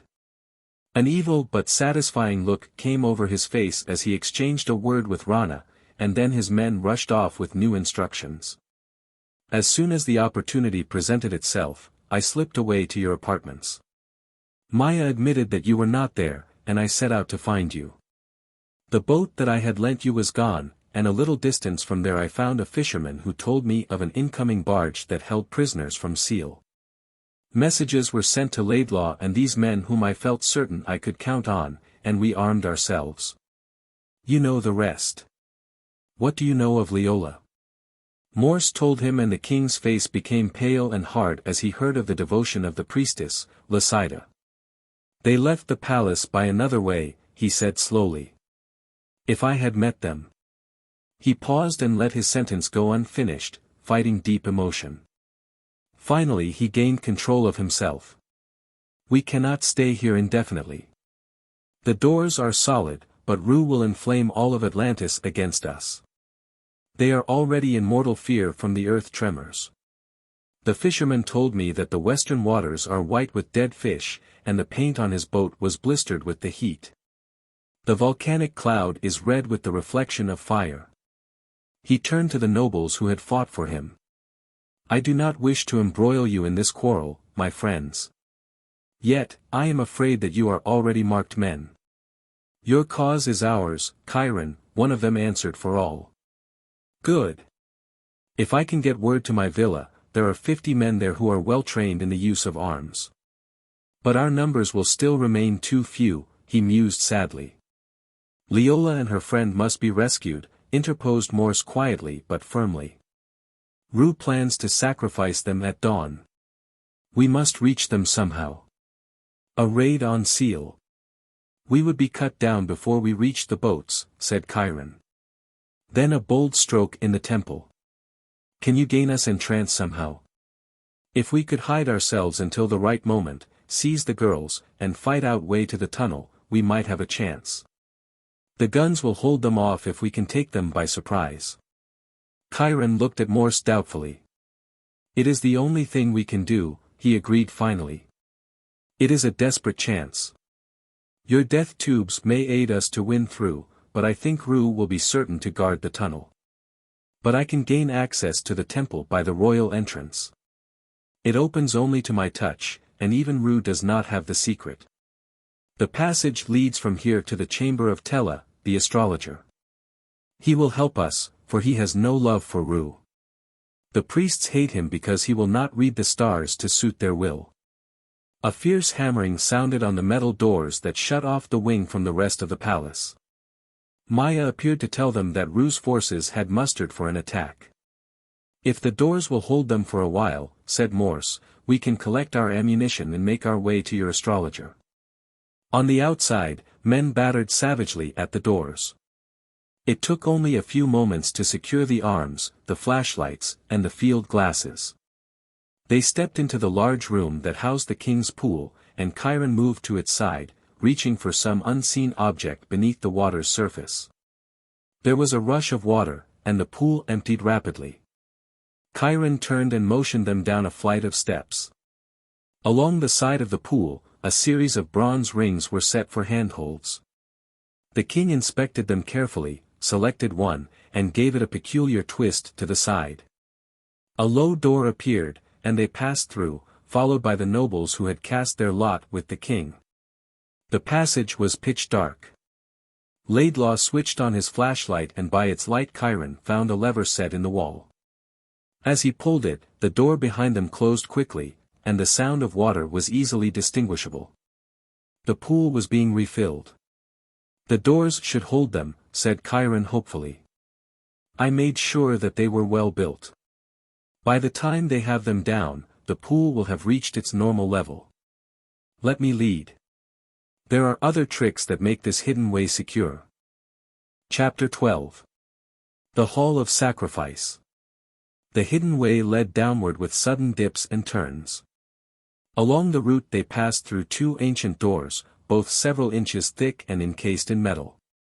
They were opened only after Kiron had spoken through a tube and set in motion delicately balanced machinery that was controlled by the action of a diaphragm. Finally, they came to the end of the passage, to face a blank wall. Silencing his companions, Kiron blew into a pipe that ran into the wall. For a minute nothing happened, and then a soft, muffled whistle penetrated back through the tube. Laidlaw and Morse exchanged glances as Kiron spoke swiftly into the tube and stepped back. The wall slid silently away, and they crowded into a room that was almost filled by the numbers of their party. An old man, bowed nearly double, so that his straggling beard swept the floor, greeted them. The men of the king's party moved a step backward, involuntarily, awed to be in the presence of the astrologer who could read in the stars the secrets of their life and death. The stargazer wore a black robe emblazoned with rayed discs worked in gold and silver. On his breast was the representation of the sun, centered by an opal that changed color at every laboring breath. His hands shook palsiedly. The wrinkled skin of his face held the unhealthy pallor of shadowed fungi. Only his two eyes lived, and they mated the opal of the ornament. His first words halted the king's speech. "I expected you, Kiron," he said simply, in a deep voice that was astonishingly vibrant. "You and the strangers. The stars have told me." He pointed to a circular stone on which was engraved a mass of symbols. "In the month of Pasiphae, in this generation, disaster shall come to Atlantis. Disaster from within and without. The appointed time is here. As the stars are born in flame and perish in dead ashes, so nations rise and fall as the gods have appointed. Still, the children of Atlantis will not perish in entirety. In an alien land, you," he pointed a wavering finger at Kiron, "will survive with the priestess you love. In the far days to come, your son's son shall once again rule the people of Minos. And you," he fixed his lustrous eyes upon a fascinated Morse, "you, too shall breed those who will restore the ancient glory of Atlantis. Last night, I read the stars. Soon you will travel beneath constellations I have never seen. Yet ones I know well. You will tread a path laid out eons before you drew your first breath. I have prophesied this to Ru and his priests, but because I have refused to twist the inexorable law that is written in the sky to their ambitions, I am discredited. What is your will?" Kiron explained quickly, and the sage nodded. "Rest in the best manner that you can until I call you," he said. "I go to read the symbols of the night. No one will suspect your presence here." "Will you come with me, man of another land?" he asked Laidlaw. "My time is short, and yet I would exchange knowledge with you. The brain may die, but knowledge is incorruptible. When we return I will place you behind the calendar disc in a hollow that is unknown to Ru. The disc is pierced in its carving, and you can observe all that passes, and at the chosen moment enter the temple. The way is difficult, and the omens tell of hardship and death. Yet courage will take you to your end." Laidlaw and the astrologer disappeared up a narrow, winding stair, and the party relaxed as far as cramped quarters would permit. There could be no thought of sleep in the anxiety of what was to come, and presently Kiron arose. "The way should be clear now," he said. "I will return to my quarters by the way that we entered, and then leave the palace in disguise. We can use the men who are at my villa. I think the tunnel to the outer world will be guarded, but there is an old exit at the northern end of the lake that was closed many years ago. Still, we may be able to open it, if we can get that far." Morse tried to dissuade him, but the king was resolute. "We must have more men," he said, and Morse reluctantly acknowledged this. Even with the advantage given them by their firearms, they would be smothered quickly by the sheer weight of the numbers opposing them. Kiron departed, and the moments dragged until Tella and Laidlaw returned. "There are 2 hours left before daylight," said Laidlaw, "and the night is almost as bright as day with the reflection from the volcano. Unless I miss my guess, we're going to see an eruption within 24 hours. We counted 4 shocks while we were on the parapet, and the city is beginning to awaken. Ru has sent messengers out to keep the people informed." "Damn him," said Morse. "I won't miss the next time I get a shot at him." "Did you see anything of Kiron?" "We didn't see him, and we were careful not to expose ourselves," said Laidlaw, once Morse had explained the king's errand. There are many boats on the lake. The priestesses from Sele have arrived, and we heard them chanting. Aside to Morse, he said, Tella has cast his lot with us. By giving us sanctuary he will be linked to us the moment we show ourselves from behind the calendar stone. He is a rare mixture of shrewdness and more than a smattering of real science. I hope we can take him back with us. I like him. You haven't brought anything along to eat, have you? Not I, Morse answered. Didn't you satisfy yourself at the feast?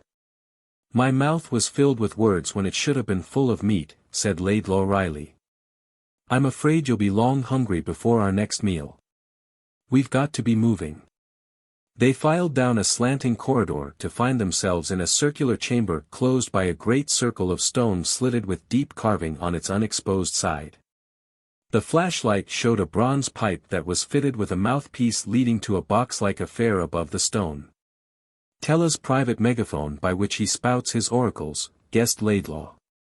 He switched off his flashlight at the astrologer's directive. They crowded around the openings that looked into the hall of sacrifice.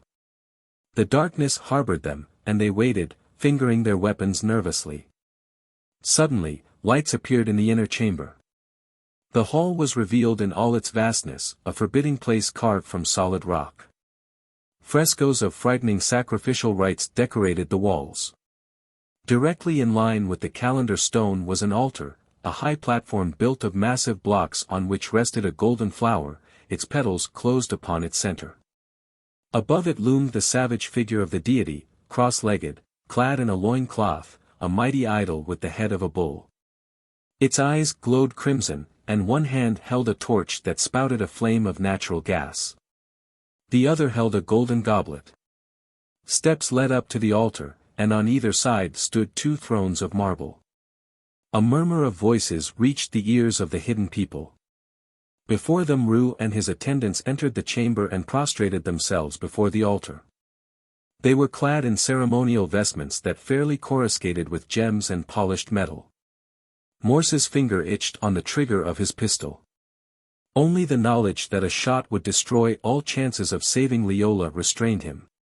A priest advanced to a pillar that was hewn in rough semblance of a human figure with bowed shoulders that supported the roof of the chamber. He pressed a center spot in the carved figure. Slowly the petals of the flower lifted and fell back until they formed the rays of the sun about a transparent center of crystal through which shone a ruddy glow. Another man worked a lever from behind one of the thrones. A grating noise could be heard. Ru and the priests stepped rapidly aside as a portion of floor opened before them, and the chamber was filled with the glare and heat of a roaring furnace. Tongues of fierce flame increased the temperature perceptibly before the opening closed again.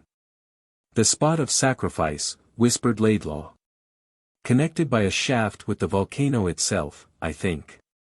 At dawn, the sun shines through a crack that penetrates the roof and faces the east. The gem is the finger of Minos which stirs his emblem, the sunflower, to life.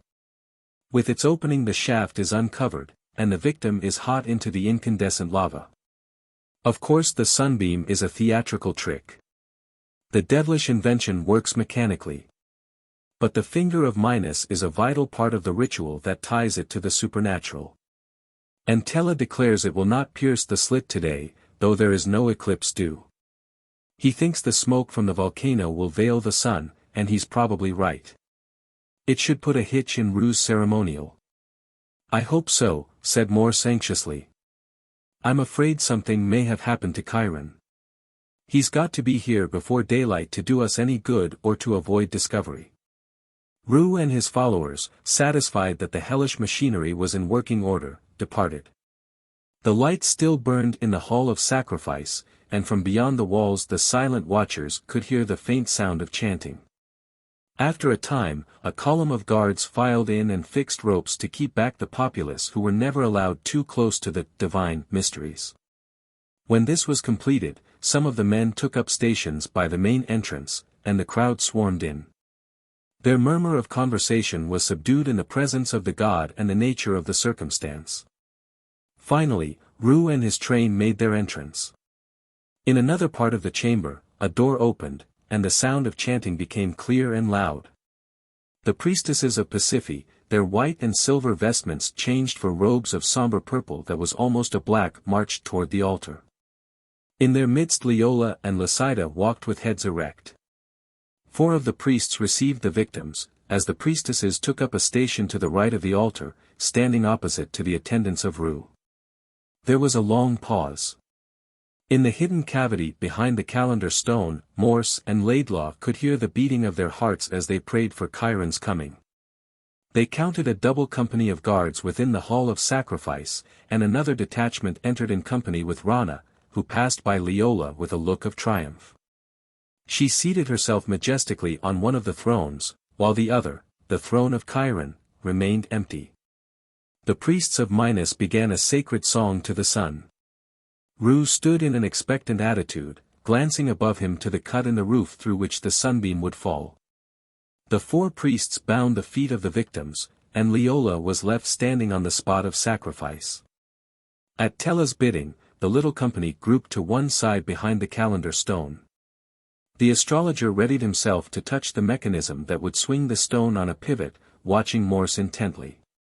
Morse, in turn, watched every move of the priests for the first suggestion of a movement that would cause the flower to open. But Ru cast anxious looks at the slot above him. The lights had been lowered to make the appearance of the sunbeam more effective, but nothing happened. Twice the priests repeated the final phrases of their chant. The sun god comes in flame. Hail unto Re, all hail. Acclaim his sacred name. To Re, all hail. No finger of light appeared. The people shifted uneasily, and a deep voice sounded. Re refuses the sacrifice. He shines not upon deeds that are unjust. It was the voice of the oracle. For a moment even Ru was startled. Morse could see the frightened eyes of the guards as Tella's impressive voice boomed through his megaphone. He had confided the secret of the sunbeam's non-appearance. The earthquake had loosened courses from the roof, but, with characteristic mystery, reserved this knowledge until it became necessary to use every second of delay. Ru grew furious, aware that his own tricks were being used against him. He faced the people knowing that he must act without delay. By Re and Minos, he cried, the oracle speaks falsely. The sun is veiled by the smoke from the volcano. But its power can pierce the cloud. Look! The sunflower opens. A priest had moved silently to the pillar and touched the hidden stud. The rays began to lift. A second priest advanced toward the lever that would precipitate Leola into the shaft as the heart of the flower was disclosed. The calendar stone revolved on its edge, and Morse, Laidlaw, and their band swept into the temple. Laidlaw fired at the priest, who dodged unhurt behind Rana's throne as soon as he caught sight of them.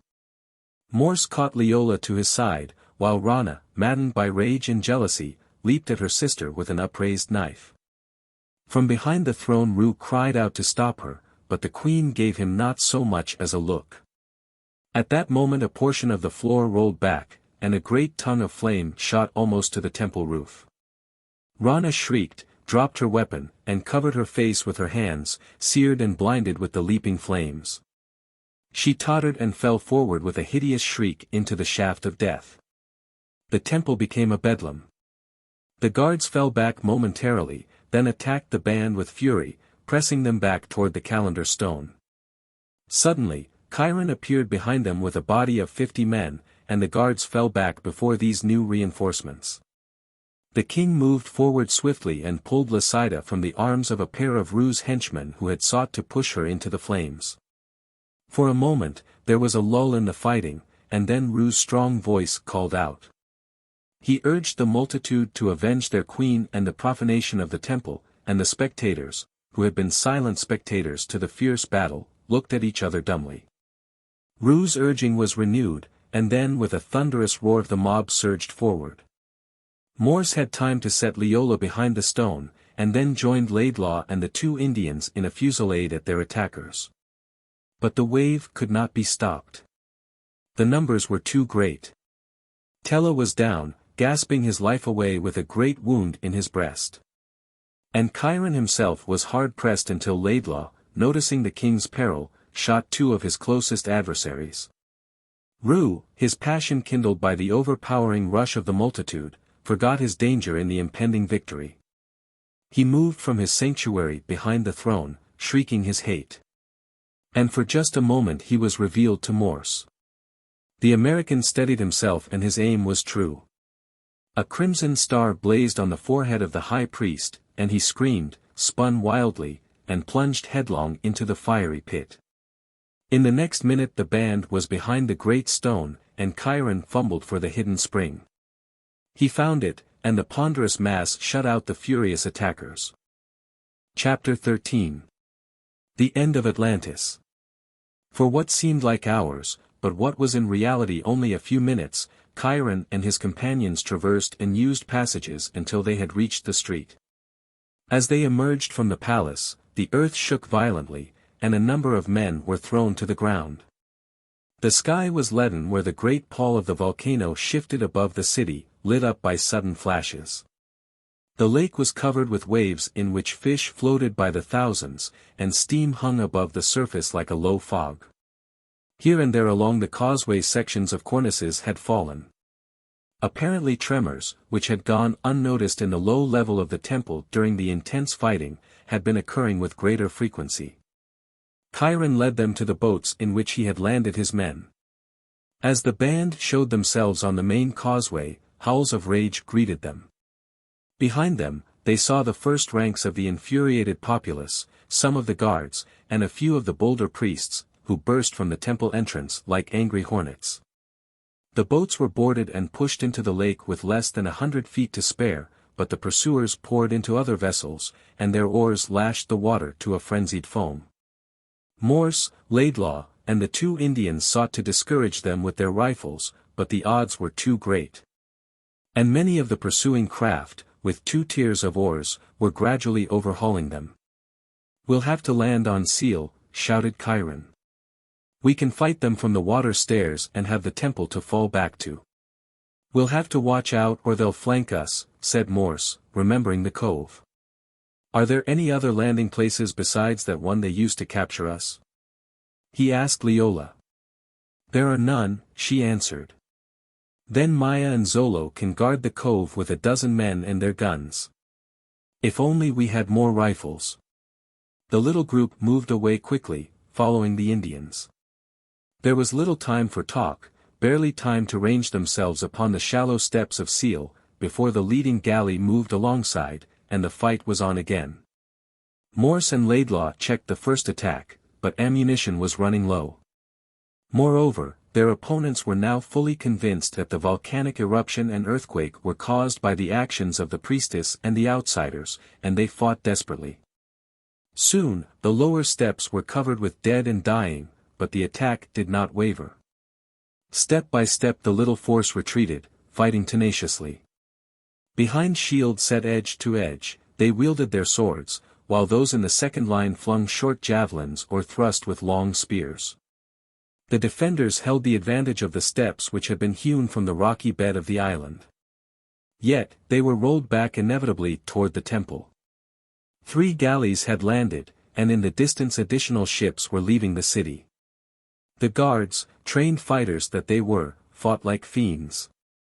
Their giant leader appeared invulnerable as he swung his axe with frightful and deadly dexterity, changing it to either hand as the occasion demanded and shouting wild cries to which his henchmen responded. Kiron attacked him and was beaten to his knees, recovering under the prompt covering of friendly shields. At last the little band of defenders found themselves unable to retreat, they had been backed against the columns of the temple. Laidlaw and Morse were close beside each other when they fired their last cartridges. Morse stooped to secure a spear, and, as he rose, the giant guardsman, cleaving a way through the wavering ranks, charged at him. His swift leap evaded Morse's spear thrust, and with a shout of triumph he leaped in, axe swinging high. Morse was off balance, and there was no aid at hand. Laidlaw was throttling an assailant in his powerful hands, and the balance of Kiron's men were reeling in near exhaustion. Before Morse could ready himself for a defense, something whistled past his ear. The giant guardsman, with a look of astonishment, dropped his axe and flung up both arms. From his broad chest protruded the feathered shaft of an arrow. Others began to fly, two in a volley, straight to their marks. Morse secured the bronze bat'leeks that had threatened him and turned to see Leola and her companion, Laida, loosing arrow after arrow against their attackers.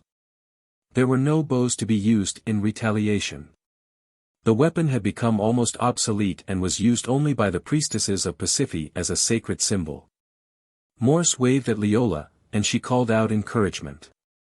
Laidlaw had found a sword and was swinging it around him with unquenchable fury, the great scientist lost in a berserk madness. Morse, axe in hand, fought to his side, and together they inspired a rally that drove back the attackers. As the fighting ceased, Maya and Zolo came up on the run, followed closely by the men who had been dispatched to guard the other landing. They reported that an earthquake had closed the cove, squeezing the rocks into a high dike. These reinforcements were welcome, particularly the weapons with the few remaining cartridges. But it could only be the beginning of the end. Less than a dozen of the initial force remained on their feet. The survivors were wounded, bruised, almost too weary to lift their weapons. 20 boats were on the lake, bringing certain death closer at every oar pull. In the breathing space allotted by fate they greeted each other with grim smiles. The two priestesses stood close to the men they had chosen over their vows, and Laidlaw surveyed them with looks of kindly sympathy. The scientist looked like a Viking warrior, with his hair and beard in a ruffled mane. Bare from the waist, his body was splotched with blood, and there was a nasty cut on one forearm.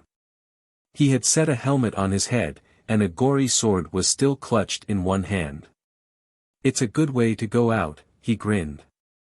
"I've always thought I'd like to be in one good, smashing fight. And we've had it. EY. Here they come." The lovers embraced for a final time. The flotilla was less than 100 yards away, and shouts of vengeance carried from them. The 3 galleys that had first pursued them floated idly, covered with dead and dying, a monument to the bravery of the hunted. But less than 20 remained able to give battle to an enemy numbering more than 1,000. A frightful roar came from the volcano. The cloud pall shook and scattered as flames shot up. The crate. Our lip became a molten mass that slowly moved down the steep slopes, erasing the snow. The island quivered, shook. Behind them temple columns toppled and crashed down.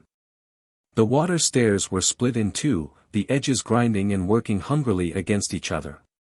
A great wave suddenly slapped at the land and sent its scalding spray among them. The men in the boat ceased to row. A second lava overflow spilled from the crater in time with a second shock. Leola clutched at Morse's arm. "Look," she cried, pointing to the northern shore. The wall of the lake was opening. The mountain dissolved before their eyes, a great wedge splitting below the water line. Clouds of fine ash began to fall, covering the lake with scum and the land with fine powder that choked them. The boats were now rowing frantically for the farther shore. "They'll never make it," said Laidlaw. "The current will grip them. They'll go over that Niagara, listen to the sound of it. The lake's emptying. Damn these ashes. My mouth's full of them." They climbed the shattered steps and entered the half-ruined temple. Leola led them to an inner chamber where they found food and drink. And somehow they ate by the light of a pair of torches. The temple lights had been destroyed, and the sifting ashes turned the day to a choking twilight. The volcanic dust became unbearable, and they descended into the temple crypts, where flashlight rays exposed rows of skeletons in niches hollowed from the rock. Laidlaw examined the latter. "Lava," he said. "The whole island's built out of it. These tunnels are a volcanic formation. I'm afraid that we and Atlantis are going to go out together." Morse took Leola in his arms. "Are you afraid?" he asked. "Afraid? Of what?" "No matter where the path leads, we go down it together." "I believe we'll get clear," said Kiron optimistically. "Do you remember Tella's prediction? That with courage we would win through? I have faith in that last oracle of his. He was generally too correct to be popular. Encouraged by Kiron, they fought the hours in silence. No ashes reached them, but the air grew foul and hot. Twice earth tremors of lessening violence loosened ancient skeletons upon them. Gradually the temperature increased until they could endure it no longer. Lava rising in the old channels, announced Laidlaw. But the shock seemed to have ended. Suppose we take a look. The world on which they gazed was new to them. The wan rays of the setting sun shone tired and old upon a grey landscape. The volcanic ash had ceased to fall, but everywhere there was a fine dust, uprooted trees, damaged buildings, all powdered to the same dreary shade. The water stairs, what was left of them, ended in a sheer drop to what had been the lake. The water had fallen 30 feet, and the turbid current swirled slowly toward the gap in the mountains through which it still poured with the noise of a distant cataract. There was not a boat to be seen. The city of Dor stood upon cliffs. Many of its buildings had fallen, and its palace and temple were on fire.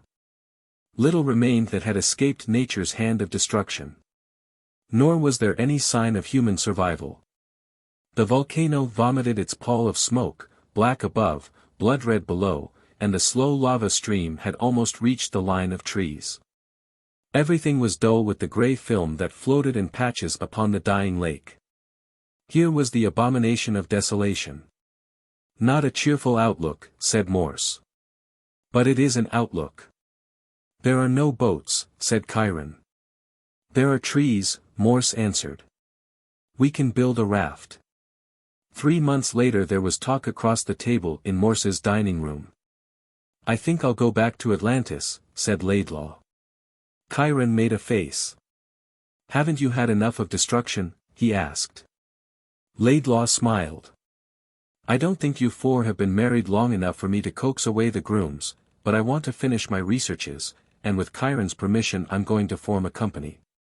A company for what? Asked Kiron. And why with my permission? Because you should have the first claim on it. The lake bottom off the temple water stairs ought to be high and dry by now. There's a fortune lying there in gold and jewels to be picked up. Getting a mercenary streak, Laidlaw, laughed Morse. Money is always useful, if only to leave to godchildren, answered the scientist. I'll use most of it for archaeological researches, with the exception of the possible legacies just mentioned. Want to come with me, Kiron? The late king of Atlantis shook his head. We haven't started on what you call our honeymoon yet. Better come with us, Laidlaw. We are going to spend it in Crete. A lot of company you'd be to me, or I to you, said the scientist. I prefer Atlantis. How about you, Morse? Think of the treasure trove we can uncover. I think, said Morse, as his hand closed over that of Aulus, that as far as I'm concerned, I have the treasure of Atlantis.